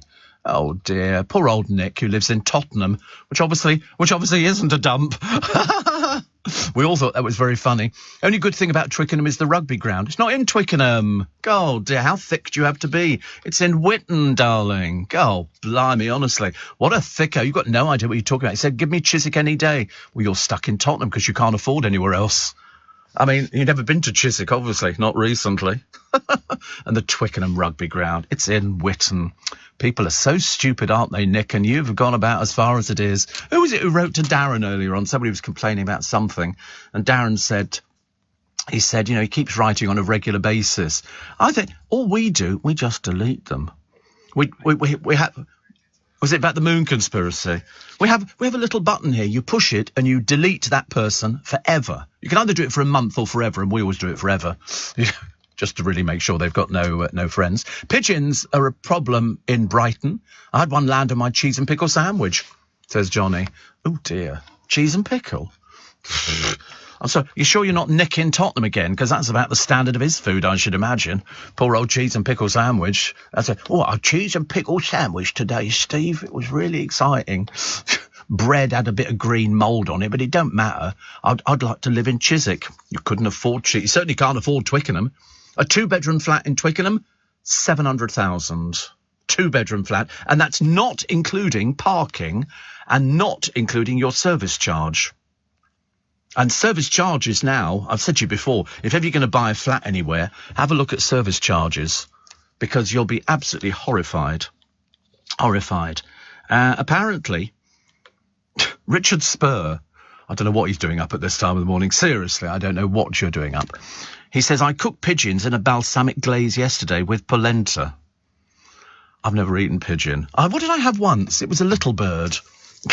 That sounds that bad, doesn't it? It was a little tiny bird, and they did them in this restaurant. I went into a posh restaurant in Vienna, and I ordered this thing. I'd never ordered it before, and they were just small. It was like small pigeons, and I remember thinking, oh, I don't think I like the look of it now. I tried whitebait once, and they're the little tiny fish with the heads on, and they just deep fry. They brought the plate to me, and I looked at them, and they went, they've got heads on. I can't eat anything that looks like the original animal. Apparently, the best places to live in London, okay, Bethnal Green, Shoreditch, provided you're young and you don't mind banging noises all the time and a lot of drunks everywhere. Highgate, very popular, very popular. I think a number of friends of mine, in fact, I went to a party in a pub in Highgate a short while ago. A friend of mine who works in this building always has his birthday party in a pub. He takes over the whole pub and all the famous people are there. Everybody, Vernon Kay and, everybody. Baby Spice. She's there as well. What did you say? Don't get too close to the microphone. Pimlico. Oh, right. Strangely, it doesn't make the list here, I'm afraid. The Camden, very popular if you like a market, which is quite nice. Richmond, Camden, renowned throughout the UK for its vibrant art scene. It's such a dump. It really is Camden. And the best place, Bexley. It's one of the most affordable parts of London, so you don't want to go there, do you? What's the point of going to an affordable place? You want to go to a place that, you know, like Richmond, where you can't afford anything. Tottenham. Well, Tottenham's sadly not on the list for poor Nick and his cheese and pickle sandwich. What's she going to do about it? His idea of a night out is nursing a pint for about 3 hours in the one remaining pub left in Tottenham, because come Christmas that will have gone as well. No. I mean, I think pubs are going to close. They've said 7 in 10 will close this Christmas. And this is normally their busy time, isn't it? Christmas, when they're coming up, and also office parties. Will people be having office parties this year? They have a huge one here. Huge. I'm not allowed to go to it because there is no way. Oh no, loads of people go, but I always think it's not really for sort of presenters, because if you've got to work the next morning, there's no way you can have a few drinks. Believe you me, you couldn't do a program like this and then sort of be out drinking. So it wouldn't work at all. But there you go. Steve. Johnny says it was black bomber cheese on sour bread. Oh, you've not fallen into that trap, have you? Oh, look, I've got sourdough bread. Don't tell Nick in Tottenham, for God's sake. He'll be after that. What is that? Sourdough bread. Oh, you can have smashed avocado. No, you couldn't afford that. Doesn't matter. Waj is locked into the spike after watching Superman 2. Do you know what I bought the other day? I bought the box set of Never the Twain, a bit before the boys set. You've never heard of it, have you? No, way before your time. Donald Sinden and Windsor Davis, they antiqued it. It's like talking another language here, isn't it? You don't know, do you? What children's programme did you watch on television then when you were little? What were you watching? Right, okay. And Wacky Races. How lovely. Wacky Races. Was that the Stop the Pigeon? Was that something else? Perhaps I've got confused by it. Oh, Dastardly and Muttley. Ah, right. I remember those vaguely. Wasn't my sort of thing. Noddy was very popular. Very popular Noddy. He lived... Scooby-Doo was good. But Noddy was quite good. Yeah. You think? Do you think? I always think Noddy should have had a girlfriend. Instead, he had big ears, didn't he? A kindly old man with a white beard who looked after him and took him out driving everywhere. Postman Pat was cute. Postman Pat was very cute. Everybody liked that because it was the black and white cat, wasn't it? Called... Can't remember what the cat was called. It was just a black and white cat. Black and white cat. Was it called... Jess, sorry? SpongeBob, no, not for me. Steve, when walking around Richmond Green area last week, I came across a Grade 1 listed the Gatehouse. Oh, God, it's how we know the Gatehouse. In fact, if you go onto the Green, firstly you pass Dickie Attenborough's house, which has now been converted. A beautiful house. If I win the 95 million tonight, I'm going to make them an offer they can't refuse. And the Gatehouse was built in 1501. In fact, I think you'll find it was where somebody's body rested on the way to Hampton Court. And they've just got the Gatehouse. In fact, next to it on the other side is the Courthouse, which has just sold for, well, it was very cheap, but you got to pay a price for something. I can't remember what it was. It went for about 8 million. But Elizabeth Firth had dresses there. But no, the Gatehouse is very famous. But in fact, the row of houses before that on the left-hand side are very famous. Very, very famous. It's one of the oldest rows there. They always say that you can't build on Richmond Green because it's consecrated. I wasn't sure, actually. Strangely, Richard Spur, back again, the one who did Pigeon with polenta. I don't even know what polenta is. Oh, that's Richmond Green. Okay, there we go. So, no, you're on the other side of the green. You're on the other side of the green, so we can go... Oh. We'll do it after the break. Well, I don't want to do it after the break now. I'm just telling you about Richard Spur. He says, I love Never the Twain. I did a whole hour on 70s, 80s sitcoms on LBC last weekend. So you did, young man. So you did. 5:15. Let's get the LBC travel for you this morning. Let's get to work nice and quickly with the help of Joanne Webb. Steve Allen on LBC. Morning. Nice to have your company. I like the idea of walking around Richmond Green. Actually, the best thing to do is walk around Richmond Green and then go down to the river. And that's very nice. Some lovely houses down there, although the road gets absolutely chock-a-block. I don't know how you'd... Yeah, there's pubs and all sorts of things. But very nice, actually. Never the Twain, Steve. I used to love that. Apparently the antique shop they used to film the exterior shots was in Esher. Now, there's a place with expensive dwellings, says Ash in Margate. It is... I mean, the trouble is now, because of, across the country... It's only in certain parts like Liverpool and places like that in Scotland where you can get reasonably priced places. But in London, you know, years ago it used to be if you won £1 million, people used to say £1 million on a property. We had £1 million property in Twickenham, got about 25 years ago. Because if it borders the river, people saw that as a premium. And I know a lovely lady called Mary, who'll be listening to this programme now. She lives on the river. And you get some lovely, lovely houses. But just remember, I mean, look at this. A 2-bed house for sale in Liverpool, 90,000. You couldn't even buy a parking space in London for 90,000. They've got a 1-bedroom flat. This is in Liverpool, 170. And then off-plan apartment in the city centre. It appears to have a swimming pool. Well, lovely, but your service charges are astronomical. A swimming pool, it's got maintenance, you've got lighting, you've got heating. 183,000 for a 1-bedroom flat. And also, wait a minute, go back. It's got a porter. Your service charges are going to be astronomical there. Astronomical. A porter, how much do you think porters earn a year? Look at the size of the bedroom. It's about the size of a postage stamp. That's the kitchen. Tiddly. Isn't it? Tiddly. God of the days. Oh, student accommodation is quite expensive, isn't it? 8.1k for the year, is it? Wow. That's very expensive. Is that what you're going to have to pay?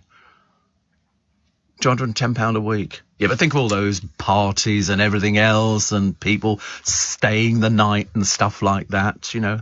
That'll be exciting. Very exciting. Oh, the cat in Postman Pat is Jess, says Alison. Stella says, being Greek, I've eaten pigeon. It's very tough meat. And do Greeks eat pigeon? Why would the Greeks eat pigeon? I thought it was all hummus or stuff like that, which I still haven't gotten around to. And another one here. Pubs cost too much these days. I've not been in a pub for ages, actually. Ages. I used to go to a pub in Twickenham on the riverside. Mainly because on rugby days, it's a small pub. They used it in a film called Dunkirk, and it's very, very old. And a couple of friends of mine used to run it, and it was fantastic. On rugby days, you would get 1,000 people outside it, and they had a disco after the game. After the game, all the fans would come back to the pub, and you could sit by the river. And then you'd go into, it was just, he put outside bars in and everything else, but the DJ was fantastic. And he'd be playing all the songs that when you've had a few drinks, you want to sing along to. And to hear everybody singing, clutching these burgers which have been cooked in beer and everything. I mean, I didn't have those, obviously, far too fattening. But, you know, you'd sit there with a bottle of Prosecco, and it was just the most fun. And then you'd stagger home, because luckily I only live about 5 minutes away from it. But it was the best fun ever. It really was.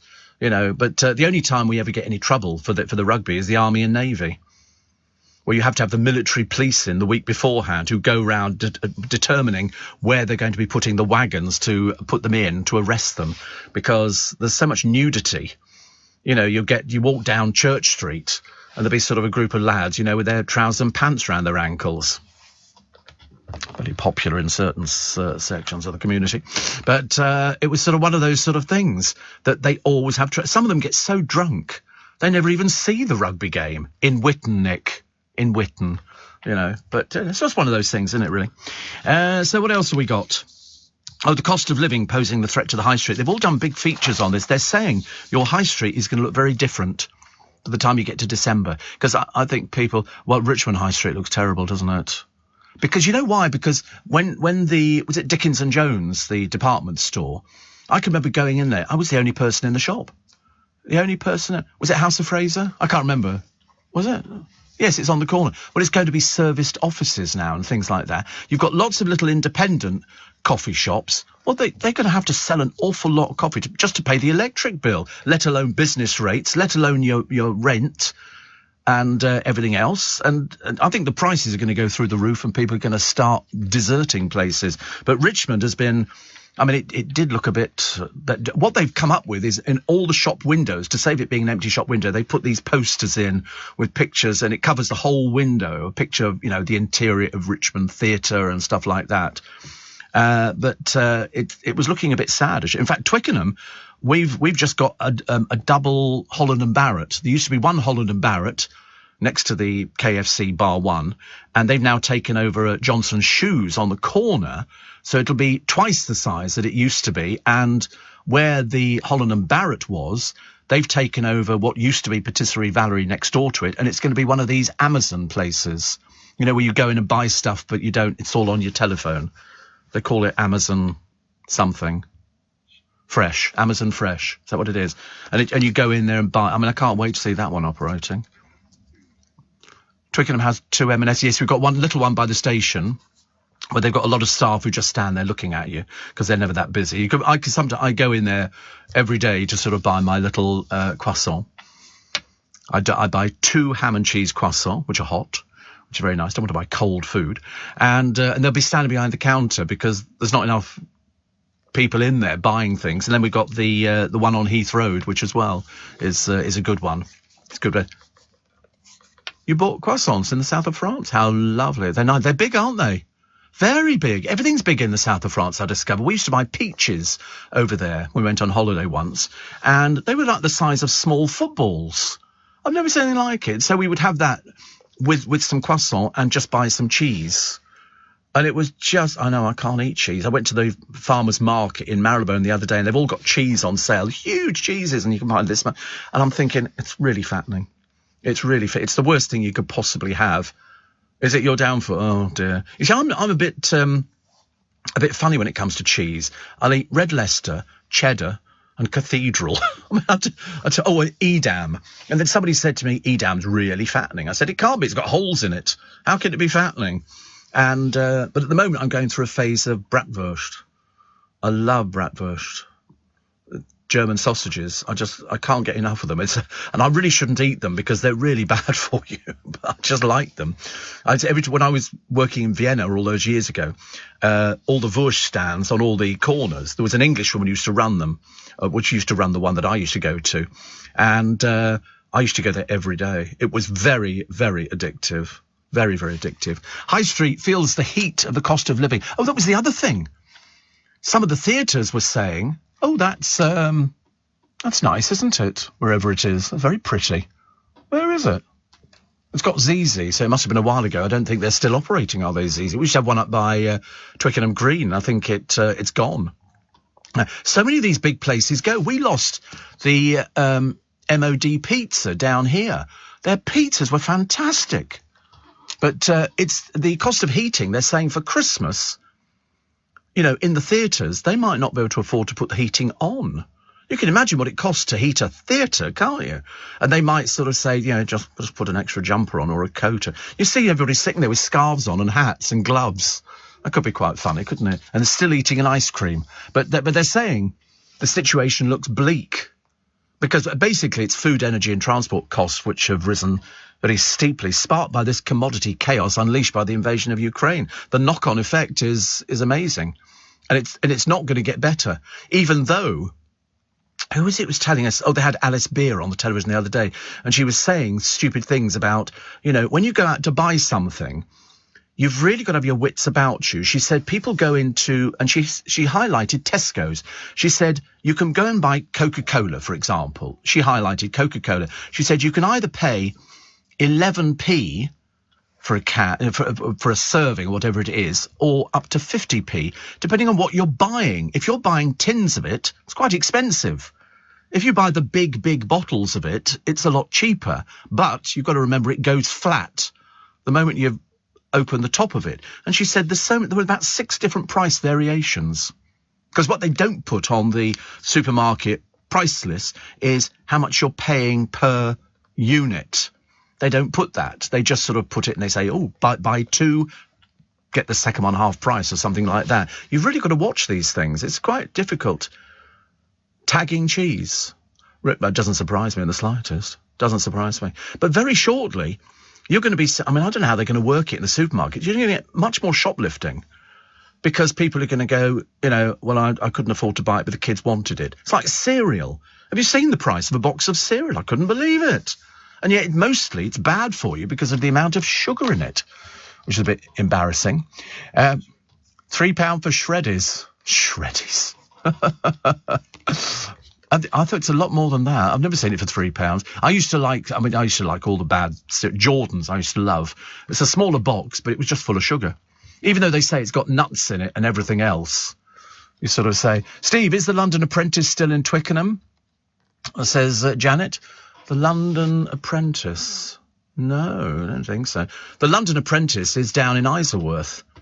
That's where it is. It's on the river just before you go to Syon House.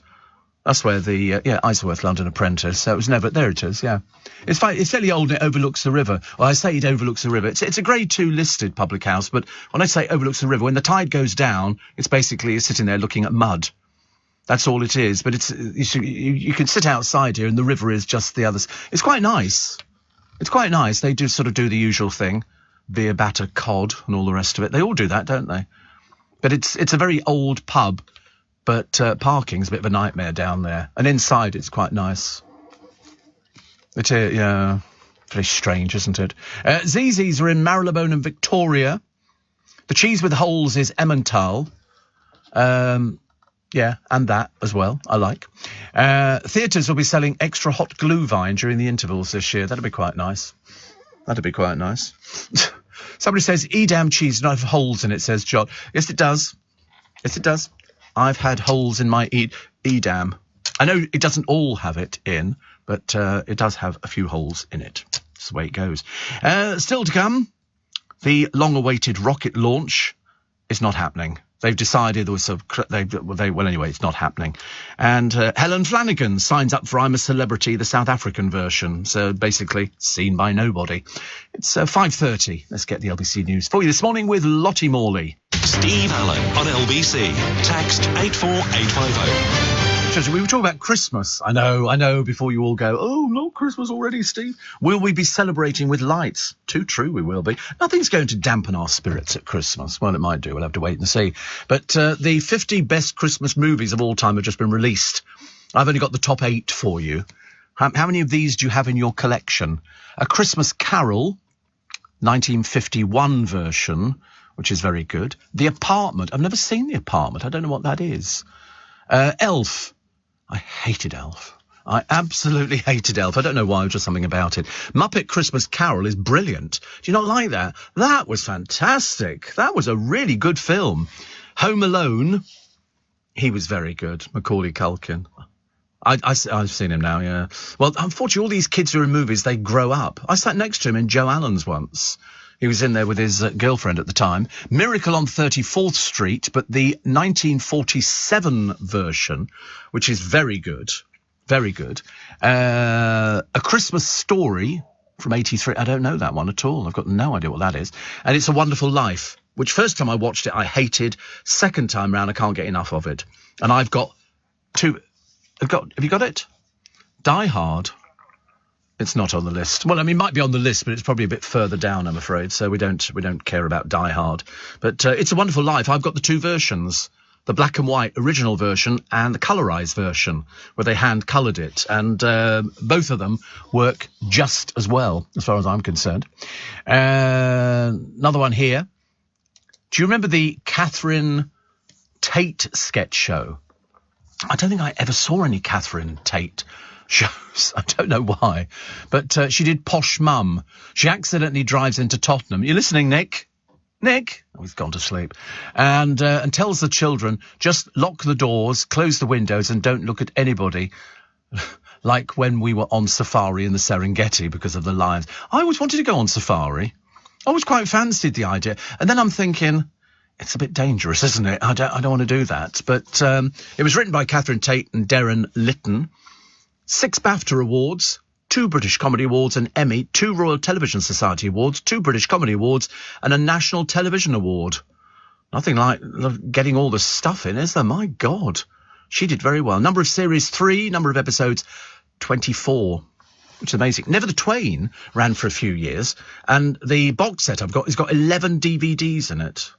It's not your sort of thing at all. It's comedy, it's humour. You know, you wouldn't understand it. So miserable they are here. So, guest stars. Is this for Never the Twain? Or something else? Oh, the show we were just talking about. Oh, blimey, they've got everybody in it. Natalie Cassidy. Bonnie Langford, Jules Holland. Blimey. George Michael? Oh, yeah, George Michael.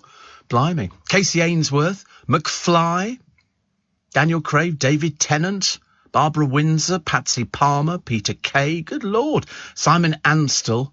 Oh, Richard Park. Fantastic. Tony Blair. Everybody. I loved. Go back down again. Down. Let's stop. Simon Amstel, because he did this program on the television. It was like a sort of a quiz show with sort of people on it. It might have been Nevermind the Buzzcocks. And he has on the bloke who went into the Big Brother house and then had a relationship. He was in a group. I can't remember what his name was. But anyway, he started reading, Simon Amstel, from his wife or girlfriend's book. And this bloke gets up and walks off the set. It was hilarious. It was absolutely hilarious. And I still watch it now, just to sort of remind myself how easy it is to wind people up nowadays. Albert says, talking about old pubs, the Dog and Bull in Surrey Street Market, Croydon, was built in 1276 for the market stall holders, but ironically is now the most expensive pub in Croydon. I'm not surprised, actually. And apparently, nice cheese and pickle sandwich. You listening, Nick? Nice cheese and pickle sandwich in the Café Le Cigale. Proper peasant food, Steve. Tottenham and Edmonton, the new Kensal Green, so I hear. I know. You need to get new batteries. I don't think you're hearing correctly again. It's not up and coming or anything at all. Steve, which shops will be fine throughout the price rises? The American candy shops. Yes, they're all over they're closing them down left, right and centre, because they're selling vaping stuff, and also they've got no prices on anything. So I'm sure you can go elsewhere for your sweeties if you so desire them. Because all of a sudden they threw it. We got one in Kingston. In fact, we might have two in Kingston. I can't remember actually now, but they're all over the place. But luckily round here, yeah, a lot of them pressure mounting on the landlords to close them down again, which is the best news we've heard all day. I tell you, he's been getting a bit of stick. Somebody who was in Harry Potter. His name's Matthew Lewis.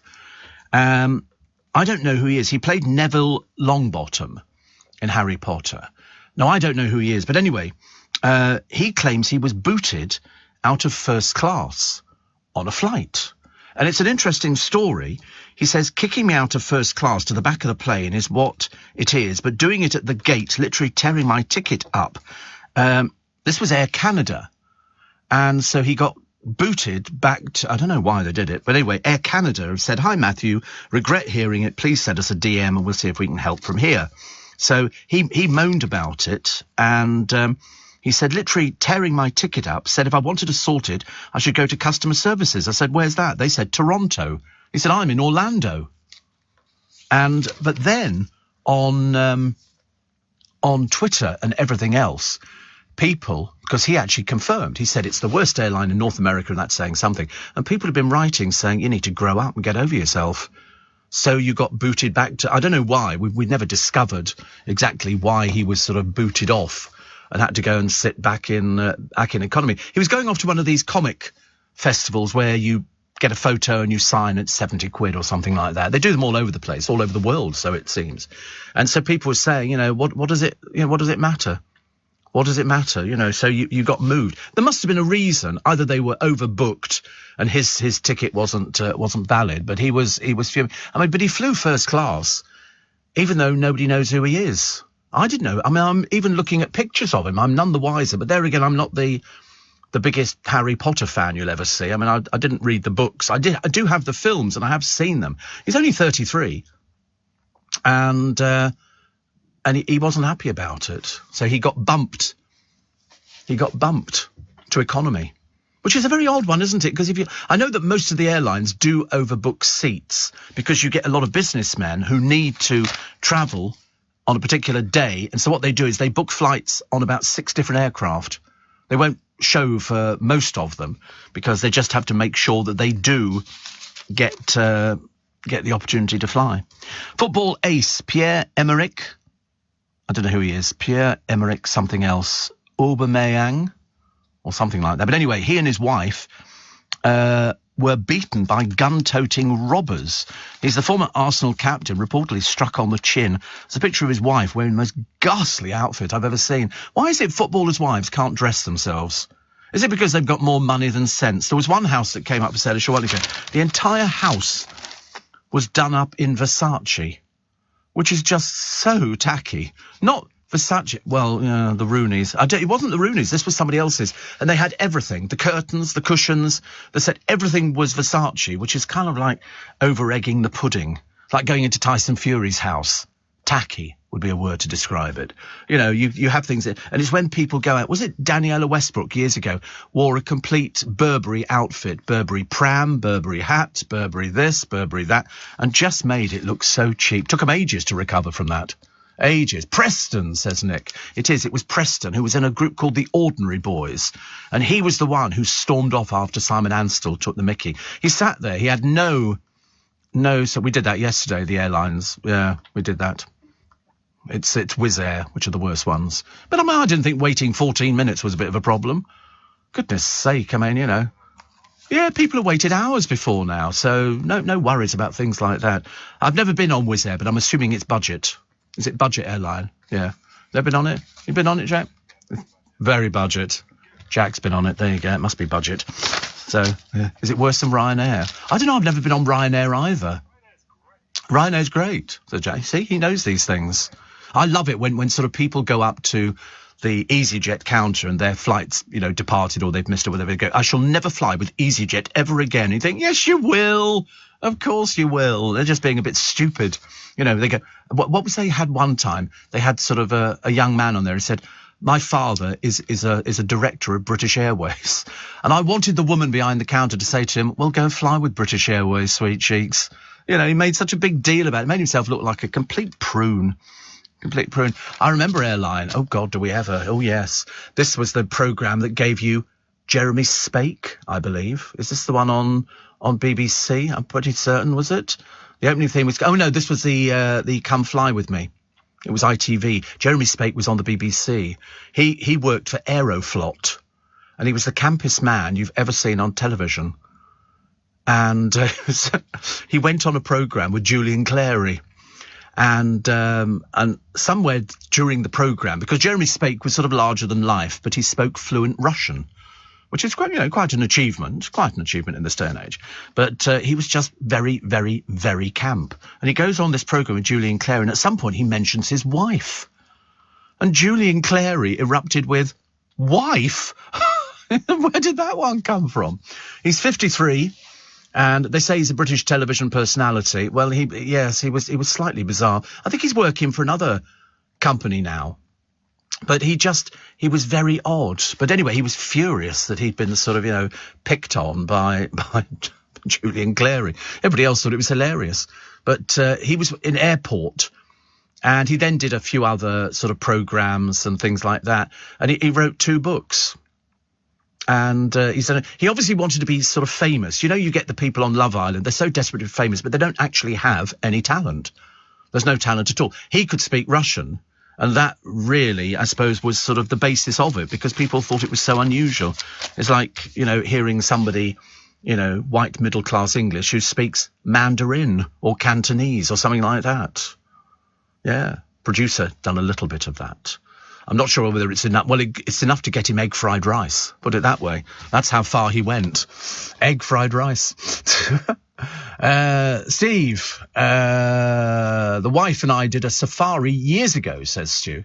Amazing experience, but very tiring as you're up early and late to bed to get the best view. Yes, because the animals go to watering holes early, don't they? And they all seem to have a pecking order. But you're right, actually. I don't know. I just always sort of worried about it, that you could live in somewhere and it'd be like a tent. I mean, an African safari costs between 125 and 1,500 quid per person per night. But there is literally a safari to suit every budget. I'm not sure I'd want to go out in like a Land Rover where you've got lions. I mean, I've seen them parked up and the lions walk in front, and I'm thinking, just supposing the lions have a change of heart. Just supposing, you know, it's just the kind of thing I find a little bit too frightening. And also the smell. You know, you're in the jungle, you forget, you know, if you're out in the Serengeti, there's going to be a lot of things all over the place. LBC with Steve Allen. Morning, everybody. morning, nice to have your company. 12 minutes to 6 is the time. Doc Martin actor Martin Clunes claims his comedy drama would not get commissioned today unless it was full of killings. The ITV series, dubbed Sweet and Addictive by critics, is coming to an end after 18 years on the box, but it's a great shame. I was watching Heartbeat the other day. Very good. I love Heartbeat. It's so good, honestly. The acting's good. The stories are brilliant. Lovely. I love it. It's very good. But it's interesting. Martin Clunes says it would be a different world now. He said, I don't think it would be commissioned. It's too sort of cutesy, sort of chocolate box, things like that. But I like Martin Clunes. He also played in Goodbye Mr. Chips, which was very, very good as well, I think. Steve, do you think the Rovers Return and the Queen Vic will be able to survive? Well, that'll be interesting, because these are fictitious pubs. But if they're supposed to be reflecting what's going on in the real world, do you think that maybe Ian Beale's Fish and Chip Shop will close down in EastEnders? Do you think that, the Rovers Return might have to close? I mean, all of this is highly likely, but they won't do it. They haven't got anything else, have they? I don't think. And Mark says, Jeremy has done a new show helping airports recover from COVID. It was on last month. Didn't get any publicity, did it, really? Which is a shame. But whether or not the Rovers Return and the Queen Vic will survive, I don't know. That would be so funny, because they've got nowhere else to go in Manchester. They've only got the Rovers Return. They don't even have Betty's Hot Pot anymore. And nobody seemed to replace it. They didn't sort of bring in somebody else. And it's on the corner of Coronation Street and Rosamond Street. You must know it. It's very popular. It first appeared in 1960, and it's never changed since then. It hasn't had an update or a facelift or anything else. They haven't had any strippers in, which by now, I mean, all these little side pubs would have it. But whether they survive is a very interesting question. Kim says, I love A Christmas Carol. I didn't know they did a colour version of It's a Wonderful Life. Yeah, you buy it on Amazon. It's one DVD, black and white one side, colour the other. In fact, I've got quite a few films like that. Quite a few films which have been colourised. And somebody's just said here, I always take note, says Walsh, of the classic movies you recommend and make a list. Sometimes I watch some really cracking movies, and I always think I'd like people to... I was talking to somebody the other day. Who was I talking to? It was something to do with rowing. Rowing? Why were we talking about rowing? But anyway... I said, well, you need to get the film True Blue, because they like rowing. They bought a boat, and True Blue is about the Oxford-Cambridge boat race and a true incident that happened, and they turned it into a film with an all-star cast, and it's got the most beautiful music, beautifully shot, it's everything. True Blue, probably get it very cheaply nowadays, well worth having. Christmas Carol, the movie, but this is it's not Disney, is it? Oh, they do it on VHS and DVD, and it's got the voices of Simon Callow, Kate Winslet, and Nicolas Cage. Fancy having a movie. You see, it's interesting that you can buy this thing now, and there's so many different versions of it, depending on whether you want sort of something that's better condition or not better condition. And there's also all the other versions. I forget how many versions of Christmas Carol. There must be at least 10. At least 10. I've seen a fair number of them. Some are musicals, some are not, and some are wonderful, absolutely wonderful. But it's Christmas, isn't it? And people like that. Roger says they do have a kebab shop in Corrie, and the corner shop's still going strong. How? I can't imagine. She can't afford to keep that corner shop going. She only sells a packet of... I've never seen her sell cigarettes. And somebody will come in for a magazine, and that'll be... I mean, people don't go out there with a big bag of things. That little corner shop run by... Is it Dev? Has got the corner shop. That won't survive. I like... Of Hollyoaks, I can't keep up with. I don't know who they are. But you can always tell if they do a reality show on the BBC and there's somebody you've never heard of, they'll be from Hollyoaks. Because nobody's ever heard of any of the people on it. It's a bit of a shame, really. And I do like Emmerdale. Big fan of Emmerdale. It's changed a bit, over the years. But I think they've kept up quite well. I want to go there and have a look at it. But it's on private land. There's a big house. And I always quite fancied going there. You sort of go over a hill... And there is they've built the village, which is quite good actually. They did exactly the same, didn't they? In what was that other one where they had Dead Brookside? See, I thought Brookside was quite good. I quite like that. But Hollyoaks, I mean, all the people are sort of terribly glam, but it's just I haven't followed any of the storylines. I wouldn't even know what they were doing actually. Denise says, laughed at absolutely not, Tom. I've just poured a glass of Prosecco. Yeah, all the people in it. So Jennifer Metcalf, who plays somebody called Mercedes McQueen. I mean, oh, really? In the area they're living. Kieran Richardson is Steve. Yorgie Porter, Teresa McQueen. Oh, there's obviously a family. Nick Pickard. Now, he's been in it for ages. Tony Hutchinson. In it for a long, long time, I seem to remember. Billy Price is Sid Sumner. Eva O'Hara is Verity Hutchinson. I mean, even the names are silly, aren't they? But Nick Pickard has definitely been in it for a long time. And that's all but I don't know anything. And I know that Kieran Richardson's gay. And that's it. But is his character gay in it as well? Yeah, it is, yeah. But I haven't actually sort of followed any story. I couldn't tell you. I just know that sometimes they wander into a bar and sometimes they go into a restaurant and have a bowl of cereal or something, and that's about as far as I go with it. I never get anywhere at all with it. Catherine says, I've just woken from a very bizarre dream. Oh, dear. Here we go. LBC was televised like GB News and you had to co-present with Rich Hall. He kept talking over you. You were trying to keep calm. But your little cheeks were getting redder and redder as you were trying to keep your cool. Do you know, when I was younger, my little cheeks did go bright red. They did go bright red. And I can remember getting a job in a shop. And they had a little canteen, which was about the size of this studio I'm in at the moment. And the bloke I was working with says, I'll take you up to the canteen and introduce you to a few people. Well, in those days, when you're 15, you're a bit shy. And you don't see it so often on people now. Not that I've noticed. And I used to blush. And I don't know why, but it was just one of those sort of things. Anyway, we go up to the canteen. I order my cheese roll and a drink. And I sit down there. And he introduced me to a few people I was working with. And then I could feel my cheeks getting hotter. And you put your hand on to try and cool it down. It just got worse. And then... the ultimate, he said, you've gone bright red. Well, I had to leave. I couldn't stay there. I felt I was going to explode. Gillian Tailforth was on Hollyoaks, yeah. Yeah. Yes. I've met Gillian on a few occasions. But she went into it, and I can't remember why so she was in EastEnders, and then she leaves EastEnders to go there. It was like, well, I don't know whether it's a demotion. Job's a job, as I said to Matt Goss the other day, get as much as you can. Well, I don't know how it works. I would have thought if you were looking at top soap, but unfortunately it doesn't bear out in the listening of the audience figures, EastEnders would be the one they spent the most money on, whereas Coronation Street, because it's set, it's a bit difficult to tell what year it's set, whether it's present day or whether they're living backwards, because most of the places just seem to be... people still living in these little houses which haven't been converted yet, which is very odd. But I don't know, actually. But, the audience for EastEnders is pitifully small. They keep trying. They've got a new producer, and he's doing lots of bits and pieces with it, getting rid of some people, bringing in some other people, in a desperate attempt to try and save the ratings. And I'm not sure whether or not they will be able to. It's interesting, when you look at the old Coronation Street set, it's very eerie. They've taken all the signs down for the Rover's Return, and the houses they've taken the windows out of. It's very sad. You'll find it, actually. Just put in, probably on Google, abandoned Coronation Street set. Break your heart. Break your heart.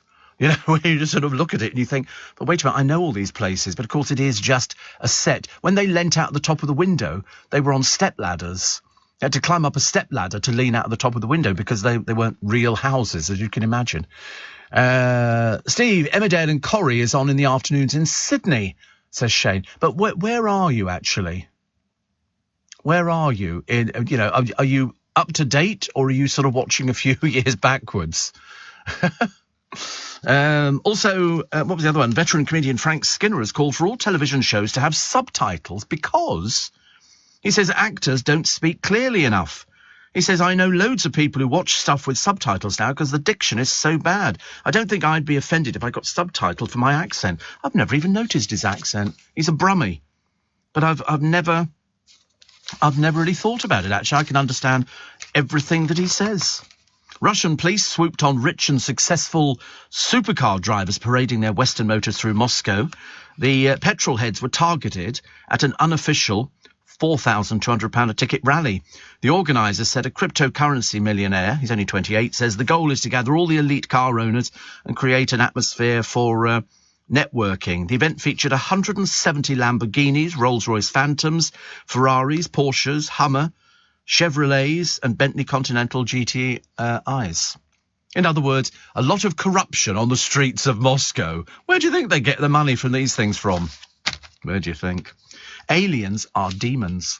Somebody was talking about aliens the other day. Was it, I think Darren was talking about aliens and sort of if they came down to Earth. He thinks I'd be abducted or something. And then somebody else wrote in and said, well, who would cover for Steve Allen? I thought an alien could probably do it. They must have been studying the programme for some time, which is... do you remember Albion Market, says Scott? I do. Didn't last very long, did it? Mind you, what was the other one that was not Albion Market? I remember Albion Market. There was another one which was set on an island, had a girl in a wheelchair, because I interviewed her. Much to my embarrassment, I can't remember her name. And it had all sorts of people in it. Again, that was another one that didn't quite take off. They sort of tried... So what was that? Somebody will know. Somebody will send in and say, actually, Steve, it was called... Because most of you seem to watch probably as much television as I do.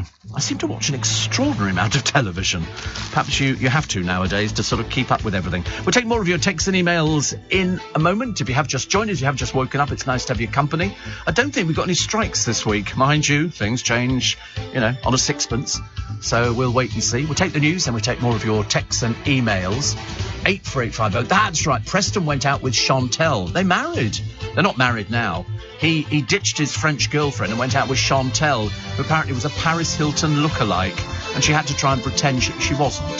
She had to try and pretend she was on the programme. It was all very embarrassing. But Preston sort of was up for it, and then Preston disappeared, as indeed did Chantel. Where they are now, who knows, but that's reality for you. This is LBC from Global, leading Britain's conversation with Steve Allen.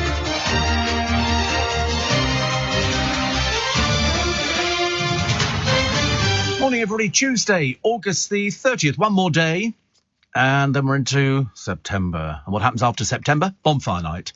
And after Bonfire night, Christmas. And after that, the January sales. But unfortunately now, the January sales seem to have disappeared. We have them in December. And this year, they're going to be doing that because they're going to want the money in to pay the bills. They're going to want as much money in as possible. El Dorado, there you go. That was the BBC soap set on an island which flopped. It made a semi-star of the actor Jesse Birdsall, who'd actually been in a very, very good film about a young man falling in love with, I think she was a German student who'd come over, and I can't remember what it's called, but it was very, very good. Thank you, Anton. Thank you, Albert. And everybody else who told me, including Darren. You all know. Everybody knows it was El Dorado. I was the only one who didn't know. I remember it because didn't they build a set? And even Paul in Billericay says, Stu in Norfolk says it was an awful programme. I remember bits of it. I remember little bits of it. Linda in Beverley as well. Stacey. Good grief. Hundreds and hundreds. Charlotte and everybody else. Thank you so much. But it was set in Spain, wasn't it? I wonder if the set's still there. I wonder if the set is still there. Vernon Kay was a bit late. How strange. I was at a party with Vernon Kay a short while ago. I told him off. I have to tell him off every so often. I keep telling him to get his hair cut, because he looks better with shorter hair. Men get to a certain age and they start growing longer hair and it starts looking a little bit odd, It's got to be, But anyway, he was hosting Monday's show with Rochelle. And he was reflecting on his teenage years. And he says, I started puberty at 17.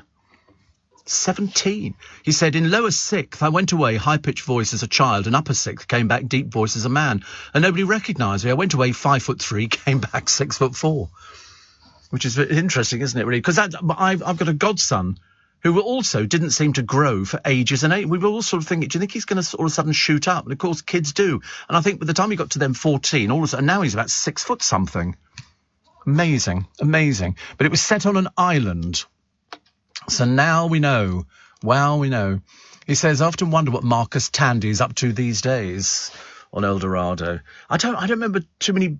I can't remember. Was it Polly Perkins who was in it as well? I'm pretty certain it was Polly Perkins, and they had a girl in a wheelchair. I mean, there were bits of it that sort of looked as though it could have been quite good, but it just didn't hit with the public. And I don't know whether or not it was lack of publicity or the fact that it just didn't capture your imagination. Because if you don't want to watch something, which is at the moment, oh, there's the El Dorado sets. It was quite nice, actually, wasn't it, really? And I think there's a video of it. It's still there. 24 years after it disastered. Never mind. But it's if you want to go and visit it, you can. I love the way they get people. Have you seen the people who they go into these houses which are derelict, and they film in them? And there was some in Russia, which had obviously been used by sort of certain people. And there's a bloke here who's been around the set and filmed himself, and they go into all the rooms and everything else, and then they show you what it used to be like. It was quite a big cast. There must have been about 20 or 30 of them, and then it fizzles out, and they just leave. It's probably easier to abandon these sort of places, isn't it, really? I mean, it's a 30-minute drive from Fuengirola. So, and there's a map. You can actually go and visit it if you want. I mean, I don't know if it's sort of legally open to everybody, but, you know, unless they've got gates around the blooming thing, but he seemed to manage to make it inside. But they had this bloke, and he went into this multimillionaire's house, I think in Russia, or something like that, and it was all abandoned. Obviously, he'd had to leave in a hurry, and there was a bowling alley, swimming pools. It was just, you could see where all the money had been spent, but it was all falling apart. Very embarrassing. Good news is, would you like to live longer? The answer is yes, please. Well, drink tea. Apparently, if you drink an average of 2 cups a day, you will live longer. 13% less likely to die over the period. Those people who drank 2 or more cups a day. Researchers found adding milk or sugar to tea did not change the lower risk of early death among tea drinkers. Well, that's good, because I just have milk. So I don't have sugar. It's published in the journal Annals of Internal Medicine. They looked at nearly 500,000 people aged 40 to 69. Less than a fifth did not regularly drink tea. It's funny, I used to drink coffee all the time. I was a big coffee drinker. I don't do coffee. If I go out on a Sunday for breakfast, I'll have a cappuccino, but only the one, because I'm not really big into coffee. I used to go to Starbucks and get coffee all the time. And now I'd rather stay in and have a cup of tea. So I go, it hardly ever open. I know. It's so expensive. I didn't realize how much a cup of coffee was. They're like £3 something for basically a bit of frothy milk. I mean, it's terribly expensive, and I reckon they're going to go up. I think they're going to put their prices up very quickly. Oh, here you go. Inside London's Billionaires Row. This is a mile long. Where is this? Is it not up at Hampstead, is it? It's a street of mystery, murder, and tax avoidance. Where is it? Oh, it's the Bishop's Avenue. Oh, have you ever been to the Bishop's Avenue? Up at Hampstead. There's 66 mansions up there. People have been known to buy the mansion for, say, 20, 30, 40 million, knock it down and put something else up in its place. The houses are very big, colourful histories, homes for swindlers, exotic royals, industrial tycoons, and briefly, Justin Bieber. You never see anybody walking at Bishop's Avenue. Oh, no. It's an open road. Oh, yes, it's an open road. Oh, yes, absolutely. It's just that there are sort of cars with sort of people in there that sort of, they don't want you stopping and taking photographs, put it that way. And it's very interesting. I mean, there's one here, 66, the Bishop's Avenue, once home to Aristos Constantinou, who was shot dead in 1985. It's up for sale for 14 million. But the trouble is, you'd never move into the Bishop's Avenue and go knocking on your next door neighbour's door for a cup of sugar. And you look at the interior of them, and they're falling apart. The biggest mansion on the street, the Towers, is now a ruin. But you can imagine what it must have looked like in its heyday. It would have been quite something. So what somebody will do, or probably has done already, is knock it down and put up something else, because it's the site you want for some reason. But there's all sorts of houses. But as I say, you're not encouraged to get out the car. It's like driving around the Hollywood Hills. You know, you can buy a map so you can see these stars' houses. Well, you're not really encouraged to stop your car and take a picture of anything. They have security all over the place. and they don't really want you doing anything like that. Strangely enough, we found somebody who loved El Dorado. And Kathy says Polly Perkins was in it as a singer. Jessie Birdsall is or was married to Gwyneth Strong, Cassandra and Only Fools. And the girl in the wheelchair is in a hearing sight advert on telly at the moment. Plus BritBox have a few episodes of it. I binged watched the lot one day. Isn't it funny? I couldn't tell you anything that was going on. I couldn't tell you anything that was going on in El Dorado or any of the storylines or anything like that, mainly because I don't think I watched it. I did see a couple of little bits and pieces, but I didn't actually get into it. It didn't sort of grip me in any way, even though I knew a few people in it. Steve, there's an old film with Virginia McKenna. She inherits a cinema. No, he inherits a cinema. Peter Sellers and Margaret Rutherford play the staff. It's very good, says Stan. Yes, it's called the big. Oh, put it on Amazon or Google. Margaret Rutherford film. It's called. Wait a minute. It's on the tip of my tongue. This film. Don't shout it. Don't shout it. I shall eventually get it. Like the Littlest Picture Show or something like that. It was very good actually. It was very good. And it's so Margaret Rutherford film. She plays Mrs. Fazakerley. That's all I remember, her name. And Peter Sellers plays the old projectionist, and he drank. He had a problem. This couple were told that they'd inherited a cinema. So they go to town, and they can only find the one cinema. Here it is, Margaret Rutherford. Wait a minute. Life in Film. Agatha. Oh, what else was she in? Wait a minute. Murder. The Smallest Show on Earth. There you go, Smallest Show. Mind you, she made some films. Murder at the Gallop, Murder Ahoy, Murder She Said, Murder Most Foul. They come in the box set. Blythe's Spirit, she was Madam McCarty. The VIPs, Happiest Days of Your Life, where she played a schoolmistress, which was very, very funny. I thought she was very, very good. Very, very good. She died, many, many years ago now. And she is buried, I think, in Chalfont St. Peter's or something like that. She died in 1972. I think she must have been in her 80s. I know that she got to the stage. Her husband used to feature in a lot of her films as well. Stringer Davis, his name was. And he would always have a role in there. Sometimes they were quite important roles. But she started forgetting her words. And she said that's the worst thing for an actress, where you try and learn the lines and you just can't do it. Barbara did exactly the same. Barbara had exactly the same in EastEnders. She got to that stage where it was proving a little bit of a problem. Don't forget, Scott's got a book coming out in October where he's charting the years that they were married, and a lot of stories that you won't have heard of before, because I think that's quite a nice thing. I can't wait to read that, actually. Can't wait to read it.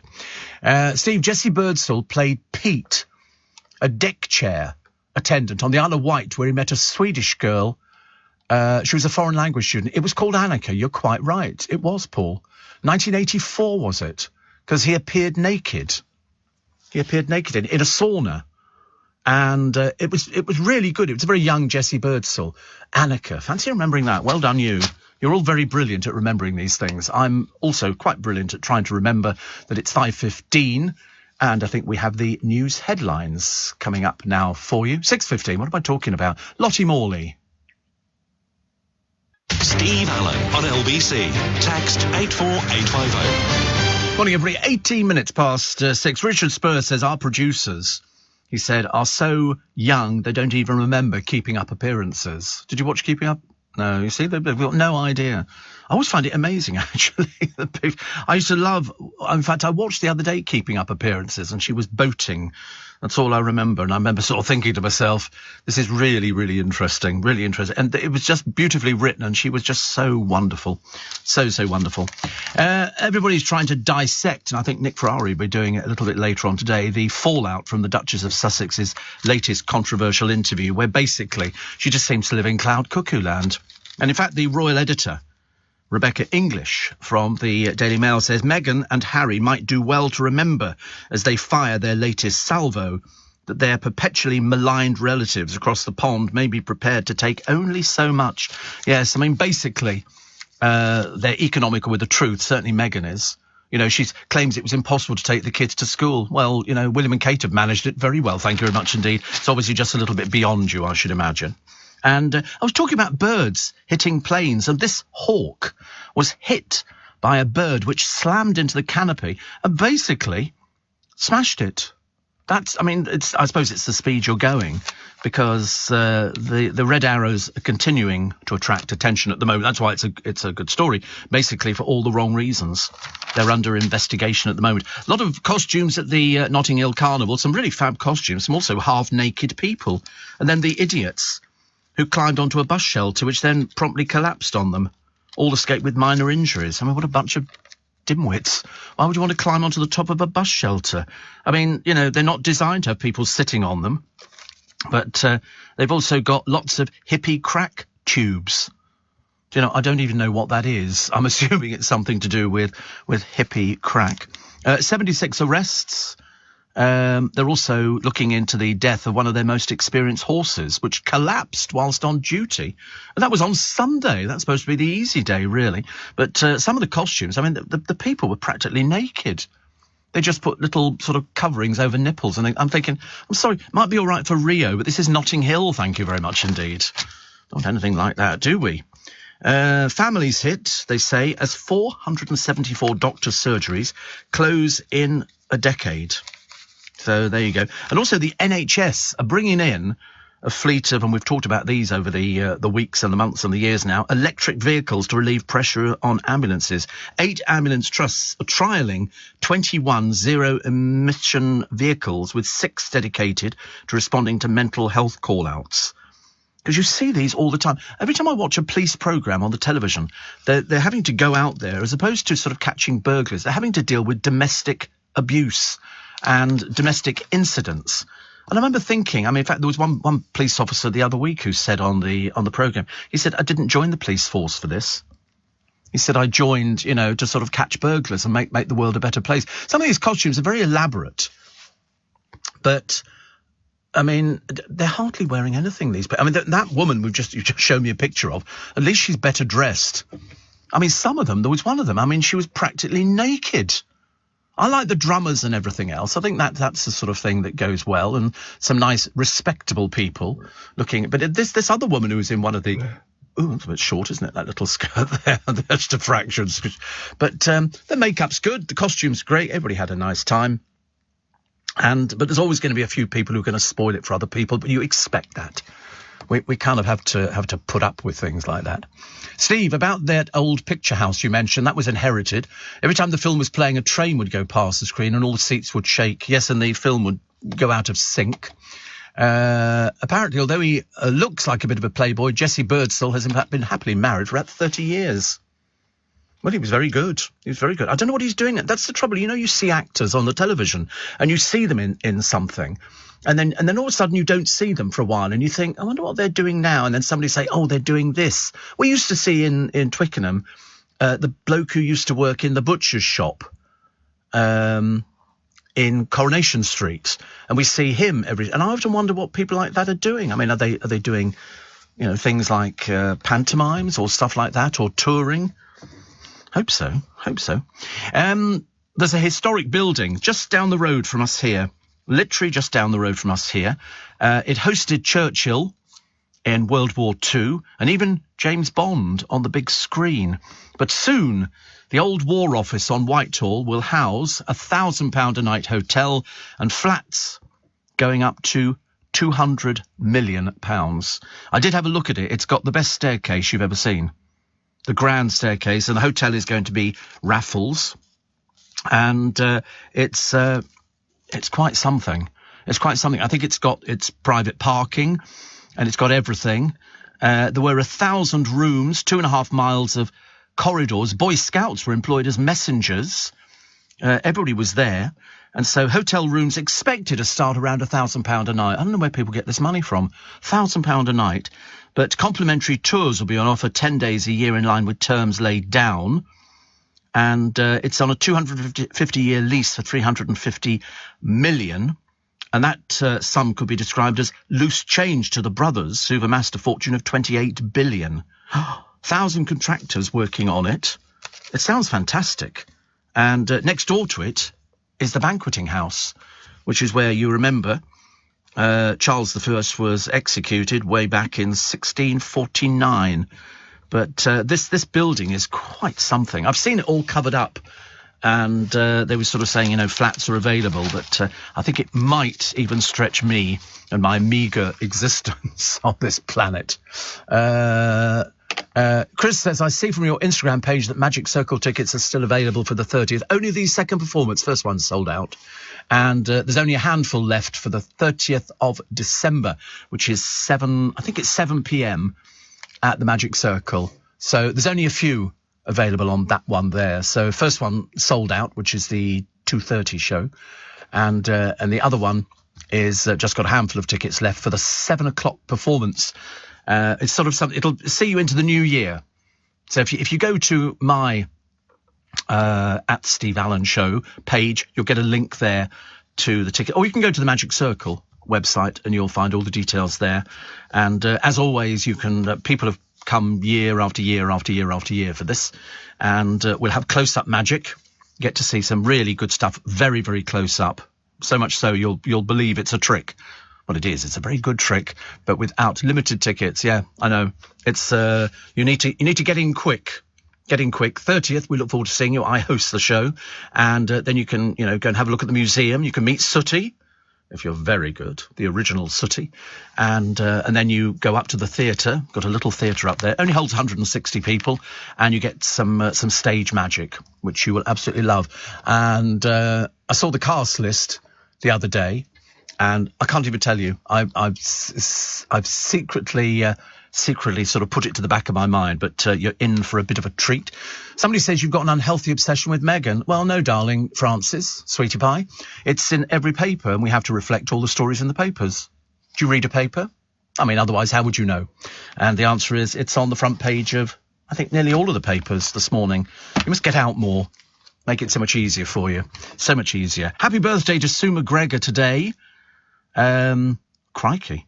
The BBC broadcaster who said radio was her first love presented Radio 4's Today, Woman's Hour and The Reunion, got a CBE, and she revealed in her autobiography she had an affair with rising damp actor Leonard Rossiter. How old is Sue McGregor today? 81! 81, phenomenal, absolutely amazing. Jonathan Aitken, the ex-Tory cabinet minister, served 7 months in prison for perjury and perverting the course of justice after suing The Guardian for libel, declaring he would cut out the cancer of bent and twisted journalism. He's 80 today. I'm probably still droning on about it, I shouldn't wonder. There's a great piece about citizens left feeling a bit like criminals. They live in areas and they're all law-abiding, but they've been fined for doing things which are against the law of the area where they are. So, for example, one person was fined £100 for visiting her husband's grave with the family dog, because obviously dogs were forbidden from this particular cemetery from going in. So she got £100 fine. Somebody got a penalty for feeding birds, £150. Councils rake in millions by hiring private firms. There's one man accused of fly tipping, and what was he doing? He was putting his rubbish outside. One woman targeted over her pet. This is distressed Linda Martin with her collie Megan. And James Watson is Patrick Ward is a landlord. He got challenged. He challenged over a duck fine. It's amazing now that local councils... I remember a friend of mine once got fined for throwing a cigarette away. He was sitting by a bus stop and they accused him of littering, and he got a fine. It was on the spot fine. I remember thinking, what do you do if you say you can't pay it? And the answer is they'd probably call the police. So you have to be very careful with some of these local laws, because it's a little bit worrying, especially if you're not sort of aware of them. There's a new book, Diana, Her True Story, by Andrew Morton. Andrew Morton knows all about it. And it was interesting because Sarah Ferguson seemed to know all about the royal setup and came to lunch at Buckingham Palace and didn't seem daunted by anything at all. Yeah, it's unlike Meghan, who was a complete disaster for, poor little soul. Oh, sorry, Frances, we mentioned her again. It's in the papers. Sorry about that. Barristers going out on an all-out strike as the pay row escalates. I mean, literally, I suppose there'll be a lot of people, going, oh, that's good. That's good. We don't have to go to court because we can't get a barrister. And then people are saying perhaps we could put junior barristers in and they could do the same job. Who knows? We shall probably find out a little bit later. Let's take a quick break, shall we? Let's do the news headlines for you this morning at 6:30 with Lottie Morley. A man has died after being stabbed during Notting Hill Carnival. The Metropolitan Police says it had been a largely positive event until last night. Ukraine says it's broken through Russian defences in several sectors of the front line near Kherson. The city has been occupied by Moscow since the early days of the invasion. 6 of the largest pub and brewing companies are warning that a wave of closures will hit the industry due to the hike in energy prices. They've written an open letter to the government urging it to help. LBC weather, cloudy with showers possible in the north this morning, sunny elsewhere with some patchy clouds and a few showers in the southeast and a high of 24 degrees. LBC, Nick Ferrari at breakfast. Coming up with Nick Ferrari at breakfast this morning as pubs, restaurants and cafes warn the government that the rise in wholesale gas price could force them out of business. Nick will ask if nationalising the energy companies is now the only way forward to keep the prices down. He'll also bring you the fallout from the Duchess of Sussex's latest controversial interview in which she revealed Prince Harry has lost his father. And struggling to get a GP appointment, Nick shines a light on the nearly 500 GP surgeries to have closed in the last decade. All of that and more with Nick Ferrari at breakfast this morning from 7 here on LBC. Nick Ferrari at breakfast, weekday mornings from 7, LBC. This is LBC with Steve Allen. Morning, 28 minutes to 7 is the time. Tuesday, you will remember it's Tuesday. As I say, yesterday we had a bus strike. We didn't have bus strikes in London. It was only certain places. And in Twickenham, it was also partial strike because we did get buses. It's just that they were there was a longer delay between them. Tom Kerridge, the excellent chef, has defended charging £87 for steak and chips. Well, actually, to be honest with you, I know what the markup in restaurants is, and it's not as high as it could be. But if you're buying top quality steak, could be this Wagyu beef or something, I don't know, it would be quite easy in a top restaurant to be paying £100 for a steak. I went to a place, where was it? It was in Richmond. And they do steaks there, and it's terribly expensive. Even I was sort of looking at the prices thinking, crikey, that's an awful lot of money. And he said he's justified £87 for steak and chips. And if you've got the best person cooking it, well, then it's absolutely fine. That's the way that it works. Also, the grandfather, the 86-year-old, he goes out and his wife, I think, is off doing that. She was away doing something. And I remember thinking, this is an interesting one. What do? His daughter takes him out and takes him to a McDonald's. He's never been to McDonald's in his entire life. He's 86 and he buys a cheeseburger. That's all he wanted, a cheeseburger. He'd never had one before in his life, never eaten a cheeseburger. And he has it. And then his daughter says to him afterwards, what was it like? He said, it was delicious. So he's now going to make it a regular thing. So because he likes cheeseburgers, which is very interesting. And also the tattooed man asked to leave a supermarket, but he is covered in tattoos literally all over his face. And I suppose the reason that they banned him they asked him to leave. He went into this supermarket and they wanted him out. They didn't want him in there. And I don't know why, really. I mean, I'm not a big fan of tattoos, especially not over people's faces. Apparently, there's not 1 inch of his body which isn't covered in tattoos. So he's in a lot of the papers for today.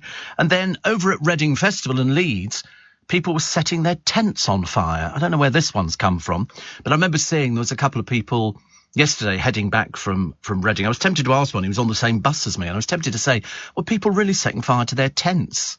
I couldn't really understand it because, unfortunately, a lot of people decide to dump their tents. They don't bother having them there. They leave them. They don't want to bring them back home. They can't bother to wrap them up. It's just not worth the hassle. And what was the other one? Yes, I still think this poor man who won 3.1 million on the lottery and didn't give his children anything apart from 200 cigarettes each. And they went round and trashed his 4x4s. As I said at the beginning of the programme, I'm quite certain that they'll be out of the will before you can pronounce their name. Radio 2 risk the loss of fans by axing their stars. And I know, because they're coming here. And I read this story, and strangely enough, the man who was saying it, because they've screwed it all up, is Trevor Dan.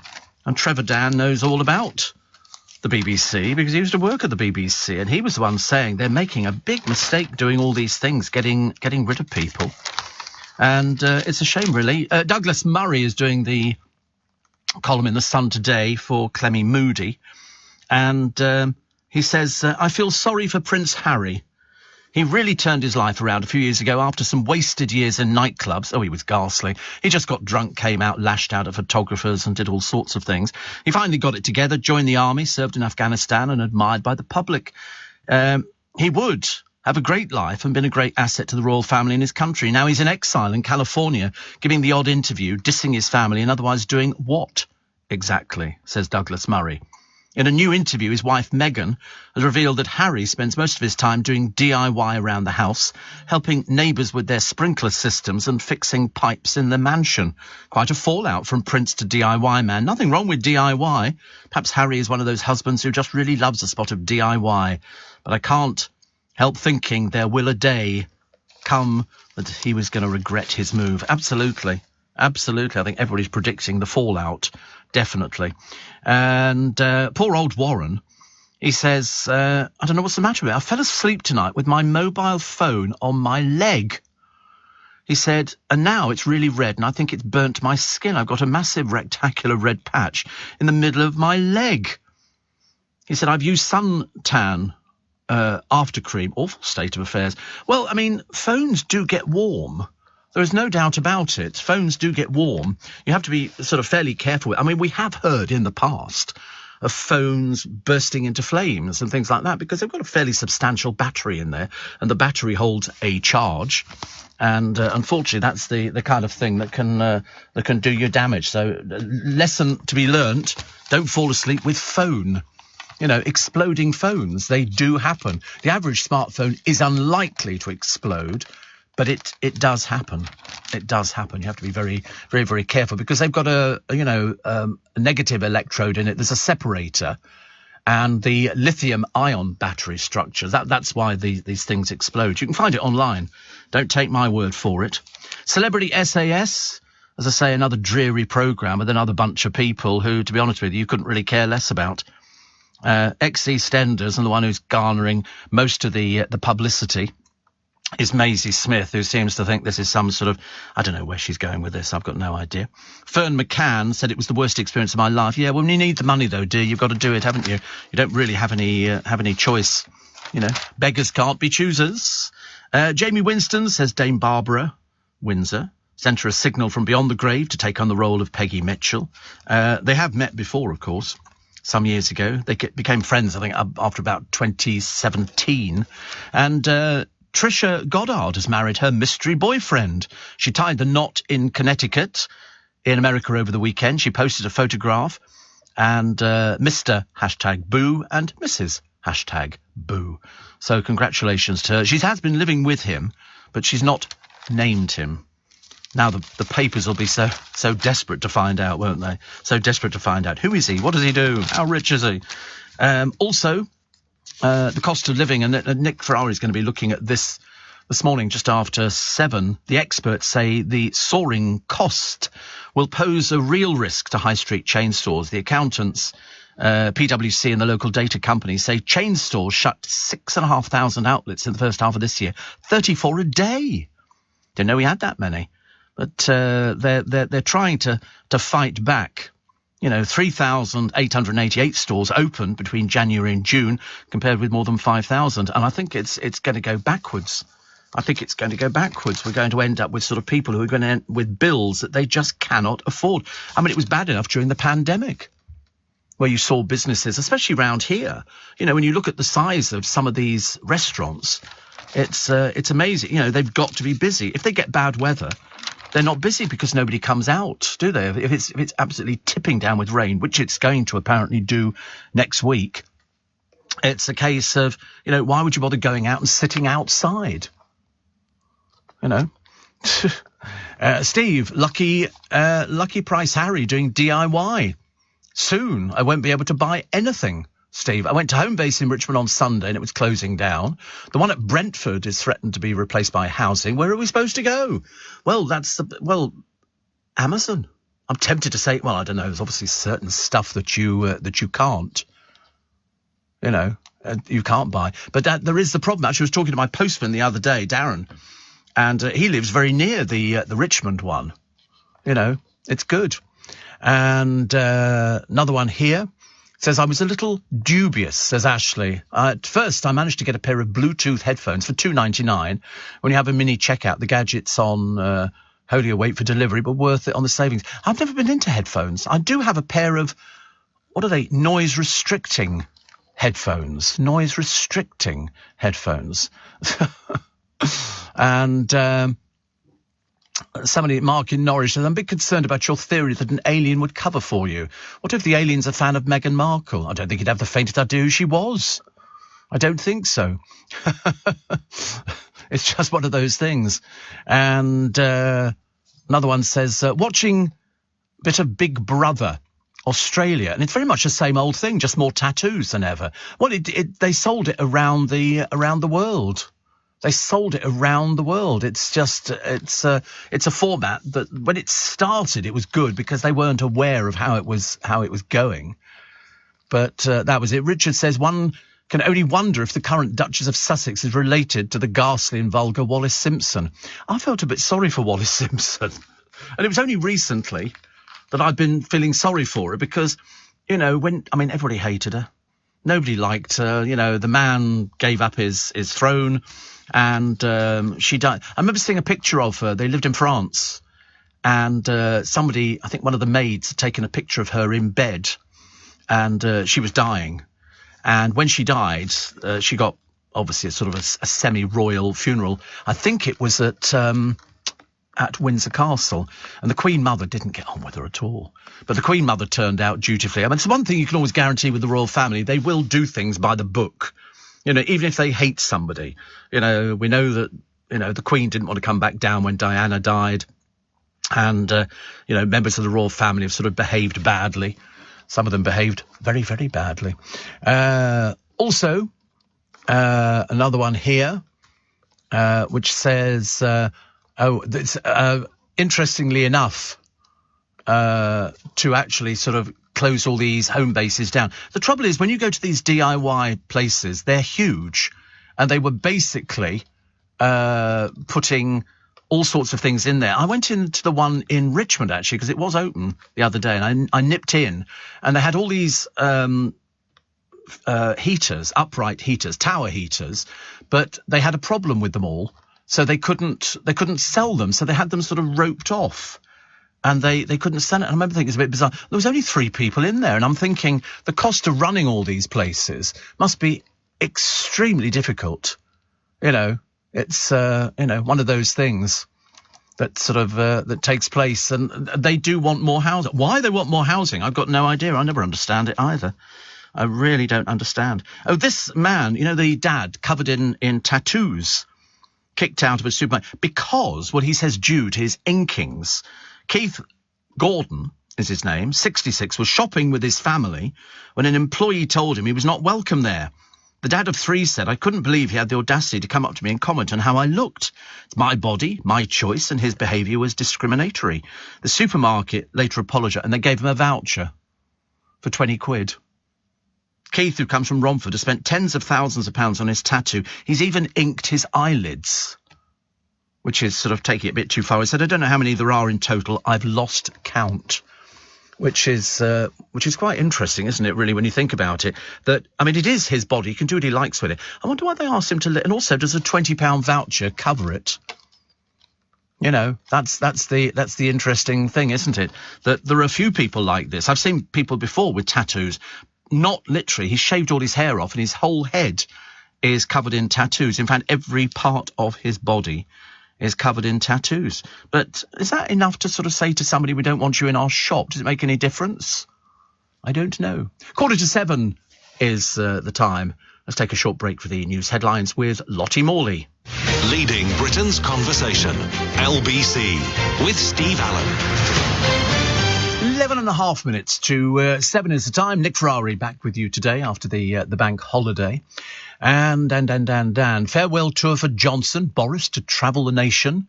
Do you know, he might reapply for lead. I know it seems a bit odd, but he doesn't need the money, put it that way, because somebody was saying the other day, and I think it was Andrew Castle, that Boris is online for doing one of these tours where they go around and they give speeches to leaders of industry and stuff like that.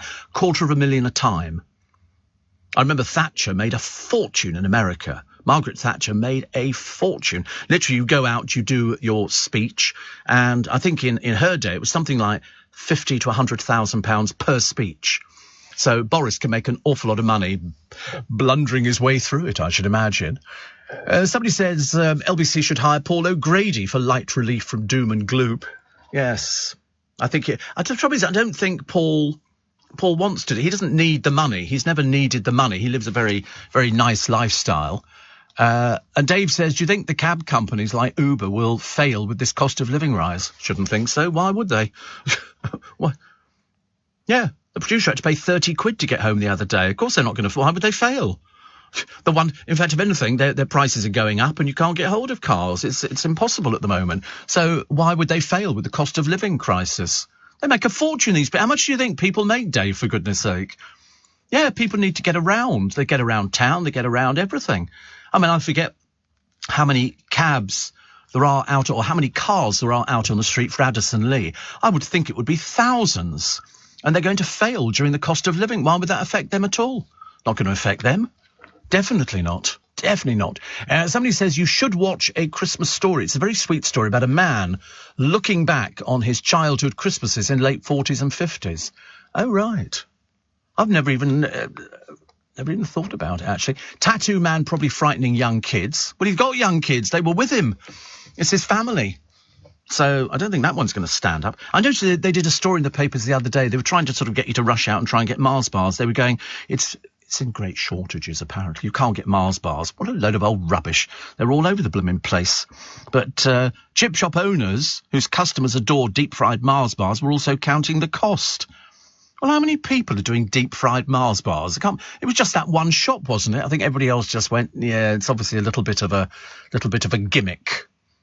You know, and I just sort of wonder really whether or not there is they are producing significant quantities and want to reassure the British public that our much-loved brands are still available nationwide. Of course they are. Of course. What do you mean? You're going to stop selling them? Definitely not. Definitely not. Carry On Nurse. There's a lovely lady called Norma Newcomb. She's 80, 64 years a nurse, and she has no plans to retire, and she still puts in 5 shifts a week. She started as a cadet at a children's hospital in 1958, and apart from taking an 8-year break to have her own 2 kids, she's always worked. She's in Wigan, and she now cares for the grandchildren of some of her original clients. She says, I'll probably do school nursing till I die. She loves it. She absolutely loves it. And that's when you get that lovely marriage of sort of somebody who absolutely loves the job. And I shouldn't imagine she's doing it for the money at all. I shouldn't imagine it pays an absolute fortune. In fact, it definitely doesn't. She said, people invite me out. You know, I've been invited to barbecues and stuff like that. And she seems very happy with things. And you will probably find that it's working as a nurse that is keeping her basically alive, because it gives her a purpose, something to get up to. She loves the kids, and she's been doing it 64 years. I see no reason why she shouldn't carry on doing it. Mary Berry is out to unite the kingdom in her new TV show by sharing recipes from every culture and corner of the nation. She's 87, and she pops up on a celebrity cook-off programme. I think that's coming up. Also, Trevor Dann, former head of BBC Music Entertainment, said the station, Radio 2, risks the wrath of faithful listeners by axing beloved broadcasters who become like family friends. Steve Wright, Graham Norton, Simon Mayo, Paul O'Grady and Vanessa Feltz have all left. He blamed the obsession for change and attempts to attract younger listeners. Well, he would know about it. I love the way that the BBC come back. They have a spokesman, but they don't actually have sort of a named person. It's obviously a secret. They said, while we always want new listeners to discover our stations, we're focused on providing the people who tune in each week with a brilliant range of programmes. You see, that's how delusional they are. That's how delusional. Well, you know, I mean, radio is still the most personal thing that you can get. It really is. You don't find anything that is as portable and as exciting as you do with sort of radio. But, you know, keep taking... Mine's good for us, as far as I'm concerned. It's fantastic for us because we end up sort of getting the people. Nick Ferrari is going to be talking about this murder investigation, which is underway. And Dominic says, I really miss Paul O'Grady's Sunday show. The Crossroads tune and those 70s adverts. Would love to hear him on LBC. I don't think he's an LBC sort of presenter. I don't think so. Unless... Scott Mills, yes. He's not left the BBC. He's gone to Radio 2. Yes, they've shoved him in on Radio 2 by kicking Steve Wright out. It's all very bizarre. Honestly, I never keep up with everything that sort of takes place within the radio industry because it's an ever-changing wheel and revolving door. Seems to change all the time, actually. What else have we got? 1 in 5 children have no books at home. I mean, even I've got loads of books at home. Admittedly, I don't buy books. I mean, I have bought books in the past, if they're biographies or autobiographies of somebody that I want to read. But 1 in 5 children have no books at home. The favourite activities for 5 to 8-year-olds, as opposed to... I always thought it was something that kids wanted to do. They wanted to read books. But they listen to audio books. They're all on social media. They like cooking and baking with their parents. They watch videos on iPads. They play video games, play with friends, watch TV, read and play outside. Playing outside is the biggest thing, but they don't have any books at all. Whereas I thought that every time, you know, you go to a library, you see a load of kids sitting on little chairs reading books. They love it. Jumping in puddles and stuff like that, kicking leaves, doing all sorts of things. Lots of pictures of Carnival yesterday. And the drummers were out, and I think they'll look on that as being a big success. But Alexandra Burke was pumping up the volume. For some reason, she had a breast pump attached. It's in support of a new mums campaign. So she was like a moving advert. Like a moving advert. NASA calling off this mission to return humans to the moon. I don't know why, actually, because they were practically ready to go. And then all of a sudden they decide at the last minute. There was somebody talking about Princess Diana. There's lots of flags and flowers been left down at Kensington Palace. And I don't think the royal family sort of object to things like that. Well, they can't do, really. And it should be quite interesting because there's television programmes at the moment, there's books and all the rest of it. And the former Strictly stars swapping glitzy shoes for combat boots, so another dreary celebrity-based programme with all sorts of sort of people that you're not really interested in, but they do it. But my favourite picture is down at Lyme Regis in Dorset. And it looks absolutely wonderful. They've lit up the harbour and all the way round the coast. And do you know what they've lit them up with? Tea lights. 5,000 tea light candles. Crowds listened to music, including Elton John's Candle in the Wind. A crown was also illuminated on the beach to celebrate the Queen's Platinum Jubilee. But they decided to light up all of these things on the harbour walls to remember loved ones. It's a fantastic picture. It really is. I'm surprised that not everybody does that. And a paediatric nurse has done a cycle ride, 3,200 miles cycle ride between every children's hospice in the UK. Francesca Lennon, 35, returned home to Buckinghamshire on Sunday, having visited 54 centres. How much did Francesca raise? £87,000. £87,000. Phenomenal. During her challenge, she got a Points of Light award at Downing Street, given to outstanding volunteers. Well done, you. And there's a picture of the man. Somebody said, I don't believe a word of that story. It's the champion grower. He grows tomatoes. One plant, 5,891 tomatoes. That's what he got off it. 5,891 grown on a single plant, which actually has superseded 4 times the old record by Surit Singh Kainth from Coventry. And this bloke couldn't believe it. He's an IT dad. He also hit headlines when he grew a 20-foot sunflower in 2020. So those giant vegetables, they're coming back. Thank you for your company today. Morning, nice to have your company. So Mikhail Gorbachev, he'd been on dialysis. I was hearing, and I read it in the papers as well. But will he get a state funeral? I can't remember if Darren answered that question, actually. We don't know yet. I have a feeling he won't. I think it'll be fairly low-key. I seem to remember that when his wife died, that was fairly low-key as well. Interesting. So he was 91. But, I mean, he was the link. He was sort of the one that we could talk to. It was a bit of a shame. The Royal Navy's largest warship, is this the one named after Charles, I believe? Stuck. And they can't move it till Thursday because they're worried they might cause more damage. Honestly, can't build anything nowadays, can we? And the battle-weary police say it's time to get the Carnival of Carnage off the streets. In fact, there were police in the papers yesterday, I was reading. I think it was in the Metro, saying, we don't want to police the Notting Hill Carnival. It's too dangerous out there. Some young man was knifed, a police horse died, and there were 45 arrests for assaults. And that was on the good day. I mean, it's supposed to be a happy time, isn't it? Which I think is what Dawn Neeson says in her column today in the Daily Star. She said it's supposed... I said yesterday on the programme, I said the whole idea about, Carnival and Children's Day, it's supposed to be a bit of fun. People let their hair down, people go out there, people do things, and yet there they were on Children's Day with 38 arrests.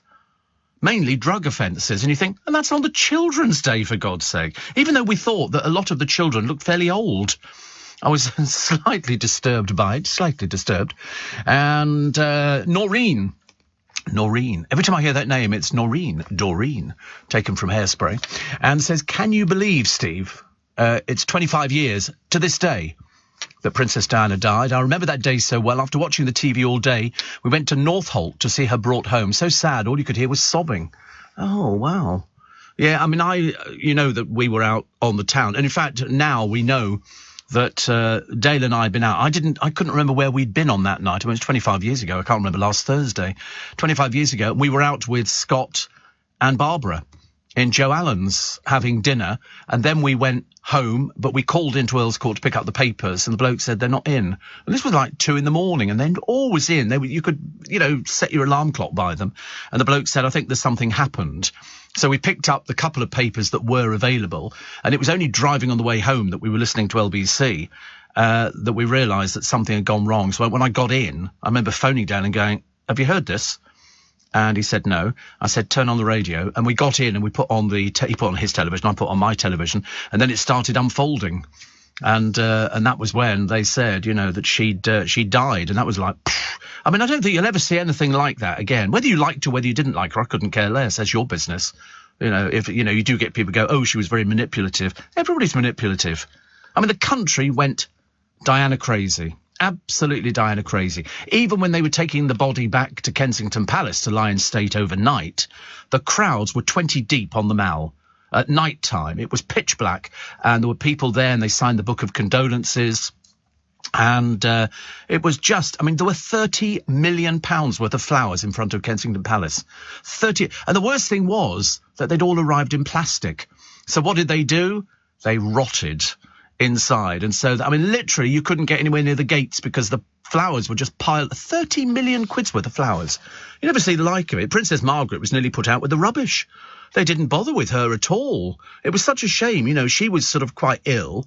And I remember they wheeled her outside where she was living, and she had these big dark glasses on, and her butler, backstairs Billy, told her when the carriage went past, wave now, and she literally was doing it to order because she was so ill, because they relied very much on their servants. But in fact, Diana got this mega funeral, the like of which you'll never see. There'll be nobody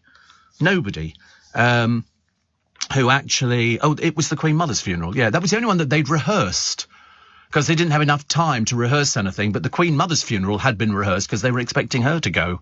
They weren't really expecting Diana to go at all. And so everything you saw would have been repeated for the Queen Mother. In fact, it was repeated for the Queen Mother. But she got to see basically her own funeral because she was standing outside the gates of Buckingham Palace. And as everything went past, she must have been thinking, this is what it's going to be like for me.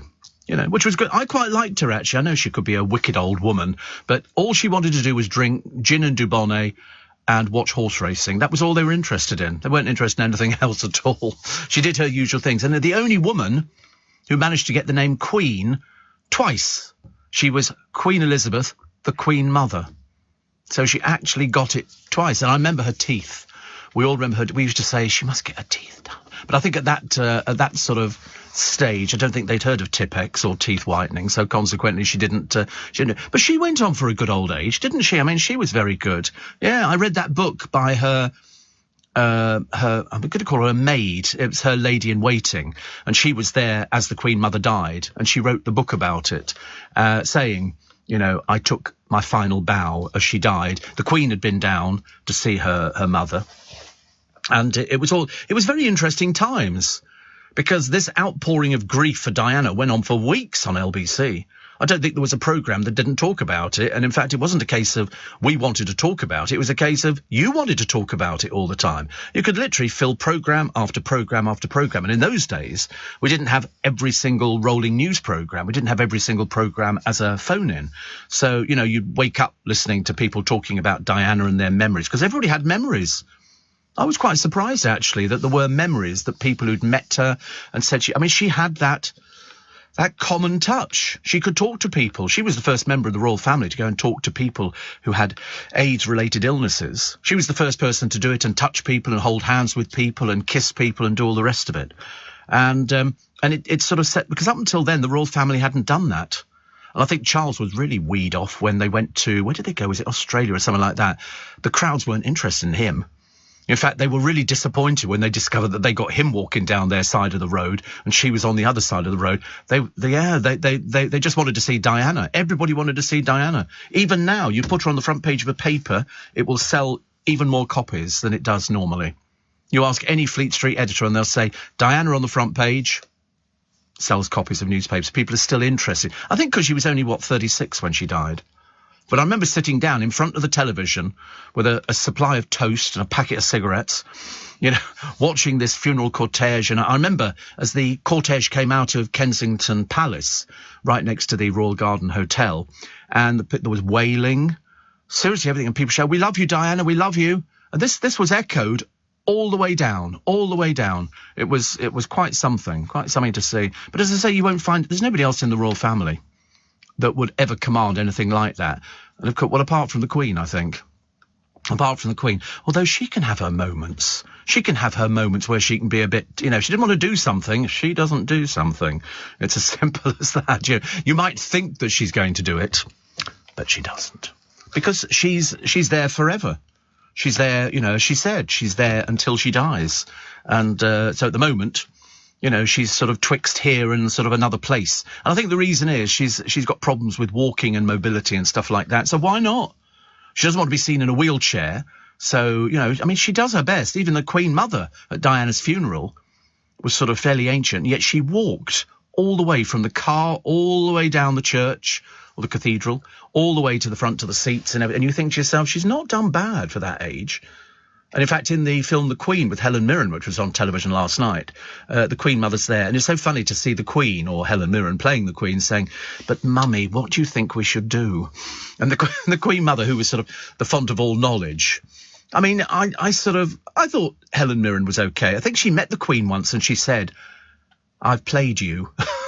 You know, which must be really bizarre. The trouble is, you're never going to get anybody who looks identical, are you? You just have to sort of take it with a pinch of salt. But I thought it was very good. I liked the one as well, which had, who was it? Was it Judi Dench playing the Queen and Billy Connolly was playing, was it Queen? No. Yes, it was. It was Mrs. Brown. That was a good film. I liked that. Billy Connolly was sort of in there and all the house servants were sitting at the table and he went and sat at the head of the table. He was new. And I remember the bloke who should have been sitting at the head of the table had to sit further down, and Billy Connolly just proceeded to get drunk. A bit like Kay Adams, who's in all the papers today because she's doing Strictly and she said she's not sure she can do it sober. I knew there was a reason that we weren't sure about her. I mean, she can't dance for toffee, but there again, most of them can't, apart from Helen Skelton, who can, because she's got awards for her dancing. So, she's landed a new job as well. You can always tell, can't you, when they've got really active agents. Quickly jump on the bandwagon. She's doing something about addiction and depression with, who's she doing it with? Lorraine Kelly on her programme, and the doctor that they use on there. No, not Hillary. No, they don't use Hillary. I mean, they do use Hillary. I like Hillary. I thought he was great. No, it's, what is it? The gay one. The gay, you have to say the gay doctor because they make such a big deal about being gay as opposed to, well, who gives us stuff, honestly, in this day and age. But I think they're doing it with him. So whether it's a little series, I've got no idea. Where Kay Adams is going to go, I've got no... She does a radio programme, apparently. A radio programme in Scotland. It must be a bit of a trek, isn't it? A little bit of a trek to do things like that. Somebody sent me an email, which you haven't moved over. The Pinocchio one. Because we were talking about Pinocchio, and I wasn't sure if there was a Pinocchio puppet. And Vic says, last week, he says, I wonder if there was a Pinocchio puppet. There is. And here's one I bought on eBay. Now, I'm looking at it. Now, I know that that's not a Pelham puppet. He paid 25 quid. And he said, I've been listening to your fabulous show for many years, and it's a pleasure every morning tuning into the radio. So there you go. But that's interesting, isn't it? Because I collected Pelham puppets, and I know that's not a Pelham puppet, because Pelham puppets made in Marlborough in Wiltshire had coloured strings, and they it is a wee bit scary, isn't it? Look at the size of that nose. That's like Barry Manilow on steroids, isn't it? I mean, it's the most peculiar thing, because they used it in Heidi High, which comes with a warning now, incidentally. Because you might be offended by some of the language. I mean, if you want to be offended, then watch it. If you don't, just try and grow up. Noreen says, we had a lovely time with Bridget yesterday and the adorable dogs. I think she's seen Priscilla, Queen of the Desert, 128 times. 128 times. She was obsessed with the show. I saw it have you seen the film? Oh, you must watch the film.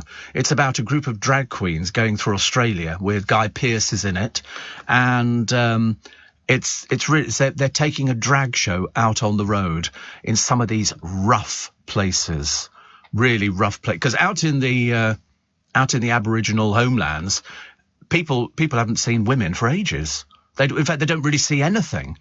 And one of the drag queens, Priscilla, Queen of the Desert, was sort of, didn't really look like a woman, but used to put the wig on and all the rest of it. And one of the blokes there, no, it's one of the women, said, I could drink you under the table, darling. And so he goes, well, good luck for that one.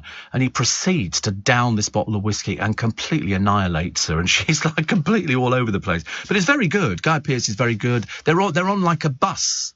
They bought an old bus and did it all up with like rainbow flags and big silk. You must get it. It's a very good film. Very good film. Lots of films like that. Should we take a short break? Of course we can.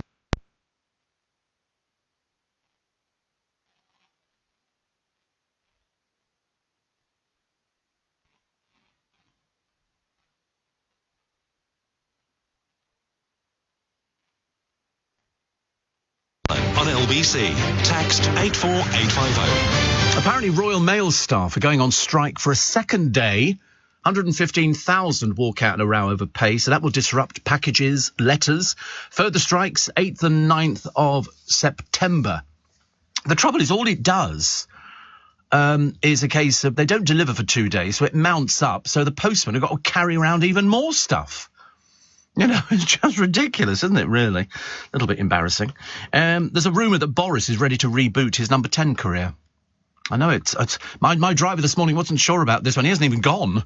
And they're saying that what he'll do is go to America, make money doing his after-dinner speech, for which he can earn up to $250,000 per event. And then he'll come back and he'll reapply again. And they reckon that the Tory hierarchy will vote him in. Although, did you see that there was a little story which was tucked away in one of the papers that there's a group suing the Tory party because they tried to find out what their voting system is. So they decided that they would make up some people. They used Margaret Thatcher's real name to apply for membership of the Tory party, got in. They put the name of a tortoise down, got in, because they wanted to find out how easy it was to fiddle the thing. So they're suing them and saying that, it's that easy to get into the Tory party by just making up, but to put in Margaret Thatcher's real name and got in. And they were invited to all the meetings and everything. Even the tortoise, which was slightly suspect. Still on his way, he's sort of, getting there slowly but surely. Roger says the other strange thing was every single TV channel was showing the Diana accident. No other programmes were shown. I know, they're still showing it today. I was watching it earlier on. Producer remembers being a child. I find that difficult to believe. And being very annoyed when the kids' programmes weren't on that morning. Yeah, everybody had to, because there was one newsreader on the television who didn't wear black. It's like, I can't remember who it was, actually. He didn't have... Was it Peter Sissons for the Queen Mother or something like that? Whatever it was, they were supposed to wear black. But it's like sometimes you watch people, they're not wearing, a thing for Poppy Day. They're not wearing, for Armistice Day or anything else. They're not wearing these things. But the trouble is you can't keep changing your outfits all the way through. Peter Sissons, I think, was wearing a red tie and a grey suit. Looked very nice. And I don't really see why you have to wear black. But apparently people said very disrespectful. I remember thinking, oh, get over yourself. Get over yourself. But, she had to die. She was at that age. I think she was tired. She wanted to go. And it worked out, really well for her. She always looked very... I used to love all her outfits. They were real old lady, but expensive outfits. The pearl necklace, and you can imagine she had jewellery stacked away in drawers and stuff like that. There is a rumour that 90% of the Queen Mother staff were gay who worked for her at Clarence House, because lots of gay people went to work for Clarence House because it was... What better job could you possibly have if you're a queen working in another queen's residence? I mean, it was the great job. And backstairs, Billy, of course, was gay, and everybody knew about it. And there was a story that was doing the rounds that the Queen was sick to death, the Queen Mother, pushing the bell, trying to get somebody to come and give her a drink. And so in the end, she got up and she went to the door, opened it, and shouted down the corridor, "When you old queens are finished down there, there's an old queen in here who wants a gin and tonic." She got it. She got it. But do you know she didn't have central heating in Clarence House? The central heating was non-existent. So in the middle of winter, that's why she lived a long time. She was basically frozen. Because when Charles took it over, he put in central heating. God, imagine what that cost. I mean, she'd have been all right with the cost of living. But in fact, they don't need to worry at all. I mean, you would think that maybe William and Kate will go bust because they've got 4 properties. Are they paying any bills on them? Of course they're not. Of course they're not. I hope Harry's paying, and I shouldn't imagine he is, actually. Dale says, I remember Diana meeting the AIDS patients and the empathy and love she showed when everybody else would treat them like lepers. Oh, I remember the front page headlines on the newspapers. Don't touch a glass that somebody with AIDS has got. You might catch AIDS from a glass and all this. Oh, God, it was dreadful. Dreadful. Mind you, it's a little bit, talking of dreadful, it's a bit like David Beckham, who described the Principality of Qatar as wonderful. What was the other word he used? I can't remember what the other word he used was. And I remember thinking to myself, because he's just been handed 10 million quid by them to promote the football. And I'm thinking, wait a minute, this is the most misogynistic place in the entire universe. And also, to be gay is illegal. But David Beckham don't mind taking the money. Oh, no, give me the money, I'll take it. But they're anti-gay, Dave. I don't care. Why would he want to do that? Is he desperate for the money? Or does he just not care about gay people? Probably doesn't care about gay people and he wants the money. It kind of goes hand in hand, doesn't it? 10 million, he's been told about it. Somebody said, you have got gay fans, you had gay fans. And so, he fails to mention their appalling human rights yet again. An Amnesty have blasted David Beckham. He couldn't give a toss. It's illegal in Qatar to be gay and women need permission to study or marry. Dave Beckham's happy with that. Bear in mind, next time you see a lovely picture of them on holiday, you go, you're anti-gay. Why would he take £10 million? Why would he take £10 million? I can't believe it. And the Saudi lady who tweeted, she actually dared to tweet, she got caught. They've sent her to prison. 45 years.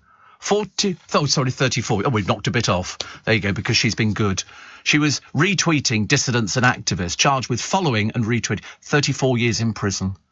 What a backwards place. Why in God's name would you want to leave there? Or live there? Leeds University she was. Returned home to the kingdom for a holiday. And unfortunately, the Special Terrorist Court was handed down weeks after Joe Biden's visit to Saudi. What with her tweeting and going to prison for years and years, and Dave Beckham bending down and taking the golden shilling for a homophobic country is almost beggars belief, doesn't it, really? I wonder how the Beckhams would feel if one of their children turned out to be gay. Seems highly unlikely at the moment, but do you think that they'd be anti that? Or so? I don't know. I just wondered why he took 10 million. It's not like it's, he's been given 50 million, but to actually take it and still not apologised. Bit of a disgrace, really, Dave. I'm sorry, mate. I think you are. Steve. Another one says, I remember when Diana died, I was at Westfield Shopping Centre, says Shane, in Sydney. And I heard it on an old Sony Walkman. God, can you still get Sony Walkmans? I bet you can't. Get Sony Walkmans. I mean, there's all these... I've got so many of these little Apple things, Apple little iPods and loads of them. Because we bought them at the time. They weren't very expensive. You put all your music... I used to look at it thinking, this thing's an inch square and it's got like 500 tracks on it. I mean, where do they appear from? It's amazing. Ray in Wales says, I'm on annual leave this week, and it's typical that I can't sleep, so I thought I'd stay awake and listen to the programme. I know, we've all slept really badly, actually. Everybody. Adam, who reads the news for our sister station, why we call them our sister station, I've got no idea. Perhaps they should be gender fluid station, make it a lot easier. But he was saying he didn't sleep very well either. Our newsreader this morning, Andy Ivey, he also didn't sleep very well. I didn't sleep very well either, and Joe said he didn't sleep very well either. Must have been something in the weather yesterday. Did you sleep? So. I think it's the change of the season, because the weather has definitely gone colder. In fact, I was talking to one of our on our gender fluid stations downstairs in a Classic, and Bill Overton, and he said for the first time in quite a long while he did something that he hasn't done for ages. And he liked it so much, he's doing it again today, at his age. I know. He's pulled the duvet over himself. He says, whereas up until now, I've been laying on top of the bed. But now, he said, I've started using the duvet. And I said, I did the same. I've got the duvet folded up at the bottom of the bed. I said, I just slipped my feet under it. I said, woke up, toasty. It was really lovely. But that's the way it goes, isn't it, really? So what else have we got? Oh, Britain's demanding a bills free. There's some poor bloke in the paper. He said for his pub to survive, he needs to sell beer at 14 quid a pint. He said nobody is going to spend 14 quid on a pint of beer. You're just not. Because everybody's going to be struggling. And I spoke to a friend of mine who's got a business. And I said, have you worked out how much your lecky bill's going to go up by? He said, 4 times. I said, 4 times. It's literally, and some of these pubs, one of the blokes has been quoted, I think it's gone from 12,000 a year or something to 72,000 a year. He said, I'm closing. He said, there is no way I can keep going. Even if you sell loads of food and everything else, you're never going to make that much money. I told you yesterday of the woman who's been told you need to sell 1,500 pints a week to keep your head above water. She said, I'm selling between 400 and 500. She said, there's no way I'm going to be selling 1,500 pints. So you're going to see it on the high street. You rest, you sort of don't rest on your laurels during this one. People are going to go, well, how am I supposed to pay it? And they're going to go, well, you've had warning. I don't know how they're going to come down on it. Are they going to be very draconian? What are they going to do, though? They send you a bill and you go, I can't pay that. If all of a sudden your bill comes in and it's, say, £400 extra a month because it goes up to this 3,500 whatever. And what they do, if you're a pensioner, they can't cut you off coming into winter, can they? What are they going to do? Put people in court? There's no barristers. They're on strike. And also, you'd never get the court papers through. The postmen are on strike. This looks like a win-win situation. I'm looking forward to this. And we'll have people rioting on the streets. I think supermarkets are going to close about 2 days a week. I bet you anything. Because to keep the lights on is too expensive. You watch on the high street. First places to go, takeaways, pizzas and everything else. Because the cost of running these machines is astronomical. It's going to be even worse in a few months' time. In fact, even sooner than a few months' time. I was speaking to somebody I bumped into in Twickenham the other day. And they said, should we take it really seriously? I said, absolutely take it seriously. You're going to see that at the high streets, as we know them at the moment, decimated. Little coffee shops will go under. They won't be able to afford to keep open. Chinese takeaways will definitely go under because they use gas and electric, and they use a lot. You've got lights in the shop. Everywhere you go for lights. You can imagine the Royal Albert Hall. What would their electric bill be? Selfridges, Harrods, all these big places. And then you look at the little places. I reckon we're going to start seeing, as it was during the pandemic, buildings boarded up. They lease for sale and stuff like that. Even schools, in the middle of winter, you might have to sit there doing your lessons with a pair of mittens on because there won't be any heating. They can't afford to put it on. It's going to cost them hundreds of thousands of pounds. There was a theatre somewhere. I can't remember where it was, actually. It was on the front page of the Stage newspaper, which I subscribe to. And their lecky bill for the year is going to be £1 million. £1 million.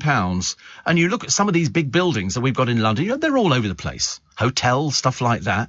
How are they going to afford to keep going? It's going to be like going back to the pandemic. And they say January, there could be another increase. Hotels, restaurants. Restaurants are going to have to sell a lot of food and put their prices up because they won't be able to keep going. Kitchens you've got going, quite a lot of the time. And mainly people, in fact, I think it's all the time, people in restaurants and things like that, they cook on gas. I don't know why they cook on gas, but I've never been into any any restaurant and seen people cooking on electric, they always cook on gas. And especially around here in Chinatown, because you need the intense heat for the woks, you know, so that they can cook. I mean, it's going to be bleak.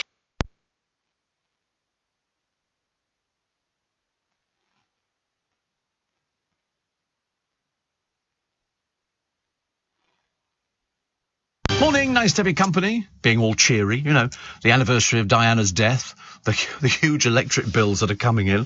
What a depressing state of affairs, actually. It's terrible, isn't it, really?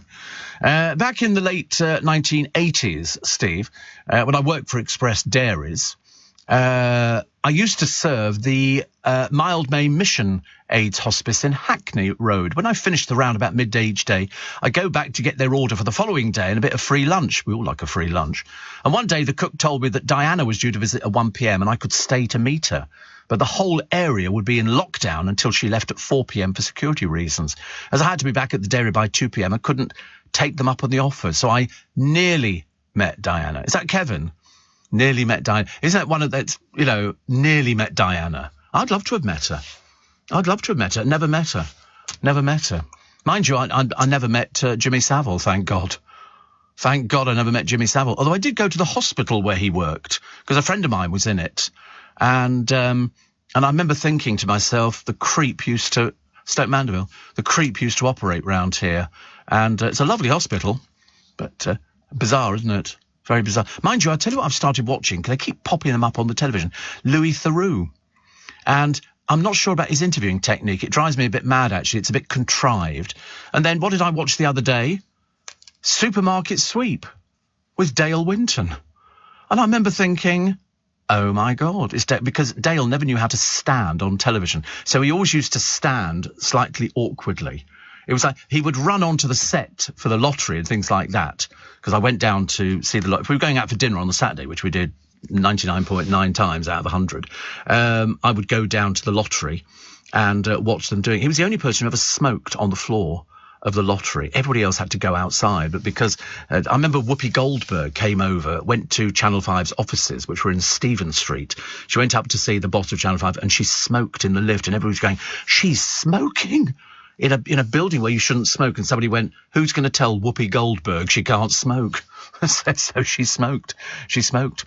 I got another one, actually, which says, I've lost the blooming thing now. I think it was Kim, actually, wasn't it?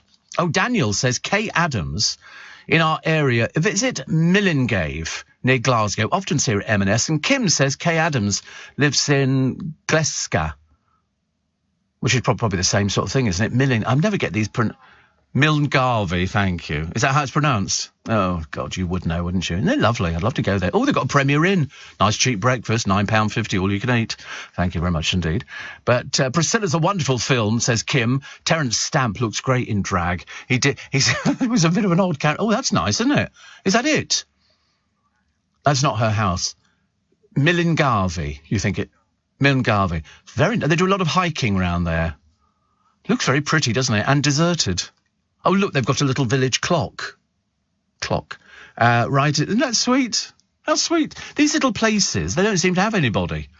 Oh, I wish I lived in a place like that where there wasn't anybody. The trouble is I've worked in London for such a long time, over 50 years, that you just get used to everybody being busy. Although this morning, I'd be bored, actually, quite right, I would be bored. But this morning, I came through Leicester Square and it was really quite quiet. I was quite surprised, probably a little bit, because next door to us there's a bar open till 3 a.m, you know, and I don't know how these people afford it. I've got no idea. Who can afford to drink till 3 a.m. unless you're doing Lucozade and, you know, and sort of soda water or something exciting? If you're drinking out, and they're so loud, these people out there. Shh, quiet. Try and keep it down a little bit, please. Thank you very much indeed. Steve, a little early for food, says Ashley. I tried the M&S roast veg pack yesterday with sausages and mash, and I must say it was delicious. Do you know, I had mashed potato yesterday as well. But it wasn't. It's sort of mashed potato smash, and it's different. It's different. Before it used to be like sort of lumps, and then you'd make. Now it's powder. Because Costco used to do a most delicious instant mashed potato powder. It was so delicious. But of course, the best mashed potato, Iceland. I think it's about £1 a pack, and it's frozen. They look like bullets. And I tell you, I recommend it to everybody, because it's the best mashed potato I've ever had. You don't even need to add butter to it, and I do it's perfect. It's, there you go, Iceland, perfect mash, £1.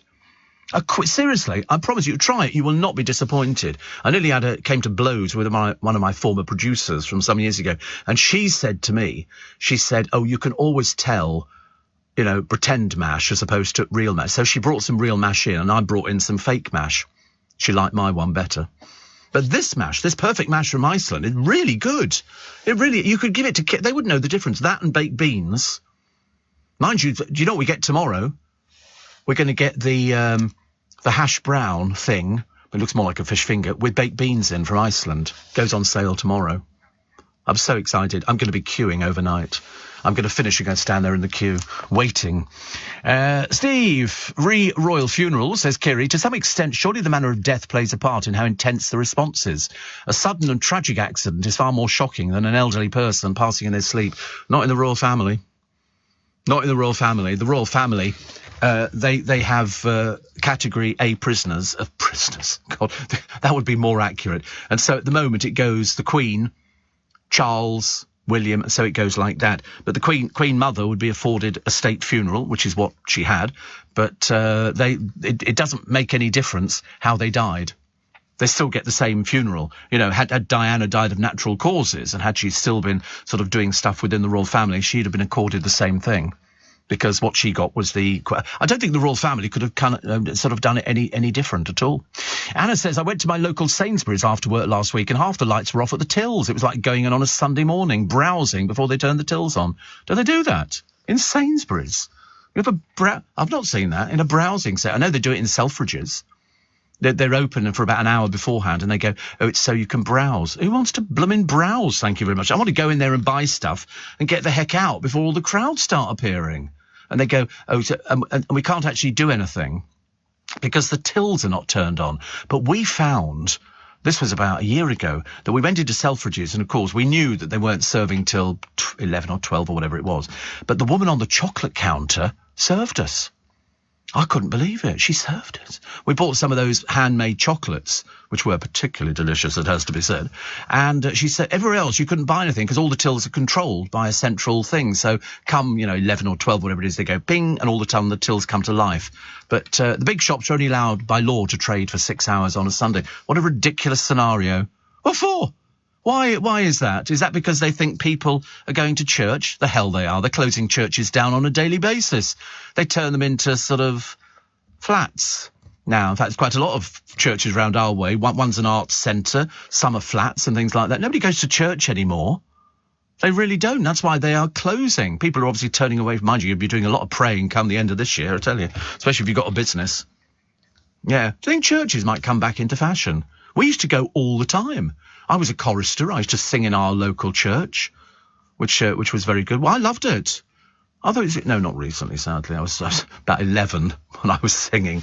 In fact, it must have been between 10 and 11. I think I had a year. And we'd walk up there. But the good news was, if you were in the choir at the local little church, you could leave whatever was going on early because you had to walk up. Oh, there is a green hill far away. You remember all the words, although actually one of my contributors, Alan Dodgen, bought me a hymn book some years ago. It had all the hymns in there and all the carols and all the words. And I was amazed at how many words I remember. And I only sang them, as a little kid. And then when we moved to Berkshire, my mum said, let's go and find a church. And we weren't particularly religious. We just went there for the candles and the fact you might get a sweetie or something. And it was all very good fun. And the vicar was quite fun and jolly. But I remember when they used to pass the tray along for the offerings, and they'd start at the end of our row. My father used to put a boiled sweet in there. We didn't have any money for things like that. But that's how they all kept going. But I liked it. I think there was always a smell to do with old churches. But if you were in my little one, you would leave early from whatever was going on, walk up the road to the church, put your cassock and surplice on, tousle your hair a bit. Surplice, it's the white bit that goes over the top. The cassock is the blue thing, or they come in black and red and different colours, and then the surplice goes over the top of that. And if you were very lucky and you were holding the cross as you sort of sashay down to your little spot at the bottom of the church, and we did sashay. Then you would have the crucifix on it, sort of like a chain around your neck kind of thing, a bit like wearing your pass here. I wear my pass all the time now, but I've got something very unusual. My lanyard is the Magic Circles lanyard. I'm the only one who's got one. I'm the only one. Oh, by the way, you know, I've got 2 shows, but only one available, I'm afraid. The other one's sold out. And we've ploughed through the second show on the 30th of December, which is the after-Christmas treat at the Magic Circle. We've done it every year for the past, I think 7 to 10 years at least. The evening one is available. The afternoon one is gone, but the evening one is 7 o'clock. And you turn up at the Magic Circle, and you can buy tickets. You go to the Steve Allen Twitter feed, and you'll find the link there which takes you to the ticket part of it. So it's at Steve Allen Show, and then you'll go in and you can have some purchase drinks from the little bar. We've got a club room. Go and visit the museum, and then you go upstairs to the Devant room, and you get to see close-up magic, the like of which you've never seen before. Everybody loves it. We've got nothing but 5-star reviews. Nothing but 5-star reviews, because it's close-up magic and you are close. It's not like watching on the television where you think, I'm not sure about that. Here you watch stuff close up. Then you go back downstairs. Then you have another drink. Then you try and find the lift. And then you go upstairs to the theatre. And we have a stage show for you. Normally with about 6 stage magicians, and it can be all sorts of things. We've had people doing sand stuff and cutting and everything, plus pigeons and doves and all sorts of bits and pieces, all sorts of things. So it's nice and warm inside. The theatre is beautiful. You can go onto the Magic Circle website and have a look at it. And I host the show. I'm the one who does the stage show, and then people sort of tootle off into the night. But it's the 30th, and I believe it's a Saturday. I think it's a Saturday. I'm pretty certain it's a Saturday, because I remember thinking, oh, good, the next day's a Sunday. People can rest. But, no. Oh, it's Friday, is it? Oh, right. Oh, it's Friday. Oh, interesting. Friday. Huh? Oh, right. Day before New Year's Day. You sure it's Friday? Oh, right. Okay. I know you've been wrong in the past. Of course, trying to get him to admit he's wrong, it's hopeless. But yeah, so only a few more seats left for the evening show. And we love seeing people. Loads of people have been loads of times. So why not join the merry band? And we look forward to seeing you. It's 5:45. Attention all passengers. You can now book your train tickets on Uber and get 10% back in Uber credits to spend on your next train journey. So no excuses not to visit your in-laws this Christmas. Trains, now on Uber. T's and C's apply. Check the Uber app.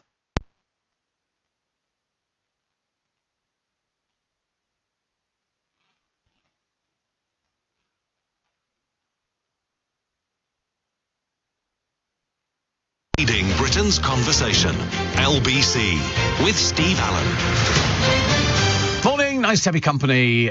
Steve, Lucozade says that Robert's changed its recipe. I miss the old recipe. I haven't drunk Lucozade since I was about 10. And even then, we didn't. It's probably got less sugar in. I used to quite like the fact that I thought the drink was orange, but in fact it was cellophane paper over the bottle that made it look orange. Is it orange? Oh, right. And it was supposed to, the sign used to be in Brentford, Lucozade, AIDS recovery. And then when AIDS came along, they took it down. And it was sort of an electronic sign which showed it pouring into a glass. It's not there. No, I did check the other day. Somebody said, oh, it's there. And I said, no, it's not. It went long time ago. Somebody's probably bought it, actually. Somebody's bought it. Off to collect some Australians from Heathrow, says Brian. So I'm up early. He says, I can't believe you do this every day. God knows what it's like in winter. Exactly the same. No different at all. I get up, I have my cup of tea, water the plants if they need watering, although by winter we shouldn't have anything to worry about. And although I might actually this year just go a little bit berserk and put winter flowering pansies in, because they survive everything, fire, flood and pestilence. And so, you get up, have a cup of tea, have a shave, watch the television, see what the news stories are, get myself dressed, go downstairs, get into the car, drops me in Leicester Square, come in here, sit down, do a programme, go back, get on a bus, Go back to Waterloo, get on a train, go home, have 2 ham and cheese croissants, go indoors, make sure my washing has all been taken to the dry cleaner so they do my washing and ironing for me, and go and do a little bit of shopping, come back and then do other little bits and pieces. I do that every day, actually, except the weekend, where I still wake up early on the Saturday morning, but I don't mind that, because Saturday morning I either decide at the last minute whether or not I'm going to go for breakfast on the Saturday or breakfast on the Sunday. And I've started out, or both. I've started having a healthy breakfast on the Sunday. I've got this dragon fruit, which they do in this cafe type thing in Marylebone, although the prices are extortionate. I mean, seriously, they're unbelievable. And it's like dragon. Have you ever had dragon fruit? It looks peculiar. In fact, it really looks like it's something out of Planet of the Apes or something. It really is the most bizarre fruit. And I'd never had it before. There it is. And you cut it open and you scoop out the inside. And it's delicious. And I had it with strawberries and something else. I can't remember what else it came with. But it sort of grows on this pitahaya kind of bush thing. It looks like a cactus, doesn't it? But it's quite delicious. You just spoon it out and eat it. Very healthy. You can just have it as it is. But this one, they put it with banana and strawberry and stuff like that. Sorry? Hard or soft? What are you talking about? Oh, with the fruit. Oh, right. I'm on another planet here. It's soft. It's like eating sort of semolina or something like that, but it's not, because it tastes fruity. Hard or soft, honestly. What's he like, honestly? Very good to his parents, never goes home at Christmas. The bloke who dressed up as Spider-Man, you do get people like this, he saved a 4-year-old who got stuck on a fairground ride. Because kids, I always have a dread fear of a fairground ride, like a roller coaster breaking down at the top. Upside down, and then they say, right, you need to get out and walk. No, thank you. No, you're going to need to come and rescue me, and I'm going to scream my way down on this thing. But he did very well. Plus, David Bowie to be honoured in London on the Musical Hall of Fame. It's in Camden, apparently, like we didn't know. The app which will let patients avoid long NHS waits. And the top astronomer who says, don't send people to Mars, send robots. Didn't make any difference, actually, to me. I couldn't be bothered either way. There's no McDonald's up there, so you're not going to get anything, are you, really? And the trusted carer, you always get them, don't you? Oh, yeah, I'll look after you, love. Robbed this particular patient of £445,000. She's gone to prison, and the judge has said, you either pay all this money back or you have been spending another 3 years in prison. These people who get away, you look at them and you think, God, I hope nobody ever trusts you ever again. Ghastly. What was the other one that I quite... Oh, yes, Ofcom. They're getting so much better, Ofcom. You know, in the early days, people, wrote to Ofcom and complained about this, that and the other. And Ofcom would then write to the radio. The procedure is you write to Ofcom or you send an email. They then write to the radio station saying, can you provide a transcript of this or whatever? And so they do, and then they do a written verse of it, and then they send it in. And Ofcom then decide, based on that, whether or not they want to take it further or they just dismiss it. There's a book that comes out every month, apparently, of the whole country and all the different things. It's amazing. Absolutely amazing what sort of some people complain about. You begin to wonder whether or not they're actually in the real world or they're mad as jackboots. Absolutely terrible, some of them. But on the Love Island misogyny thing, where they had, was it 5,500 or 7,500 complaints, they're not upholding it. In fact, I don't think they've even bothered. They're not investigating, which is always, that really means they're not particularly bothered about it. It's a case of, what the programme is. And, and if Ofcom come back with it and say, listen, we're not even investigating, it's fine. So they're not with Love Island, mainly because it's one of the most successful programmes on the show. But now Ofcom look after the BBC as well. So they've obviously taken on more people. I think they're based up by Westminster Abbey. I'm pretty certain that's where they are. Because one of my producers went to go and work there, which is lovely. Pete the Pool Man. Yeah, he did, yes. Yes, I think Giles went to work for them. I think at one time he worked for another organisation around the same area. Yes, Pete the Pool Man says it's Pete by Pool Light. See, that's nice, isn't it? Not sure about the covering. He says, tricky time of year when an early start is still necessary. However, it's pitch black. It's nearly over. I'm counting the days like a prisoner who etches lines on his cell wall. 1,200 services done since April. You see, I like the wooden shit. See, that to me looks like a prefabricated thing that you buy in B&Q. The actual pool I like. It's quite. I'm not sure about swimming in a pool, actually. 1,200 since April is brilliant. So I'm very impressed. But I'm not over happy with that thing. I like purpose-built brick. Ofcom based at Southwark Bridge. Oh, right, they've moved. So Brian's picking up some Australians from Heathrow, which is very nice. Did you buy your old mate Nick Abbott a birthday present last week, says Peter. Well, don't mind your own business, Beaky. What's he got to do with you? I gave him, as usual, the same thing as I gave him every year. He gets the bumps, 63 of them. And, basically, we're trying to do his back in. Robert in Dunfermline says, Milngavie pronounced Milgai. He says, don't ask. No idea. It's all these things. How do you think tourists coming over here? There you go. And somebody else has said the same thing. Steve, Milngavie is pronounced Milgai. The hiking is because it's the start point of the famous West Highland Way, says John. Well, look at this, honestly. Aren't we all the clever lot this morning? The things it's when before we had computers, we had no idea what these places look like. And yet, you bring computers in, and I'm old enough to remember, especially with LBC, when we had no computers at all. The only computer we had was in the studio, so you could type up the name of somebody, and there was another screen in the studio, and that was it. There was no internet, there was nothing like that at all. And just typewriters. The place was full of typewriters. In fact, we used to have a guy called Vince who used to get drunk and throw typewriters around in the newsroom. He would pick them up and throw them. You've never seen like it. The place clattered. It was like a proper old-fashioned newsroom in Fleet Street with there'd be a big pile in the corner of broken typewriters that had been thrown across the room. And it was always entertaining, but we didn't know any differently. You should have seen the switchboard. Now the switchboard is so sophisticated here.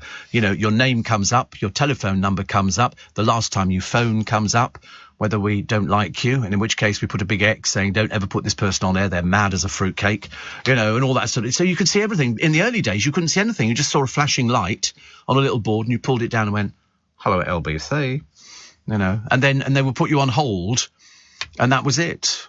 But, that's why we say the switchboard lights up, yes, because in the early days it did. So in other words, if you're doing a competition, the switchboard, which was only about big, about sort of a foot across, and it had, I think, 9 lines or 8, and all of a sudden it went, and they just lit up one by one. And as fast as you cleared one down, it lit up again, people waiting. It was really clever.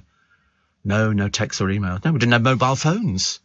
Letters. People wrote in.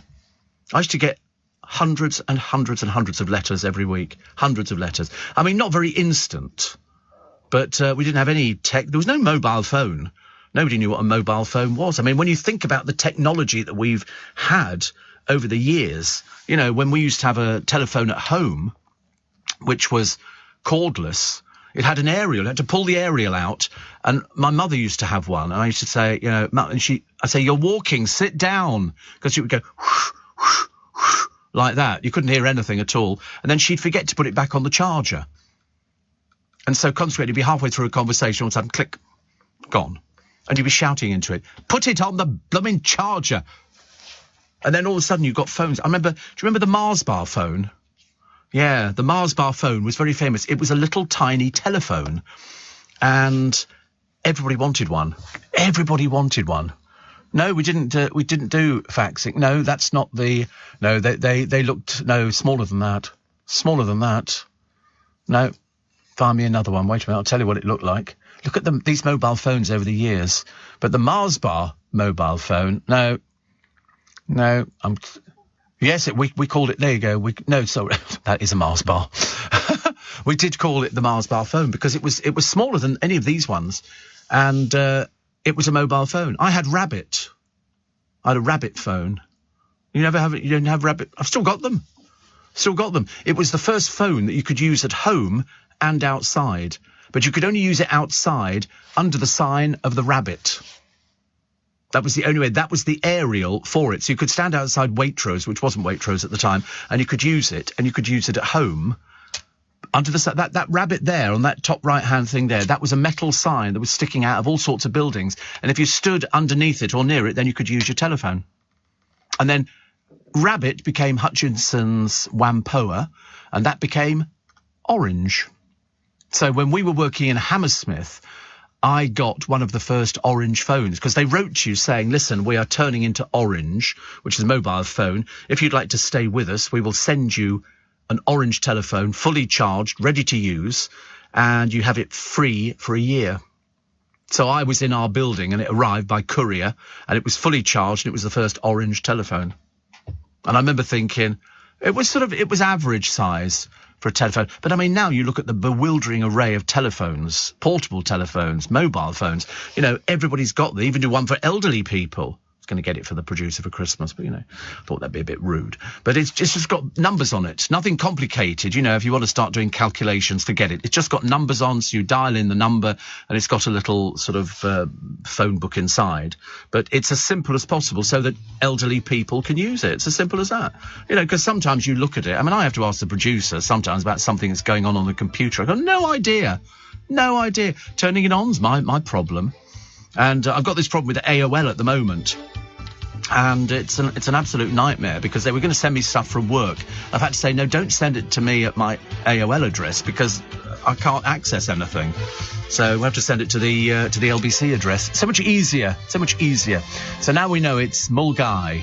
I love it. But it's hiking territory.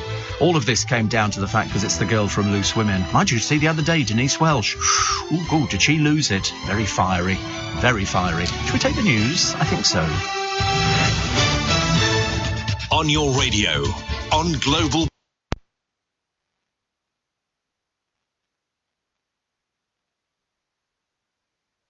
This is LBC from Global, leading Britain's conversation with Steve Allen.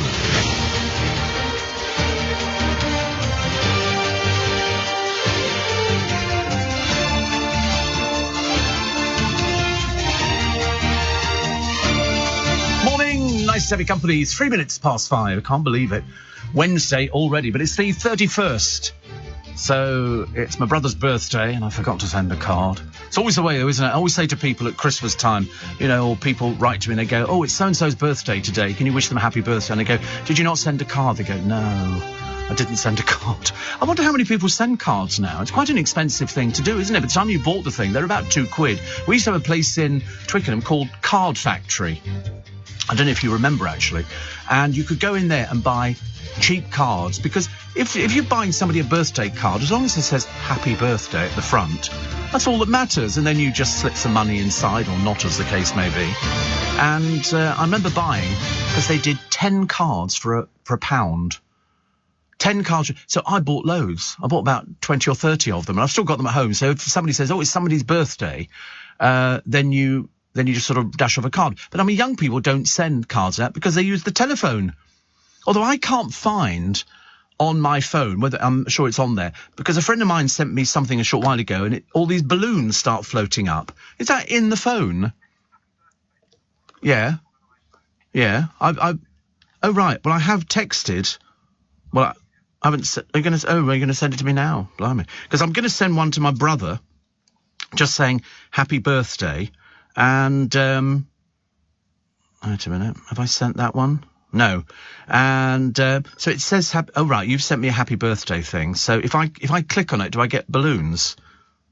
Wait a minute, can't find the blooming thing. Oh yeah, well, where do they come from? How clever is that? Is there a special app? Am I missing something here? Oh, it's just on the iPhone. So is it triggered by happy birthday? Oh right. How cool is that, I tell you? How cool is that? My friend Ian over in America says the British bakery here is getting ready. They're selling mince pies. Another one we got, Laser. Oh, have I got Laser? No, I haven't. No. It's got an advert for the Beautiful Thing film. But the balloon thing's very clever. I quite like that idea. I think that's very good. So Anthony Hopkins hints he could be in Doctor Who. And the Persil Eco ad has been banned, which is, oh, look at that. Pew, pew. That's very, I like that. Is that also automatic? Text pew, pew to someone. What does that mean, though? Pew, pew. I don't know. Oh, pew, pew, pew, pew, pew. Like that. That's very clever, isn't it? I like the balloons better. I'm happy with the balloons. I just want loads and loads of balloons. Loads and loads of balloons. So Sainsbury's have joined the list of stores scrapping the best before dates, because there was somebody else who did it the other day. I still look at them.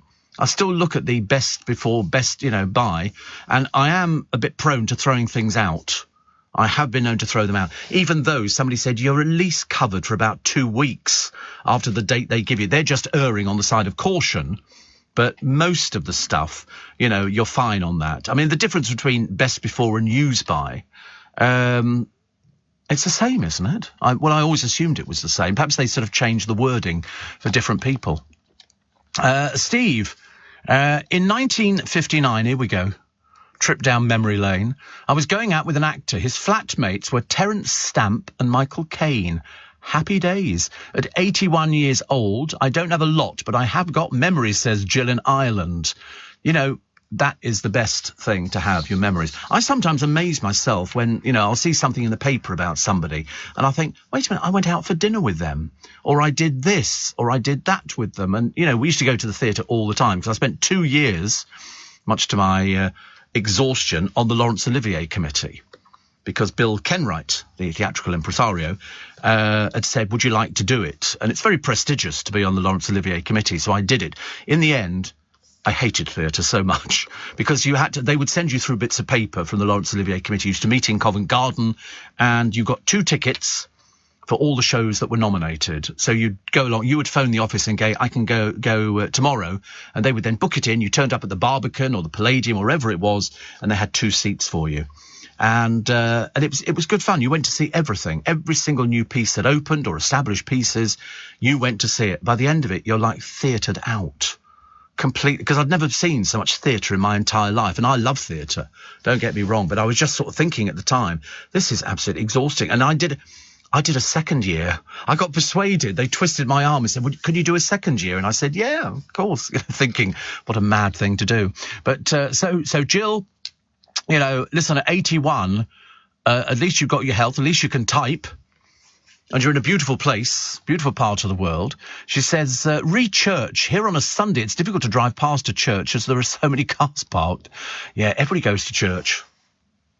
Everybody goes to church in Ireland. Everybody goes to church. Mind you, but it's funny, isn't it, really, that you think that churches... There was one programme they did where they went round the country or something, and one vicar was looking after 6 churches. They don't seem to have individual vicars for churches now. Steve, sitting here in Mallorca, enjoying your show. Milgarvey near Glasgow is pronounced Milgai. All the best, says Maurice. Thank you. Everybody's telling me about this now. Everybody's telling me. One here from, I don't know who it's from, actually, but it's somebody on their way to work at Guy's.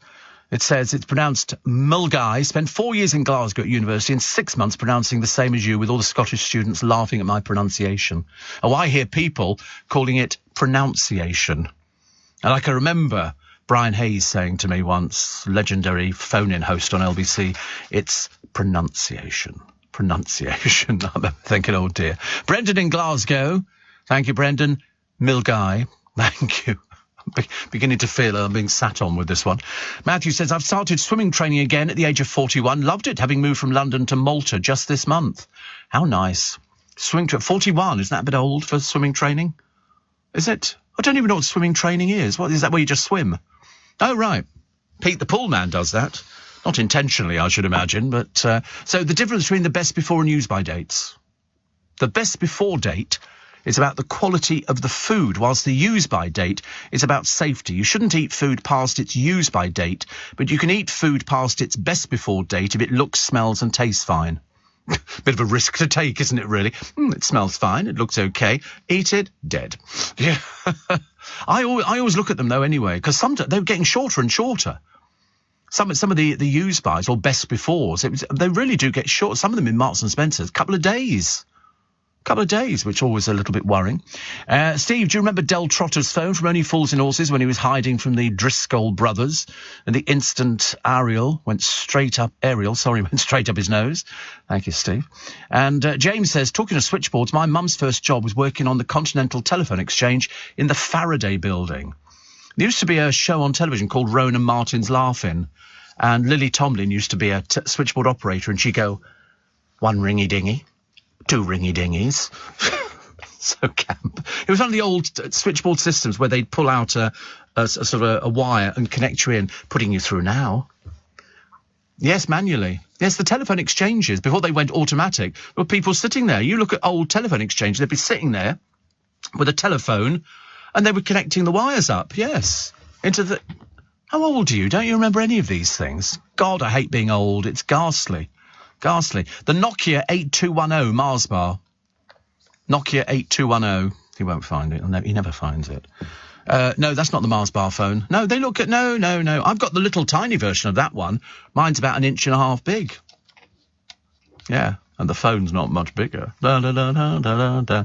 Steve, there's still a card factory in Whitton, says Kay. Is there? Well, that's where I'm heading for today. It's the best place because if I'm buying a card for somebody at work, then I just want it to be, it says happy birthday on it. That's all you want. Nobody looks at the picture and goes, oh, what a lovely picture. Who does that? Nobody. It's like you see people on Valentine's Day staggering out of the card shops with something that sort of is 6 foot by 3 foot. And you think she's going to appreciate that. Think again. Where am I supposed to put that? Yeah, it's the money. You get birthday cards, and what do you do? First you open it up and go, stingy so-and-so, haven't put any money in it. I mean, to actually get, in my day, because the notes were 10 shillings or £1 or £5. Well, you hardly ever got a £5. But to get a 10-shilling note, 50p, we thought we'd arrived. Seriously. If you only go, oh, look, 10 shillings, Mum, and it was a lovely note. I mean, it looks so much better than a 50p piece. But I'm going to try, Kay, for the card factory in Whitton. I might have to take the bus up there and just walk round because it's so much better. Look, a 10-shilling note. They look so... And they fitted in the cards beautifully. If you got £1, you could go and buy an album for £1. 17 and 6. £1 note, yes. £1 note. 10-shilling note. That was... I've still got a couple at home, actually. I mean, I know it looks so old-fashioned now and it makes you feel a bit old when you talk about it, but there will be thousands upon thousands of you listening at the moment going... We remember them, Steve. You look at the £1 note and how it's changed. Mainly the picture of the Queen. It was discontinued, the £1 note, in, wait for it, 1984. 1984. Doesn't that make you feel bad? Don't you think to yourself, oh, my goodness me, £1. But if we had these... I mean, I can remember taking £20 out of a bank machine once and getting 20 notes and thinking... I'm rich. It was just amazing. And yet you look at a £1 coin now. Do you know there are more fake £1 coins in circulation than ever before? But the trouble is, because they keep doing the rounds, it doesn't make any difference. People just keep using them. 1984. I remember the day well. What else do we have for you this morning, just before we go to the first look at the travel? Oh, the piles of plastic that shame the high street. You know, when you order something, clothing, and it comes either in a plastic bag or on a little hanger or something like that, they're shaming all the different people. Todd Carty has got a birthday today. The man who did so well on Dancing on Ice.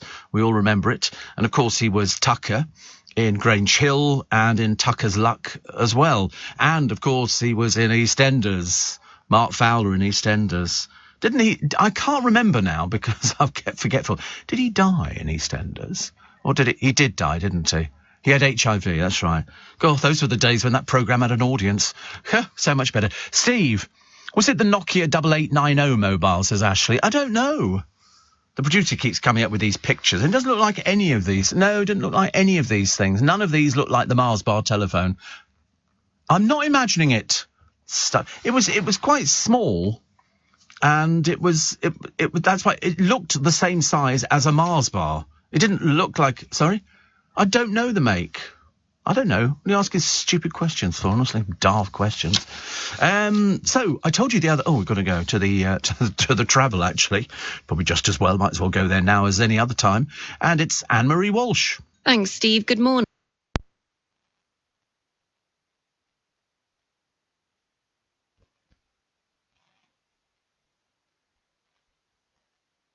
Nice to have you company. We think it was the NEC phone, the Mars bar phone. Put down Mars bar phone NEC and see, because I mean, I haven't imagined this telephone. Yeah, Neck Mars bar phone would be a helpful word. No, doesn't look like that. Doesn't look like that. Wait a minute. No, where are they? Perhaps have they sort of disappeared completely now? They called them the Mars bar phones, but I know exactly what it looked like because it was small. And because I always wanted one, but I never got one. No, these things are cellular telephones. They're sort of far bigger than the little... It was quite small. You could slip it in your pocket. Some of these things you had to get a Pantechnicon to bring it along to you. They were very small. That's all I can tell you. Well, you haven't found it yet, so it doesn't matter. It's not the Sony Mars bar. It doesn't look like... I know that's what it says there, but it's not. Is that NEC? No, that's... Yeah, the internet's wrong. As always, not so good. I think Sarah Beanie's being very brave at the moment. You know that she's got breast cancer. She's now beginning the treatment. She had a little bit of a breakdown after being diagnosed. She's got a fabulous family, four young boys she's got. That's Rafferty, Laurie, Billy and Charlie. And you know they're a well-heeled family. You can just tell by looking at them. They've got that sort of prep school kind of, we're down for Eton kind of look. There's a look to it. I don't care what anybody says. You can tell. It's like if you watch the kids from Made in Chelsea, they look and sound completely different to the people from Essex who could barely string two words together the other day. I was watching it and I couldn't believe how awful it's become. There's really... all they do is argue about everything. You looked at her, she looked at you. Did you get off with her? Why'd you tell me that? You mugged me off, you did. And then the other day there was another non-eventful story for poor old Gemma, can't remember her name now. Anyway, that one who doesn't really seem to be doing anything at the moment. She's complaining she's on holiday and there's no work about at the moment. And she claims that drones are following her to get pictures of her. I don't know why. I mean, she's so last year. No, it was made by Sony. Google Sony Mars bar phone. Is that what you've Googled? Well, I don't think it looked like that. I think it looked different. I think it was smaller than that. We're going to keep trying. We shall find it eventually. You watch, it'll turn out to be something ridiculous. I had a phone once, which was brilliant. And I forget which one it was, but my next door neighbour came back and he said, "You're going to want this, Steve, because I have a thing about... I used to go to Hounslow High Street and buy lighters that when you open them and flip them, all little lights inside went on. They had batteries in with the lighter fluid, if you can believe it. And I collected loads of these lighters which lit up. And I did have a gold phone once, but this phone, you dismantled, you could unscrew the cover, and you could buy in Hounslow High Street a plastic cover that went on it. So the whole phone became see-through. But what was brilliant about it, it had lots of little tiny LEDs inside it. And it was a slider phone. Oh, no, there it is, the DG. It was a slider phone. So when you slid the phone down, the whole thing lit up. It was amazing. And I used to love it. I was frightened to use it on the street in case I got mugged. But I used to have an umbrella. And when you put the umbrella up and push the button, the whole canopy twinkled with lights. And it was a fibre optic umbrella. It was only about 18 quid. I came outside of the Albert Hall one evening, it was raining, and I put it out and people were going, "Where'd you get that from?" Because the light twinkled about all over it. And I bought it from a company, they used to sell those sort of things. And it was a fibre optic umbrella, but I reckon now they're about 25 quid. And it's very me, absolutely very me. If it lit up, if it's got lights, I've still got solar lights on the patio which light up in all different colours and do different patterns, just working on the sunshine. But as it goes into winter, they don't come on so often because the sun is not as strong, which was a bit of a shame. So we're still looking for this blasted Mars bar phone. Steve, did you know that the gangster Al Capone is responsible for best before dates? Is there a gag there somewhere that I've missed? I'm not sure if I've missed a gag, actually. Chris says, good news and bad news, Steve. Go on. Good news is there's a card factory in Milton Keynes. Bad news is it's in Milton Keynes. I know, it's terrible, isn't it? Card factory in Kingston, says Jean. No, I think there used to be. I don't think it's there anymore. Used to be on the main street, I remember it. Steve, the Mars bar phone was the Sony CM-H333, says John in Slough. Mars bar phone was made by Sony. Could we try the CM-H333? That might look a bit more like it. Perhaps my memory is playing me tricks. Perhaps my memory... Oh, is that it? Dear, I don't know. I'm not sure it's any of these ones, actually. CM-H333. It might be, actually. They just look different when they're sort of... Oh, anyway, I've given up with it now. I couldn't care less. Steve, wasn't it called a candy bar phone? Shut up. Go away. I'm not indulging in this one anymore. It was the Sony Mars bar phone, says Pete the Pool Man. Stop it now. Emma in Kent says, what about the half-penny coin? Halfpenny. I can just about remember that. You could get half a penny's worth of sweets from the shop. Loving the show, says Emma in Kent. There you go, people in Kent, nice people. And the American gangster Al Capone fought to have expiration or sell-by dates put on milk bottles, supposedly after one of his relatives became sick from drinking milk that had expired. But his grandniece gave us a more likely reason. He was looking for a legitimate business that could fund his lifestyle after the end of Prohibition. It was believed that all stamping equipment for milk expiration dates was under his control. Isn't that the oddest story? Isn't that the oddest story? There used to be a place at the end of Kensington High Street. It was a burger place. It was open quite late at night. It was a restaurant. You could sit in there. They didn't have a liquor license. You couldn't buy booze in there, but you could. It just came in a teapot. So if anybody came in, it looked everybody was drinking tea.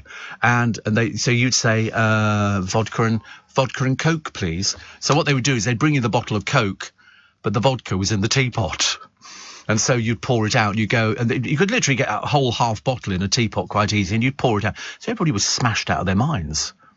But if anybody came in, we were all drinking Coca-Cola. It was amazing. And, Steve, I remember the phone. You're not going mad, says Desmond. I know I'm not going mad. Stop it. I've seen it. I'll tell you for why I know. Because when we were doing Noel's house party out on the road, one of the celebrities had the Mars bar phone. I remember looking at it thinking, want, but I could never afford it. But now I can. I can't find the blooming things. Andrew says it was the Sony Mars bar phone. I had one, says Pam in Glasgow, who just happens to be in St Andrews. There you go. How lovely. Yeah, everybody's saying it's that one. I don't know. I'm sure it was smaller than that. I'm making myself ill now.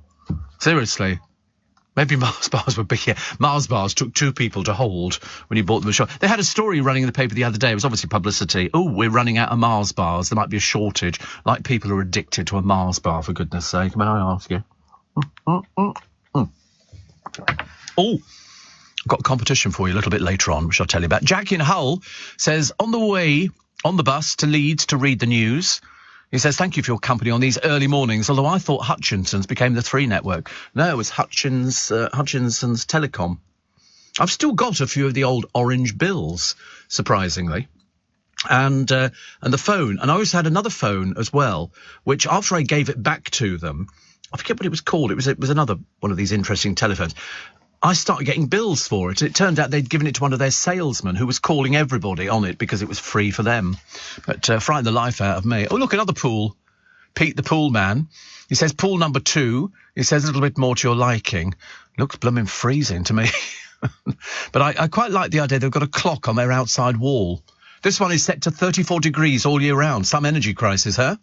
Nice. No. So you're there really early. I mean, it's not even 5:30 and you're out doing their pools. Or are you just breaking into property, Pete? And they did it on Heartbeat the other day. Somebody was he was a window cleaner, but he was taking photographs of people's property and then giving it to his mates who would then break into the house and steal. They were stealing items to order. Interesting, isn't it? So Jack's going to read the news in Leeds.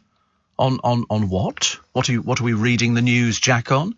We're reading it on a radio station or on televisual things. That's something very nice.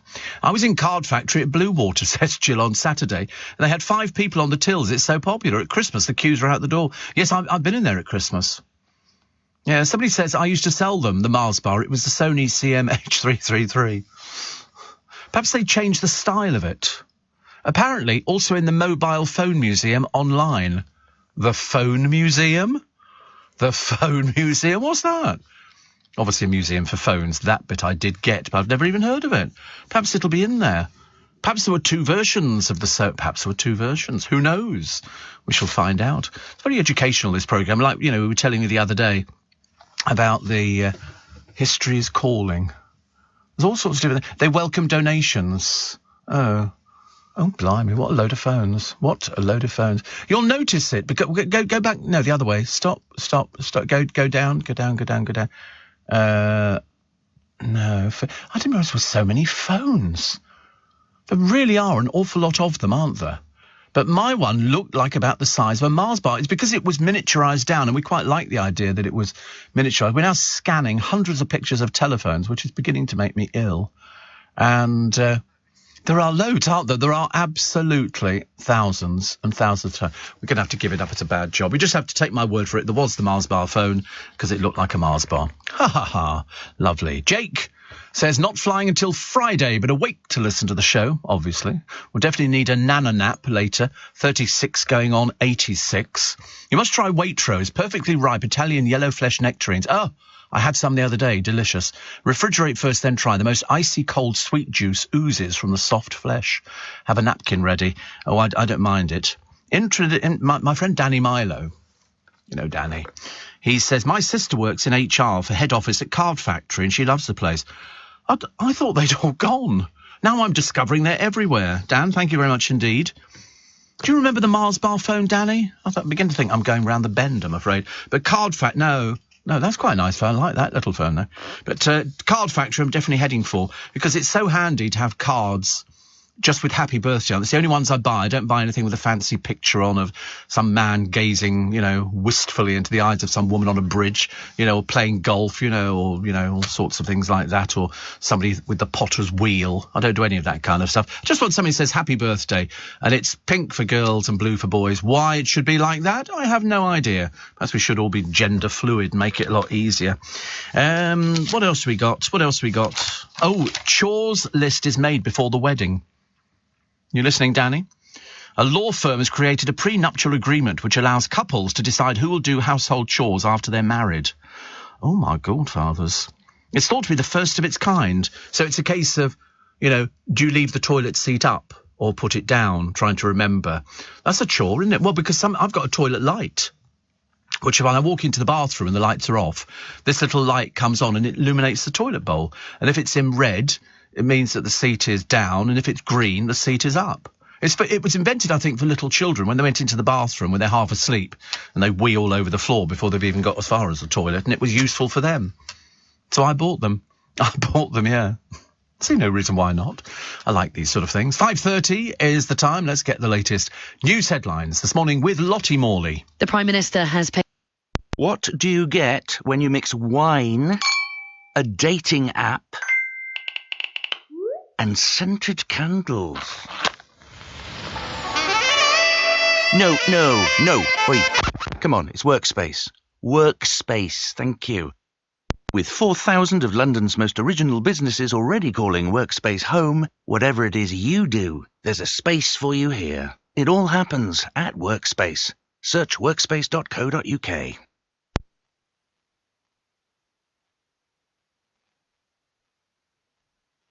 On LBC. Morning, nice to be company. It's Steve Allen's Early Breakfast. 27 minutes to 6 is the time. Nelson Mandela's grandson has blasted a publicity-shy woman for comparing herself to the South African hero. The publicity-shy woman has been branded a diva by the world's biggest diva, Mariah Carey. And the actress was forced to deny the claims yesterday. The trouble is she can only talk about herself. She's only interested in herself. She's not remotely interested in anything else. It's a case of she's feathering her own nest. Steve, I've been watching some of the old episodes of The Bill, and Todd Carty plays a police officer. Forgot how good it was. Oh, I love The Bill. They keep showing it on all these repeat programmes. And it's so well. Why they ever axed it, I've got no idea. It was brilliant. We also have a card factory in Newbury. So Sarah, who's down the road from Newbury, in Thatcham. So there you go. Also, football bosses may ban floodlit matches by winter as they fear being hit with energy bills of hundreds of thousands of pounds.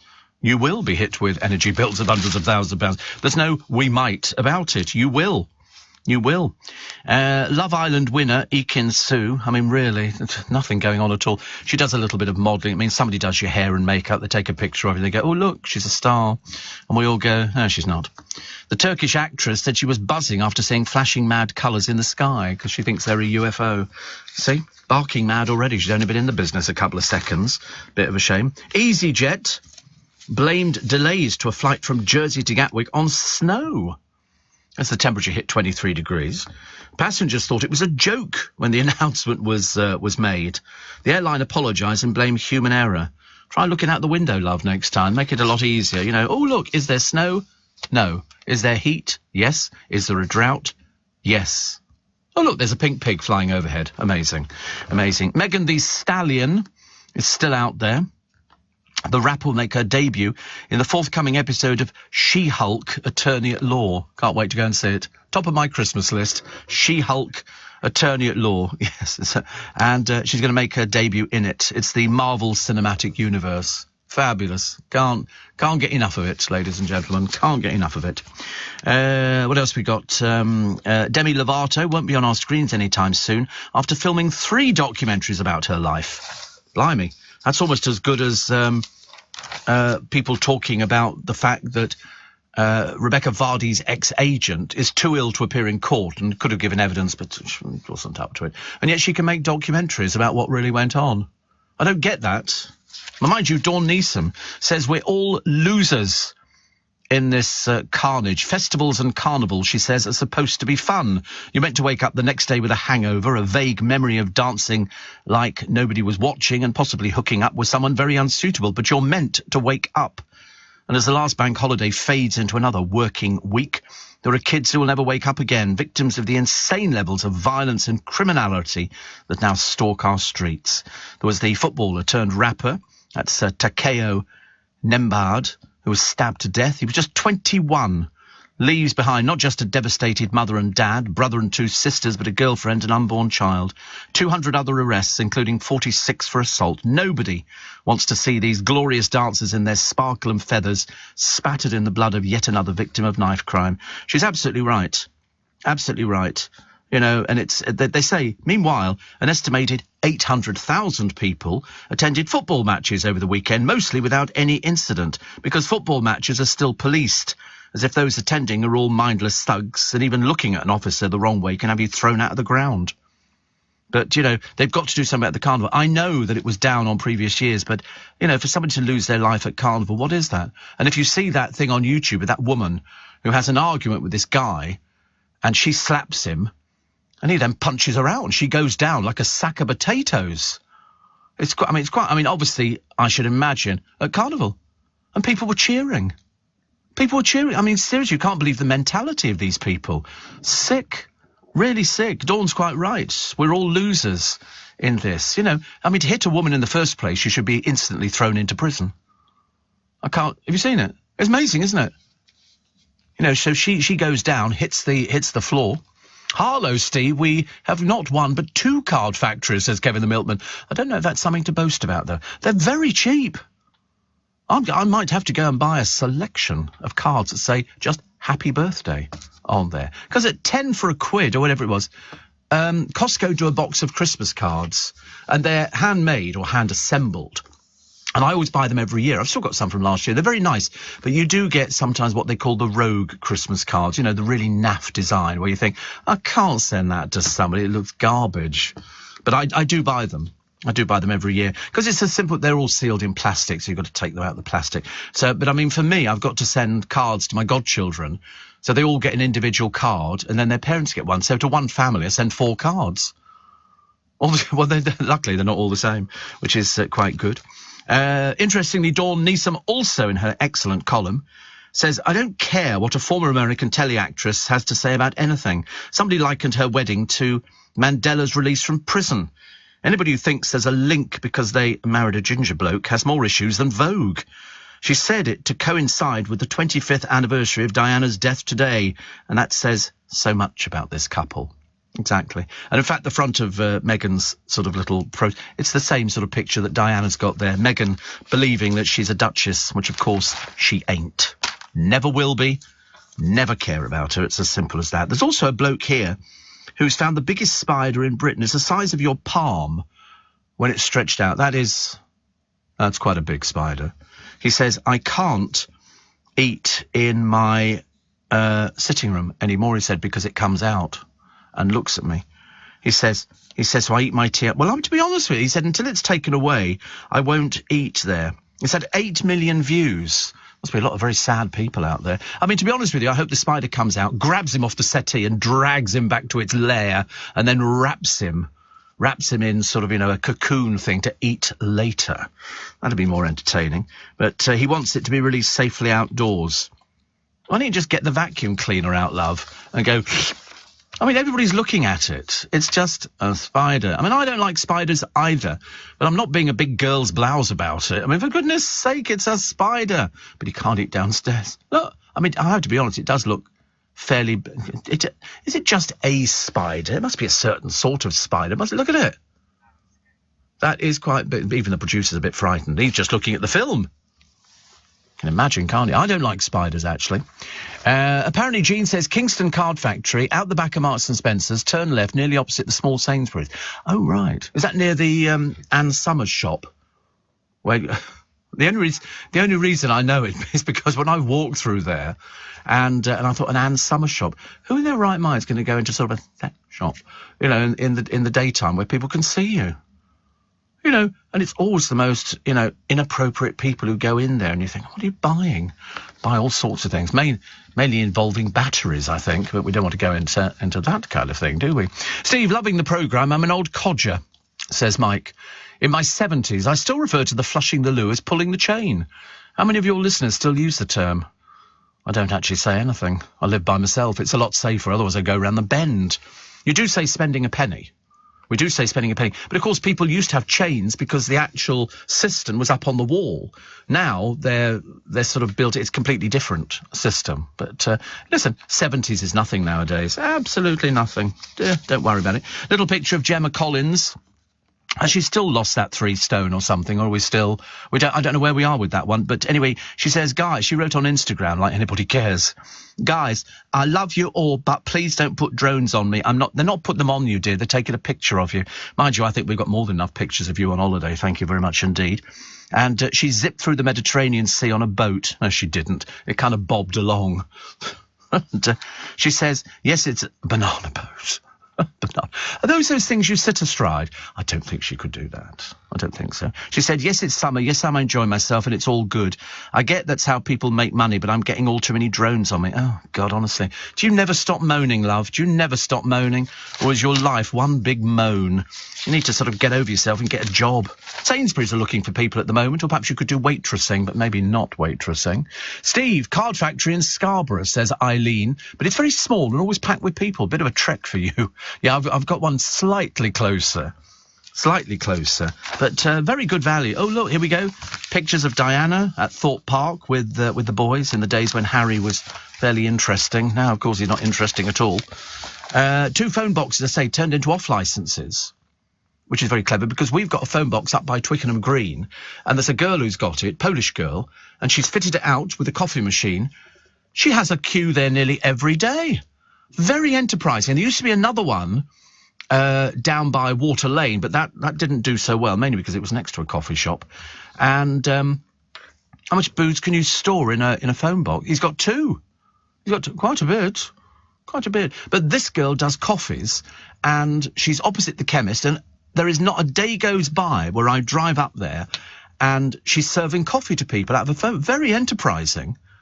She's very good.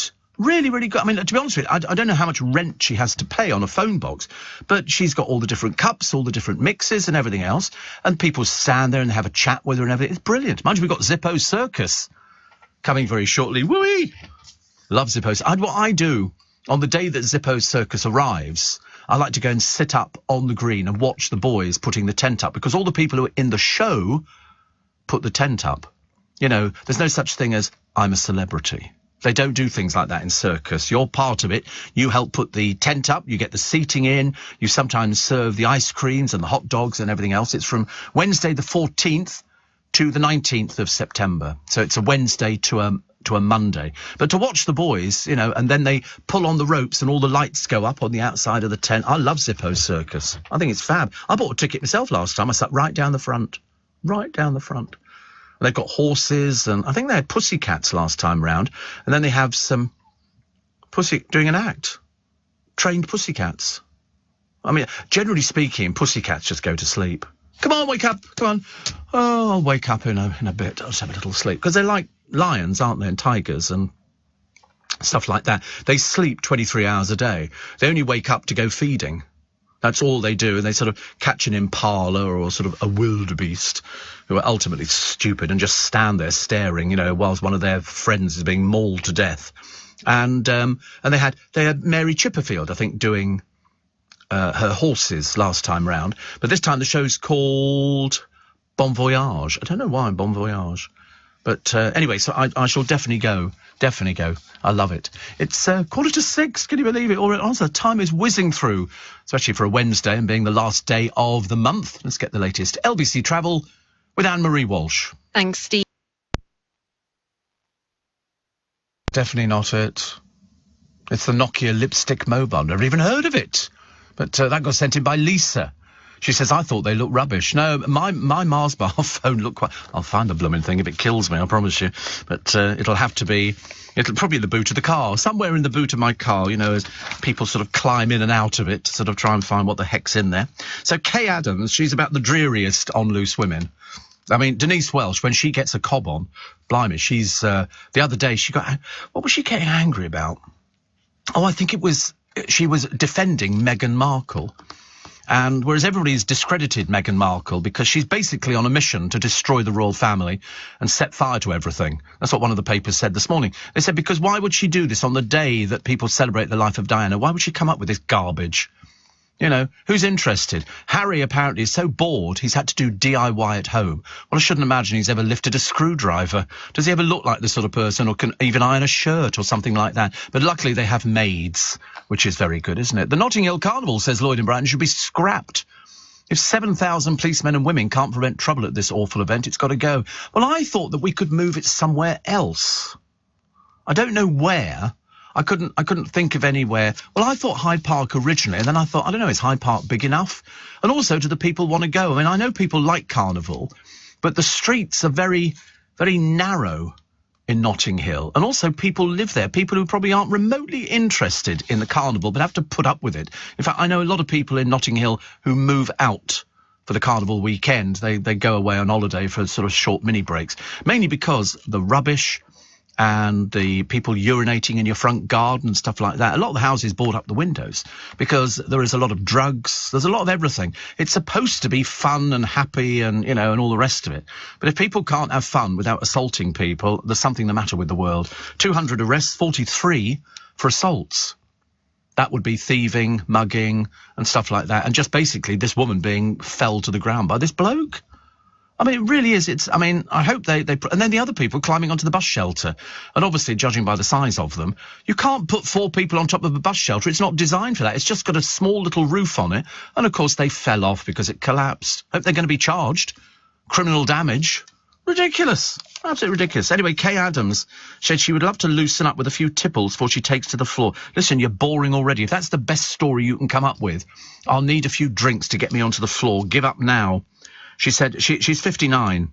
She says the rumba is the one I dread. Yeah, well, you know, I wouldn't really worry about it. She says she also appeared on apparently last year. Was it last year? She's no stranger to these things. She took part in Celebrity MasterChef and won Celebrity Mastermind. But she's just a bit... You feel like it's torturously dragging a personality out. But Jeanette Manrara and Ryland Clark will return as co-hosts of Strictly's spin-off. It Takes 2 or 6 or 8 or whatever it is. I find it the most boring programme under the sun. And the list of celebrities this year is pitiful. Absolutely pitiful. Even the producer admitted, and he never normally comments on anything like that. He doesn't normally have an opinion. He feels like he's working for the BBC. Jeremy Vine got into trouble. He started having an opinion on cycling. The BBC went, tut. I think he was talking about cycling, and you're not supposed to say, oh, I support cyclists doing this and stop cars and everything else. You're not allowed to do that. It's under the BBC's charter of basically employ idiots, and you can't say anything at all. So he breached the impartiality rule. It's as simple as that. I mean, he's a well-known cyclist. He has posted repeatedly about his support for LTNS, and he's publicly criticised individuals who objected to the traffic calming scheme near his home in Chiswick. Because we had a bloke yesterday on the programme who lived in, was it Tottenham, poor old Nick, honestly. Poor old Nick was so depressed living in Tottenham. I thought, I'm not surprised. He feels he wanted to live in Chiswick, but unfortunately he can't afford anything in Chiswick. So there wasn't much sort of hope. I mean, given the choice, Chiswick or Tottenham, I think Chiswick's going to win hands down. But that's the way it goes, isn't it, really? The jury in the trial of the ex-Man United star Ryan Giggs will continue their deliberations today. It's taking forever, isn't it? It does seem to be taking a long time. We did that, and I remember in one of the court cases when I was a jury member, the judge said, I would accept a majority verdict. Because you get some people on the juries, because everybody's different. You know, at one time it would be sort of elderly people. Or less. On our one, we had a kid who turned up with his baseball cap on backwards. We had somebody who hated the police. We had it was what they call we had a policeman as well on our jury as well, because police officers can now serve on juries, and they just I was foreman on one. You know, I was actually all you have to do is stand up, you know, and foreman of the jury, please stand. Yes, I said guilty before we've even looked at him, Your Honour. I said I'll pull the trap door open myself. Take him down. Take him down. But the funny thing is, you're never there for sentencing. Once you've given your verdict. And we all sit in a room, and of course there's the people who smoke, so they have to go outside, but when they go outside, we all had to go outside. Because you can't you've all got to stay together as this group. And so we did. And then he said, foreman of the jury, will you please stand? Have you reached a verdict on which you all agreed? Yes. Do you find the defendant guilty or not guilty on count one? Guilty. I was all up for it. I was sharpening the axe even before he'd finished doing deliberation. And then the moment you've done your on the count two or whatever else, guilty, and they go, thank you very much indeed, and then we all get dismissed. So we all have to go back into the big... There's hundreds of people up there. Well, about 100. Because they've got... I did Isleworth Court. They've got like 13 courts at Isleworth, and each one requires a jury. But so we didn't find out the sentence. No, I never did. I never found out what the sentencing was. We knew that one of them had just... Because the judge directs you, and he said, I must tell you that the person who stands before you has been convicted of this crime before and has only recently come out of prison. And stupidly, because he was a bit thick, he went and did it all over again. And you think to yourself, perhaps you like prison food. I couldn't work out why you want to do it, but it was the... Oh, and then we had another thing. They brought... Translators can make a fortune in these courts because so many people don't speak English, which was quite amazing. So they had a translator in, and somebody on our jury went, excuse me, Your Honour, he's not from the same region in India. He's doing a different dialect. He's not translating correctly. So we had to change the translator for somebody who came from the same area. It was really bizarre. So, of course, we didn't understand what was going on, but the judge was very good at sort of explaining it to us. But you line up and then you go on a crocodile. You're all in this big room, like a schoolroom, and then they call out your names and you go and stand by the door and then you troop off to go to... And you pass other people. It's like going to a fun fair. You know, you're passing other people who are also going to a court. Some are big, some are little courts. But very interesting. Very... Yes, they do sign language. Big business sign language, yeah. Because you tend to forget that, you know, there are people who are deaf, and so people, you get the sign, but it's the translators. There's like a room full of translators. So do you have anybody who speaks Urdu? Yes, we do. But this bloke on our jury said, he said he's not translating correctly. He's not giving you the right answers, which I thought was quite brave to stand up and say, but it did make a lot of difference to the case. But all of our cases, they were found guilty. Yeah, they hire them in. Well, they make a fortune. A fortune. So they're there. They come in every day because you're going to need them in court cases. But it was very... But all of ours were guilty. All of ours were guilty. We had one... obviously can't identify the person, but even though it was done and dusted, and he got caught nicking computers at an airport, and he worked at the airport. No, he worked. What he would do, people would go to the car parks with their trolleys to pay for their car parking, put their computers, their laptop in the tray bit, and he would just pick them up and walked off with them and put them in his van and then went home. But unfortunately, one day, somebody saw him doing it and they followed him home. He had loads of them at home. Loads of these computers. I never understand it. When I was watching that porn programme, PAWN, they were buying computers and guys were going in there and you could tell they were on drugs and stuff like that. And it was and he said, I want to sell my computer. And so they went, well, how much money are you looking for? And he went, I'm looking for $500. And he said, well, we sell them for 50. He said, so there's no chance. And then the amount of people who try and scam you in a pawn shop. One lady comes in. In fact, there were quite a few actually, but on this particular thing, she went in and she said, I bought these earrings a short while ago and one of the diamonds has fallen out. I want them replaced for my money back. So the girl behind the counter, called Ashley, says, do you have the receipt? I don't have a receipt. And she says, well, let me tell you now, she's looking through a little eyeglass, these are not diamonds, these are fake. Well, you must have switched them. She was trying to scam. She said, well, I'm not leaving here until I get either my money back or another pair of diamond earrings. She said, well, you're getting neither. And I tell you, I love it. You watch these people having a breakdown. She's still standing there to this day. John says, off to Ashfield Driver Awareness Day at Ashford. Oh, right. You'll love it. 3 hours of sheer misery. 3 hours of... The only reason I tell you it's 3 hours of sheer misery is because it used to be done on computer. Now it's two people who talk to you and they show you things and they'll show you little bits of film. And we thought it was great. You'll be sitting at tables. Mind you, you have the option to do it online or you can actually go to a place. I didn't fancy staying at home doing it. So I went to a hotel, which was up on the Hanger Lane gyratory system. And it was lovely. You know, we had water on the table. I didn't have breakfast there, no. I had already bought food before. I'd called into a garage just down the road and bought I bought a Subway, and I've never had a Subway before. I didn't really know what I was buying. It was steak and cheese, I think, or something like that. Because there's one that's open 24 hours, and they've got a Subway open 24 hours in this garage on the Chiswick roundabout. So I called in and bought two. Yeah, it was okay, actually. It wasn't too bad. I've never had a Subway before. Oh, it's the one over... No, it's not... No, really? Oh, you've been... Oh, dear. Oh, they don't change the gloves. Oh, no. I won't have any food unless people are wearing gloves serving it. I really won't. I'm a bit funny about things like that. I've seen people making sandwiches before, and they put their whole hand on the top of the sandwich to cut it. And I'm thinking, I don't think so. I don't think so. Yeah, and the people... pick their nose and everything. It's ghastly, isn't it? We found another load of medals for sale. This is the medals of a hero seaman who put out a fire on a battleship with a shell splinter in his abdomen. Chief Stoker George Pring was aboard HMS Warspite in the 1916 Battle of Jutland in the North Sea. His steering was knocked out, sending around in circles, while the German fleet hit the ship with 15 shells. 14 crew died, 32 injured. Despite his wounds, Mr. Pring flooded the mess deck to stop the fire spreading. And he got the Conspicuous Gallantry Medal. He became landlord of a pub in Plymouth, and they've just sold his medals. The auctioneers says his dauntless actions were the highest traditions of the Navy. 20,000 quid they fetched.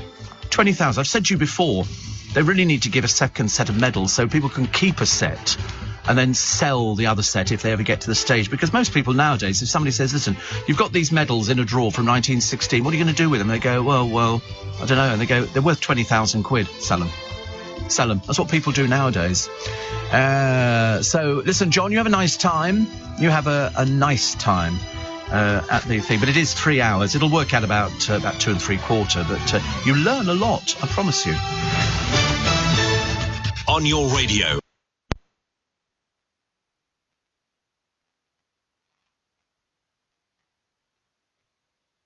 A variable. This is LBC from Global, leading Britain's conversation with Steve Allen.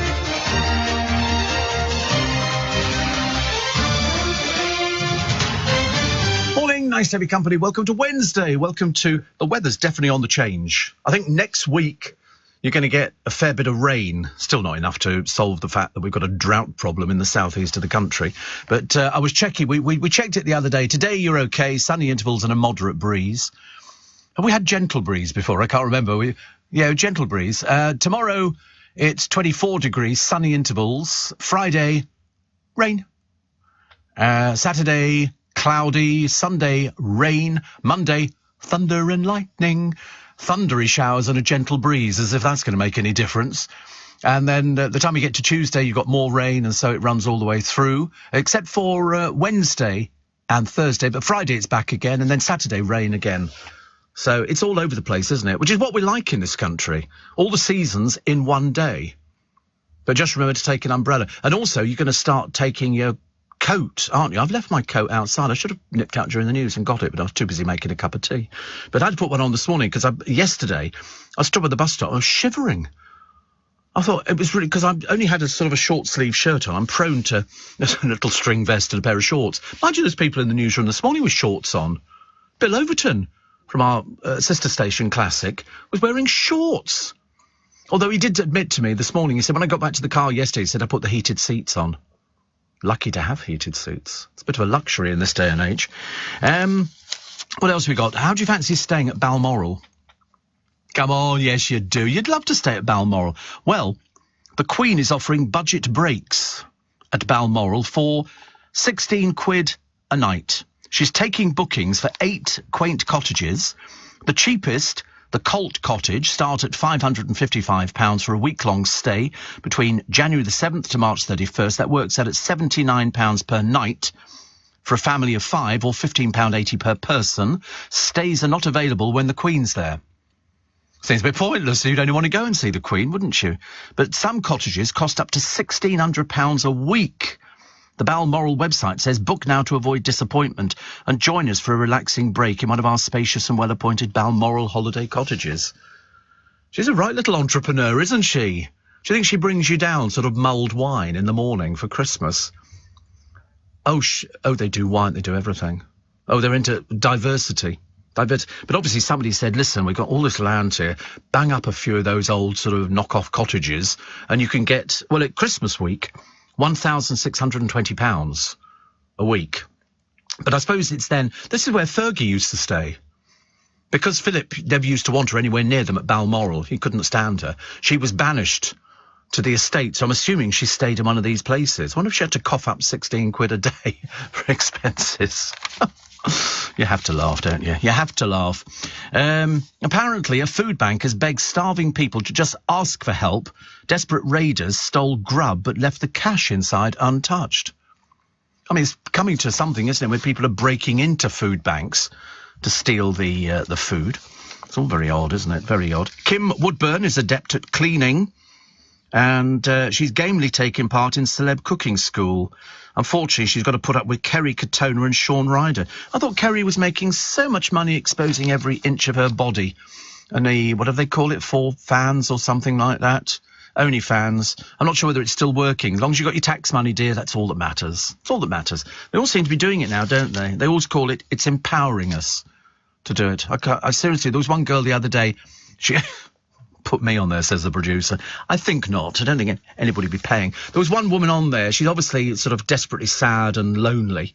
And she used to be a vet's assistant, but now she just wants to get all her boobs out. And she's revealed to her fan exactly how much she's prepared to reveal. And the answer is everything.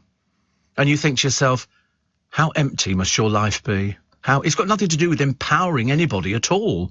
It's to do with taking your clothes off so that pervy people pay you 20 quid a month and look at it. I mean, it doesn't come down to anything more than that.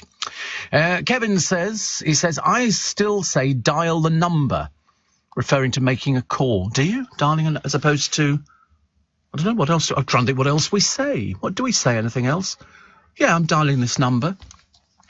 It's not a dial. No, I used to like the dial. I used to have a trim phone. I used to have a friend of mine who could do an impression of a trim phone. It was like, I can't do it, but he did it really well. The trim phones were brilliant. They were very light. They used to fall over half the time, I'm afraid. Stan says, I recommend a film, Yield to the Night with Diana Dawes, based on the Ruth Ellis case. I love the idea, based on the Ruth Ellis case. Did you get called up for jury service at a younger age as well? I got called up at 18, but never got into a case, says Liam in Rochdale. Love Rochdale. No, it was, I forget how many years ago it was now. I got called up twice. I never got called up for ages, and I mentioned it on air. Could you get called up? No, absolutely not. I mean, sometimes you're lucky and you might get, in your time that you're there, 3 cases, or you might only get 1 case, in which case I always say to people, take a book. But you'll find it fascinating. The jury system, it's very, very clever. Very clever. Great organisation. I love the experience. And they give you money for sandwiches and stuff like that, which I didn't take them up on that offer. But I thought it was very good. But I'd mentioned on air I'd never been called for jury service. Blow me down. Within a week I'd been called for jury service. The only way you can get off jury service is if you've got a mental illness. You can't do it. Which some people, because you can put it off once. If you've got something that's happening that sort of clashes with it, you can put it off once, but you can't do it again. You've got to do it. You should do it. If ever you get offered doing it, and I finished it, came back, raved about it, and people have been trying to book me again. Book me, yes. Is Steve free for these 2 weeks or something? So I used to finish here, and then go home, get in the car, and drive up to the court in Isleworth, park in the car park, reserved especially for jurors and judges and all the rest of it. I found it fascinating. Yeah, my own space. Steve can park there. Poolsize Pete says, I keep hearing about these driver awareness courses, being 3 hours and costing £100. Mine was all day with a break for lunch and costing 300. Well, in fact, I've never heard of 300. Somebody else said that, but in fact, all the ones that we checked throughout the country, maximum is 100. He says, I think I've been ripped off. I think I've been scammed. Yeah, well, I think you have. I paid £91. And it was 3 hours because they give you the choice. But of course, what you've got to do is make sure that, because you've got to have a gap of about 3 years. So I think my brother said he'd been on 3. Which is because it's so easy to speed nowadays. And what with these speed cameras all over the place, that's the big problem. I mean, yes, well, in fact, they do, on the court cases, you could end up with a case, but they tell you at the beginning how long it's going to be. They say if it's a fraud trial or something like that, they can go for ages. But a lot of pensioners like that because it's warm, got a toilet, you've got a little canteen there, you can get a sandwich and pot of tea, something to do, and you get paid for it as well. But so you can opt out. So if you're only there for the 2 weeks or whatever it is, they don't give you long cases. But they do say this case could be a long one, and you're stuck with it. Stuck. And of course, the worst thing is you're not supposed to talk to anybody about it, apart from the people in your group. And that's all you do is talk about it. Oh, I thought they were guilty straight away, and all that kind of stuff. Steve, nearing the end of a lovely break in España, says Hannah. We're so lucky to have been on 3 foreign holidays this year. The weather's very humid and sweaty. I'm a glass half full type person, so the positive has been not having to wear makeup for 2 whole weeks. No point, as it would all just have slid off your face. I know, that's it, a half full type of person. I served on the jury at Lincoln Crown Court, Steve says, I don't know, it is actually.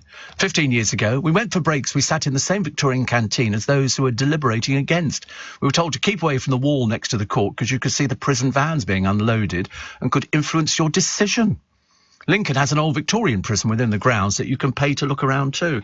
Yes, I mean, we didn't see anybody going in or out, but I didn't know how many courts there were up at Isleworth. Loads and loads.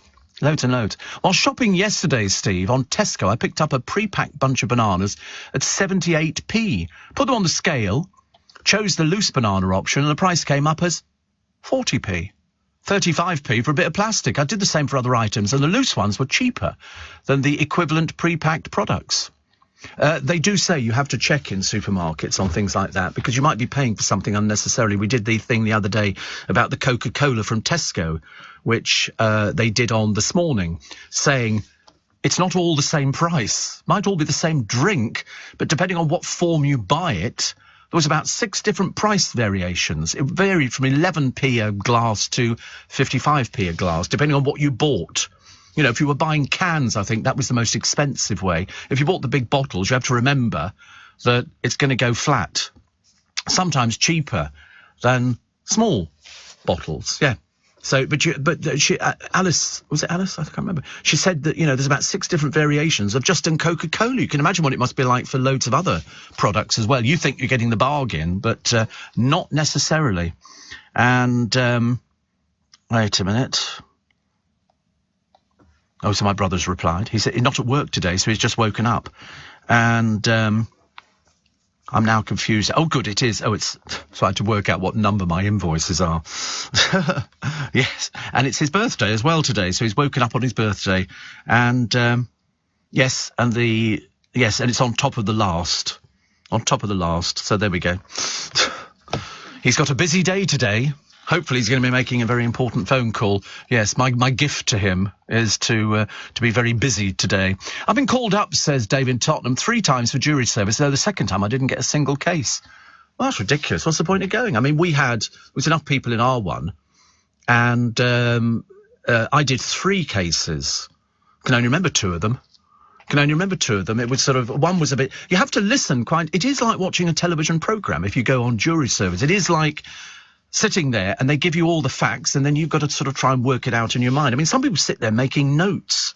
I didn't get as far as making notes, but I did start sort of think, I know, you look at people and because the actual accused is sitting not behind you, but sort of to the left. You'd have to turn around and physically look at them. We were sort of facing the people in the witness box and the judge on the right-hand side.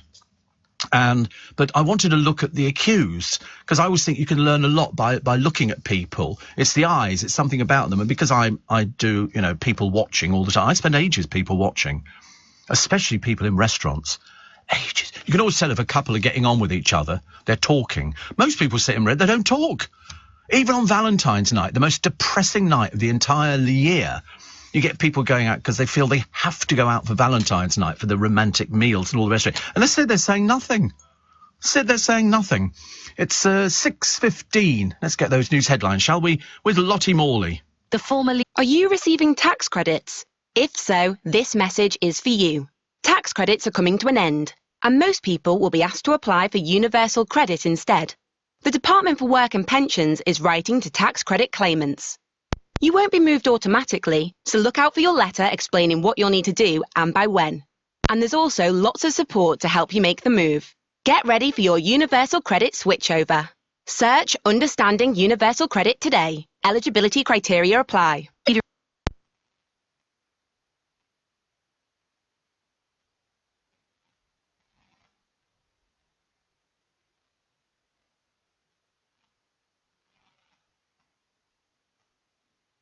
84850. Morning, nice to be company. 19 minutes past 6. We only tell you just in case you're clock watching and you're thinking, oh, it's the end of the month. Do we have to go to work? Yep, you got to go to work. But I'd wrap up, because it's a bit nippy out there. John says, did a speed awareness online course last week. We had an awfully very elderly instructor. We had two who said you'd be ejected from the course if your phone rang. Guess what? His phone rang. Yes, they're very funny about if you're doing it online, you're not to have any access to your telephone at all. I don't know why they say that, but it's, I suppose, in case you cheat. But, I mean, there's not really a lot you can cheat over. It's basically them explaining to you. Mind you, they brought in this new rule, haven't they? Or it's coming in, which if you touch your telephone in the car, even at traffic lights, even if you're parked and you touch it, 6 penalty points. 6 penalty points. In some cases, if you're a new driver, they will ban you from driving. They're going to get very strict on this one. And because they've got cameras all over the place, because I have been prone to sit at a traffic light and pick up the phone. So after this recent law, it is illegal to hold and use a phone, sat-nav, tablet, or any handheld device that can send or receive data whilst driving or riding a motorcycle. So that means in the UK, you can't use a device in your hand for any reason, even if you've stopped at traffic lights, queuing in traffic, supervising a learner driver, or using a car that has a start-stop engine when you're not moving. You must never use a handheld device when behind the wheel, even if it's offline or in flight mode. Should you break the law, it's up to 6 penalty points and a £200 fine. You could lose your licence if you passed your test within the last 2 years. They're going to take people off the road, because unfortunately you see kids all the time. They've only recently passed their test. If they get caught, there's a very good chance they will take their licence away from them. Very strict on this one. Because most people think, as long as you're parked at a traffic light, not talking about parking in a car park, but at a traffic light, you pick up the phone and do bits and pieces on it. Illegal. If you touch that, I mean, to be honest with you, the best thing to do, I mean, I keep the phone in the car with me, but it's linked in, it's on Bluetooth. And so if the phone rings, it dips the radio and you speak to somebody through the steering wheel, if you please. And that makes it much, much easier. But an awful lot of people think that you can pick up the phone and sort of tuck it under your chin and think you can't. If you're operating that phone, and bearing in mind, they know if you've touched it because they'll see on the history, you can just look at it. So the idea is don't touch it. Don't touch it, because it could get you into a lot of trouble, especially if you're a new driver. You don't want any sort of mistakes, do you? Steve, first day of retirement after 31 years of service in the NHS, 20 years of it in the mental health forensic services. I'm sad to leave my team and patients, so a big shout out to Melrose team and Abby. So there you go. But I don't know who you are, which doesn't really help, does it? I suppose. Graham says, drive an average of 100,000 miles a year, mostly in London. No speeding tickets for 29 years. Well, I don't know what the speed limit is in London. Is it 20 miles an hour? I should know. I know what it is when I see the signs. If it's got that red ring around the actual sign, that you have to adhere to. So it says 40 with the ring round it, that's fine. If it says 40 and it's just a white sign, it's at your discretion. At your discretion. And it varies now because a lot of councils have changed to 20 miles an hour. I mean, seriously, ants are walking faster than I'm driving. 20 miles an hour is ridiculous. Absolutely ridiculous. Because you can do as much damage to somebody at 20 miles an hour as you can at 50 miles an hour or 40 miles an hour. It's too dangerous. You could kill somebody at 20 miles an hour driving. Quite easily. Quite easily. Steve, if you enjoyed jury service, have you watched 12 Angry Men, says Johnny? Oh, come on, please. I mean, that film is older than I am. Jane in Grey says, I've been called for jury service twice and managed to avoid it twice. First, when I was working in France, and the second was a week after having my son. They were very understanding, and I've never been called again. My son is 17. I predict now you're going to get the call. You're going to get the call. Pete says, I'm very happy to have found LBC. He said, I've still got my Motorola StarTAC, the smallest flip phone ever. Oh, yeah. Have you really? I mean, that came out in 96, for goodness sake. I remember it very well. I quite like flip phones. It was like being on the Starship Enterprise. You know, you went like that. They're coming back. Woo! I could go for something like that. I could go for something like that. Sounds quite a nice idea. I tell you, also coming back, probably Boris. I know it seems a little bit ridiculous, but they're saying he'll be away for a little while, and then they think he will make another bid for leadership of the Tory party. It's going to be Liz Truss, isn't it? I think we've all agreed on that, you know, she's so far ahead of Rishi, you know, but you have to wait till Monday. It's gone on since the year dot, I think. I've never known something drag on so much, something that we have no control over whatsoever. Not a chance. Not a chance. Nick Ferrari's presenting The Last Hustings on LBC tonight. Is he? Blimey, he must be staying in town then. Must be staying in town. Because my driver this morning said that he always listens to LBC. He said, and I know he lives in Blackheath. I said, well, he varies. He varies. Any road in the city of Westminster, 20 miles an hour, which is pathetic. It is, I mean, we have it round our way. But we have the other ones. Have you had the ones where there's a school in the road and you're not allowed to drive up certain roads? You know, you automatically get a ticket or something ridiculous. Steve, what date does the phone touching law come into force, says Darryl in Ware? It's in. It's in now. If you get caught by a camera or a police officer, bad news. Very bad news. Don't touch that phone. If it's on the seat next to you, that's fine. Don't touch it. If they see you touching it, it could be the end of your driving. Could be the end of the driving. Loads of stories about the hero of the Cold War, which is Mikhail Gorbachev, dead at the age of 91. He forged the arms reduction deals and the partnerships to remove the Iron Curtain and bring about Germany's reunification. I mean, he really was. He was one of the good ones, I think. Thatcher was always quoted as saying, we can do business with this man. But the protests that they had, I think the Kremlin leaders who sent tanks to crush the uprising, I think in 1956 in Hungary, Czechoslovakia, of course, 1968, he'd struggled in vain to sort of keep the Soviet Union, which actually fell apart over the 2 years. His crowning achievement, I think, is seen by the West as ending the Cold War without bloodshed. But I think he failed to prevent the breakup of the Soviet Union. That made him a divisive figure among many in today's Russia. I mean, the Russia now today, he wouldn't have been aware of. He was on a dialysis machine. He was very ill. He'd been ill for quite some time. But it's interesting. After visiting him in hospital on June the 30th, the liberal economist Ruslan Grinberg says he gave us all freedom, but we don't know what to do with it. Mikhail Gorbachev, will he get a state funeral? No, I think it will be a fairly private affair. Simon Marks interviewed him in Russia for LBC. And I think what he's done, he's actually put it up on his Twitter. Has he really? How long does the interview last? Do we know? Is it?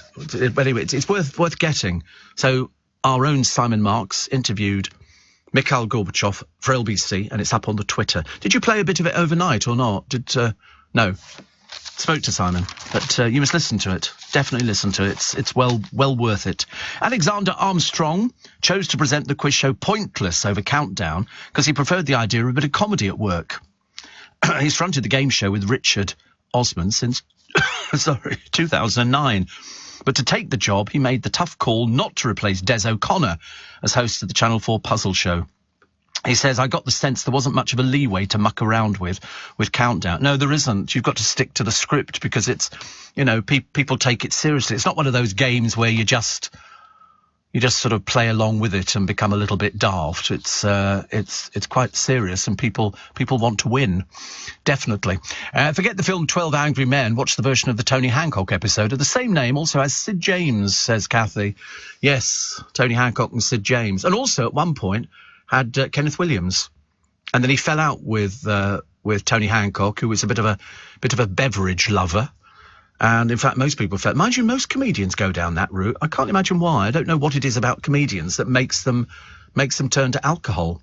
I've known quite a number over the years who rely on alcohol, and they also say a lot of comedians, strangely, and I've never fathomed this one out, get very depressed. Tony Hancock got very depressed on numerous occasions, hated Kenneth Williams, hated the character, didn't like it at all. But he used to get very depressed, and yet was a man who made people laugh. It's very interesting, very interesting. A friend of mine, Steve, as Ashley, told me he parked in a car park that was free overnight and had a glass of wine and was charged with being over the limit. Now he puts the car key in a safe and he's fine. Yes, there is that. If you're sitting behind the wheel of a car in a car park, even though the engine's turned off and you've got a drink in your hand, they're going to charge you. I thought that was patently obvious, actually. You can't sit behind the wheel of a car. I mean, I don't know whether it makes any difference if you sit in the back of the car or anything else. I mean, I don't know. I suppose if you're sort of staying the night somewhere for some reason, perhaps you can't afford to book into a Premier Inn. I don't know. Must be some rule. No offside rule for Gary Lineker. Everybody else seems to get into trouble except good old Gary.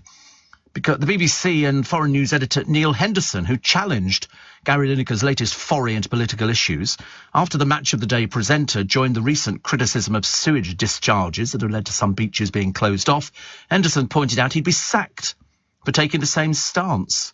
Lineker's reply to this was, only in news and current affairs, surely you know this. To which Henderson rightly responded, the BBC lives or dies by its impartiality. If you can't abide by it, get off it. Yes, it's funny that, isn't it, really? Mind you, I wouldn't trust anything Gary Lineker said about politics, thank you very much indeed. The smell of roasting meat and fresh linen are the things that turn a house into a home. Oh, nice. Mind you, the rate things are going at the moment, I don't know how much longer that's going to last. Perhaps laundrettes might close. Never thought about that one, did we? Never thought about laundrette. Most people use laundrettes or dry cleaners or something like that. Let's get the news headline, shall we, at 6.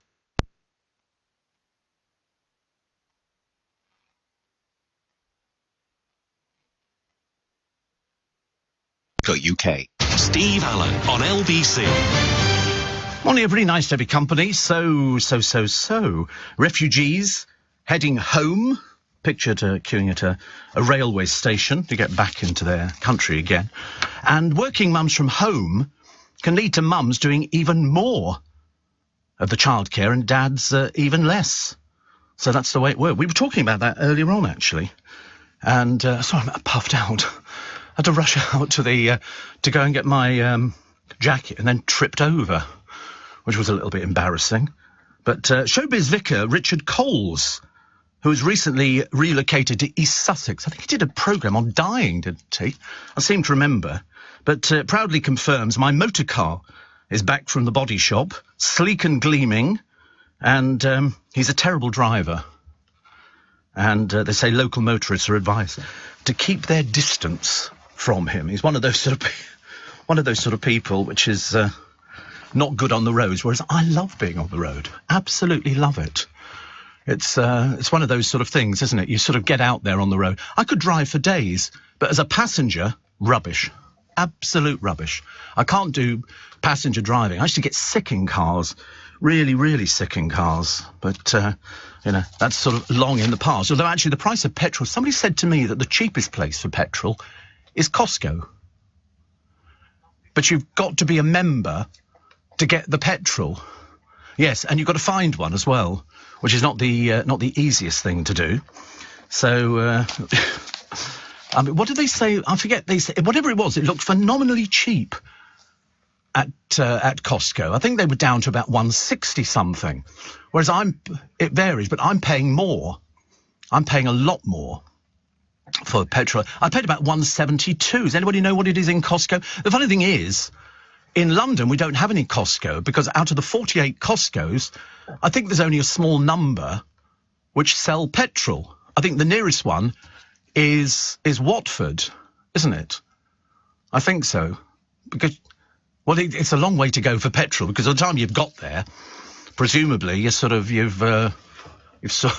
kind of used all the petrol up that you're going to have in the first place. Also, there's a new programme which is coming up on television. No, it's not. It's a book about elephants. They were saying a short while ago that elephants were in short supply, and yet I remember reading a short while ago they're breeding so well.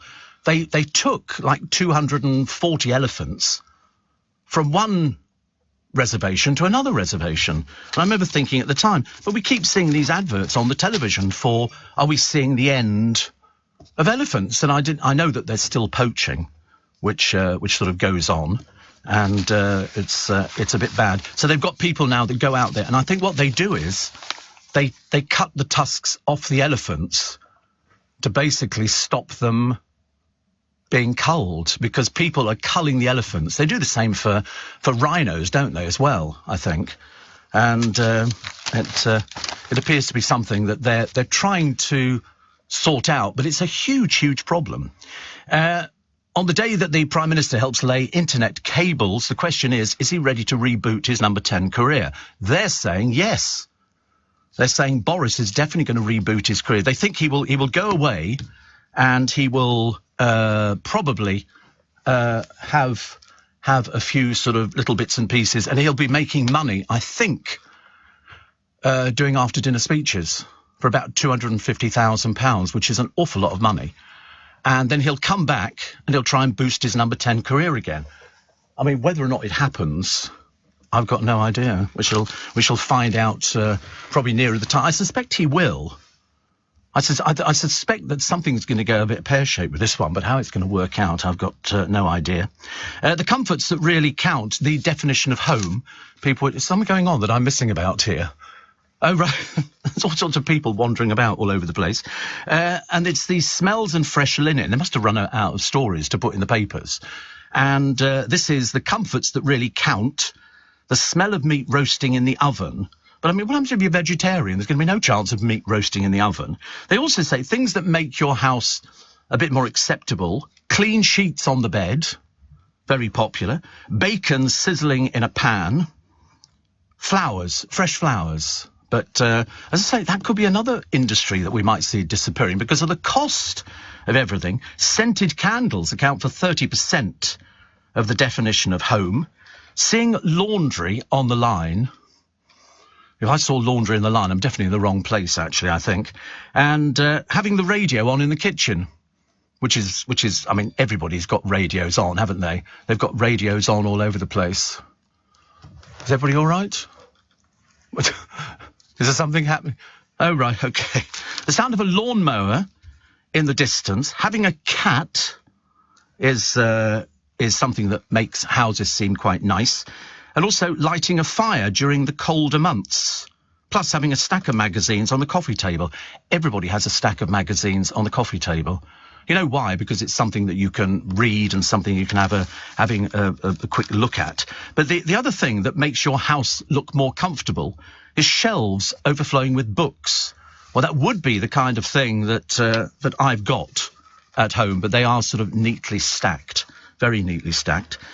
Comfy throws, which is the most popular thing nowadays. You know, you can buy them in. Where do you get? I bought a throws the other day, actually. Oh, it was in a garden centre. And they're really cheap. They're about sort of £8, and you throw them over settees and they make it all look very, very nice indeed.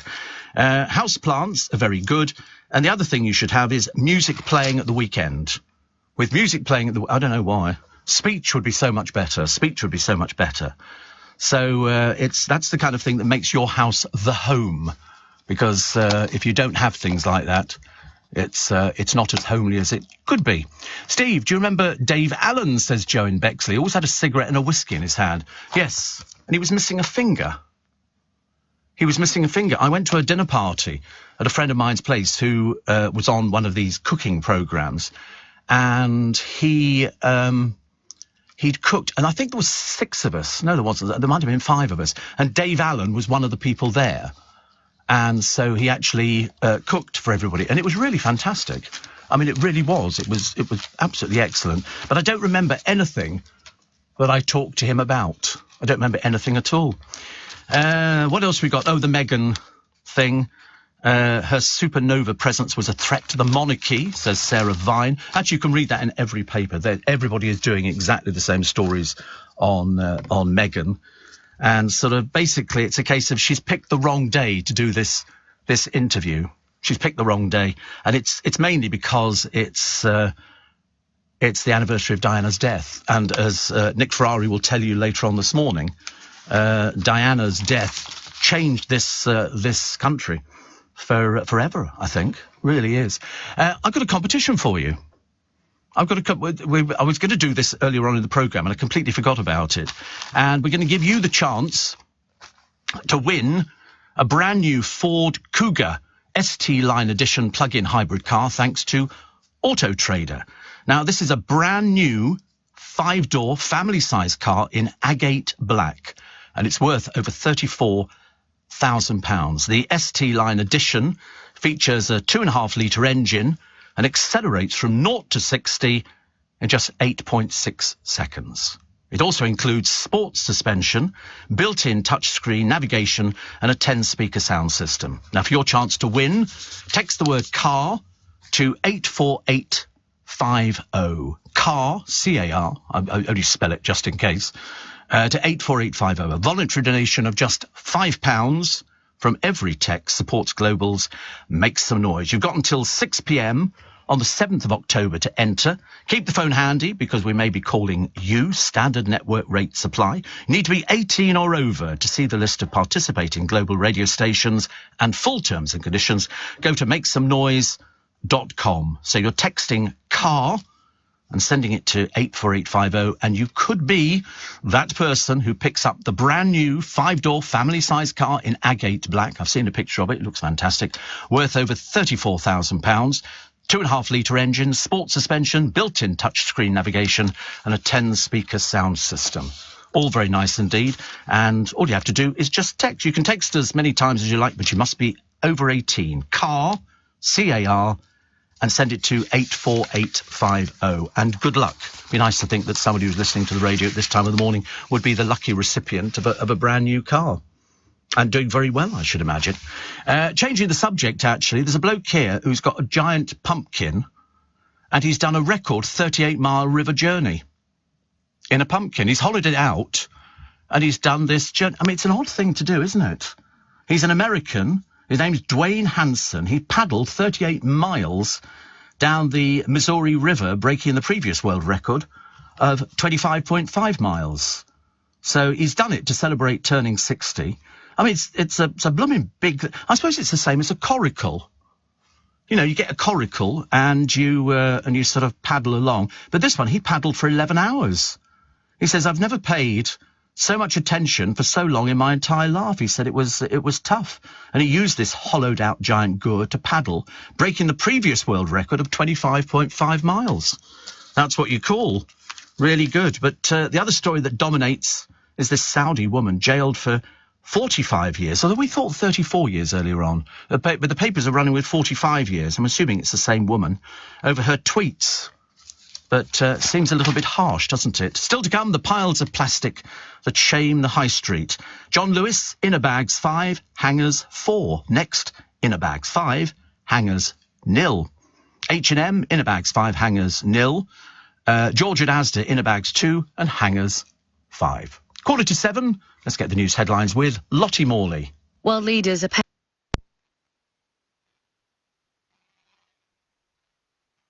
Well, we're not allowed to touch our mobile phones whilst driving, but does that also apply to smoking, vaping or drinking coffee? Now, there is the dilemma that we have. So they say that if you use your telephone at the wheel, you are distracted because you're concentrating on the phone call.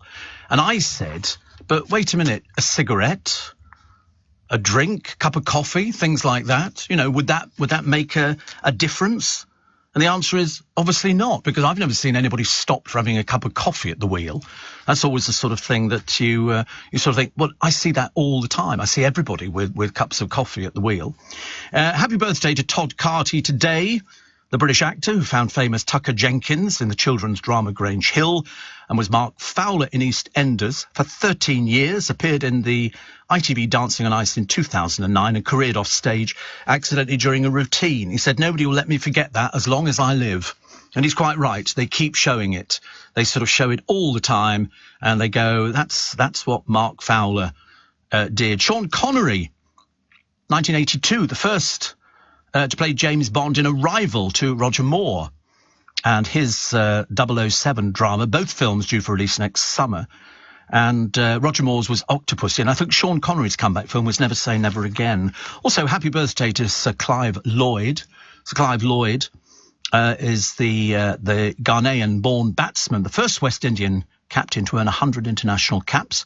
Captain the West Indies, played for Lancashire. Sir Clive, who scored 7,515 runs at an average of more than 46 in 110 appearances, described by many as one of cricket's true statesmen. So happy birthday to him today. He's 78. Todd Carty, incidentally, is 59. Doesn't really seem possible, does it? 1971, Beatle John Lennon left England for the final time, moving to New York. And in 2006, Edvard Munch's The Scream and Madonna were recovered 2 years after being stolen from an Oslo museum. So there you go, some of the events that took place in history. And also, in 1978, and I vaguely remember 1978, enough to get an Englishman's stiff upper lip twitching furiously, an Irishman has had the effrontery to wreak revenge for the generations of jokes about his countrymen.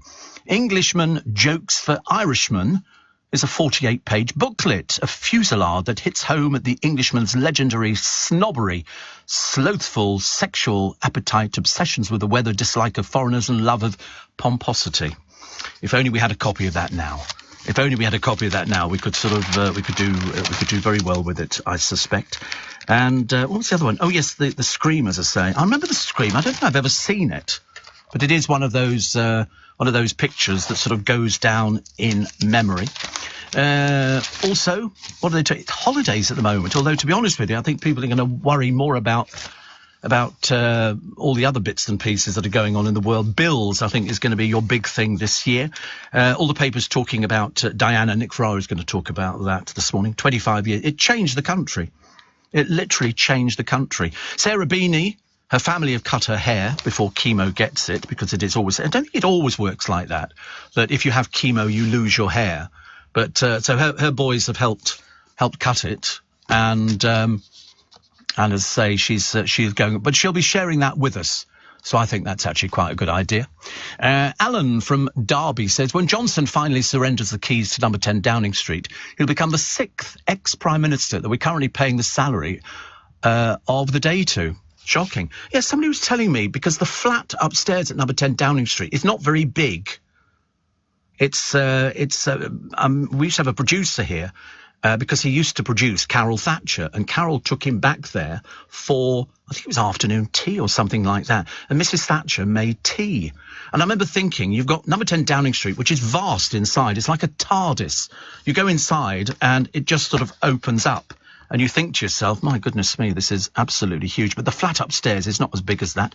My friend Dan says Costco in Reading, currently having a petrol station put in, completely ruined the layout of the car park whilst installing. And he says hopefully open by November. Costco Bristol, when he's working there, he pays $153.9 in Costco Bristol, which is, I mean, phenomenally cheap compared to what everybody else has been paying. We've all been paying different amounts of money. I think I paid about $1.75 or something like that the other. Whatever it was a lot better than when it was £2 something, which it had been on numerous occasions. And then we were told it was all going to be sort of reduced in price, and it never quite got round to being reduced in price. Bit of a shame, isn't it, really? But we do get there. Although it doesn't seem to stop people driving. The roads are still as busy now as they ever were. And yet you would think, I was saying to my driver this morning, I thought that when they had the congestion charge brought in, then it would be a case of nobody would come into London because it's so expensive, you know, to have the congestion charge. And then you got the other thing as well. And nobody was too sure about how it was all going to work. But I thought the traffic would halve, at least. But in fact, if anything, it seems to have got more and more. Definitely. Insurance customers are being urged to haggle. I wonder how many of you do. Probably not as many as you would think. I mean, I sort of tend to go a lot. The only time I ever haggled, and I didn't really haggle, I just said I was taking my insurance elsewhere. And I went back to one company, the company I'm with at the moment, because they said, oh, it's going to be this much a few years back. And I said, oh, I'll have to look for somewhere else. I said, because it's become too expensive. And he said, well, give me a few minutes. He came back. And of course, you know how it's going to work. They basically sort of come back and say, it's okay. We'll reduce the price. And so it's worth doing. You know, I mean, you could be paying too much for a loyalty penalty ban, because sometimes people who join an insurance company, and Which did this survey, so you know it's okay. People who join it don't get the deals that people who've been with it for ages get. So you've been with an insurance company for ages, you think loyalty pays. It doesn't necessarily pay. It really, it's a bit of a shame, really. So new people, to attract new customers, they offer all sorts of deals, and it doesn't quite work for us. You almost need to leave the company and then go back to it. Rebecca Vardy's former agent Caroline Watt is reportedly being wooed by 3 streaming giants to give her side of the story in the Wagatha Christie saga. Jane Moore says in her column today in The Sun, hang on, if she refused to cooperate with the trial because of concerns over her mental health, how come she can supposedly assist a documentary maker? I suppose you have to ask that question, although I for one, can't wait to see what she's going to say. I really can't. I think there is so much that's going to come out here. Everything that you heard in the court thing, not that I followed it in any way, shape or form. I was just amazed at how long it took. It just seemed to take for ages. It really did. Female visitors to Warwick Castle have been lusting after a handsome jouster. Have you ever been to these castles where they do jousting? They do this recreation. It's like the Sealed Knot. They recreate battles and people sort of book them. Because when I bought a house in Staines years ago, the bloke who'd owned the house used to dress up as one of these medieval soldiers because the back shed was full of shields and swords and all. Most bizarre. I thought he'd come back and take them. And he did eventually. And I'd said, what's it for? He said, oh, I'm a member of the Sealed Knot, who were very famous. I think they were the Roundheads and the Cavaliers. And they sort of went round and they dressed up and they lived the part. Seems okay, doesn't it, really? Well, I suppose so. I don't know, to be honest with you. Parents were left gutted after spending £2,000 to watch diversity dance for just 5 minutes. £2,000. Oh, so the people here paid £2,000 for a family break to see them dance in Bognor Regis. And she said we had to watch them running around playing games. Not enough dancing. That's a lot of money, isn't it? I mean, how much does diversity charge? Butlin said it reflected diversity's evolution away from dancing. A spokesman added, the show involves music, games, as well as plenty of dancing, which is clearly highlighted to guests online and via the app. I know, it must have been a big family if they were going and they spent £2,000. Crikey. And a TV ad for Persil, which is the washing liquid, has been banned over misleading claims it's kinder to the planet.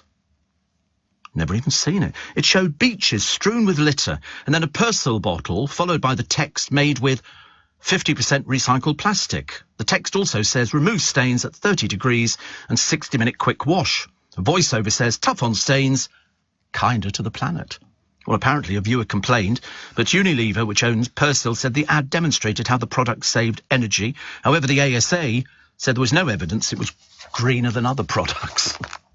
I believe everything these people tell us. You have to when you're watching all these adverts. You think, oh, yeah, that's right. That's how it works, isn't it, nowadays?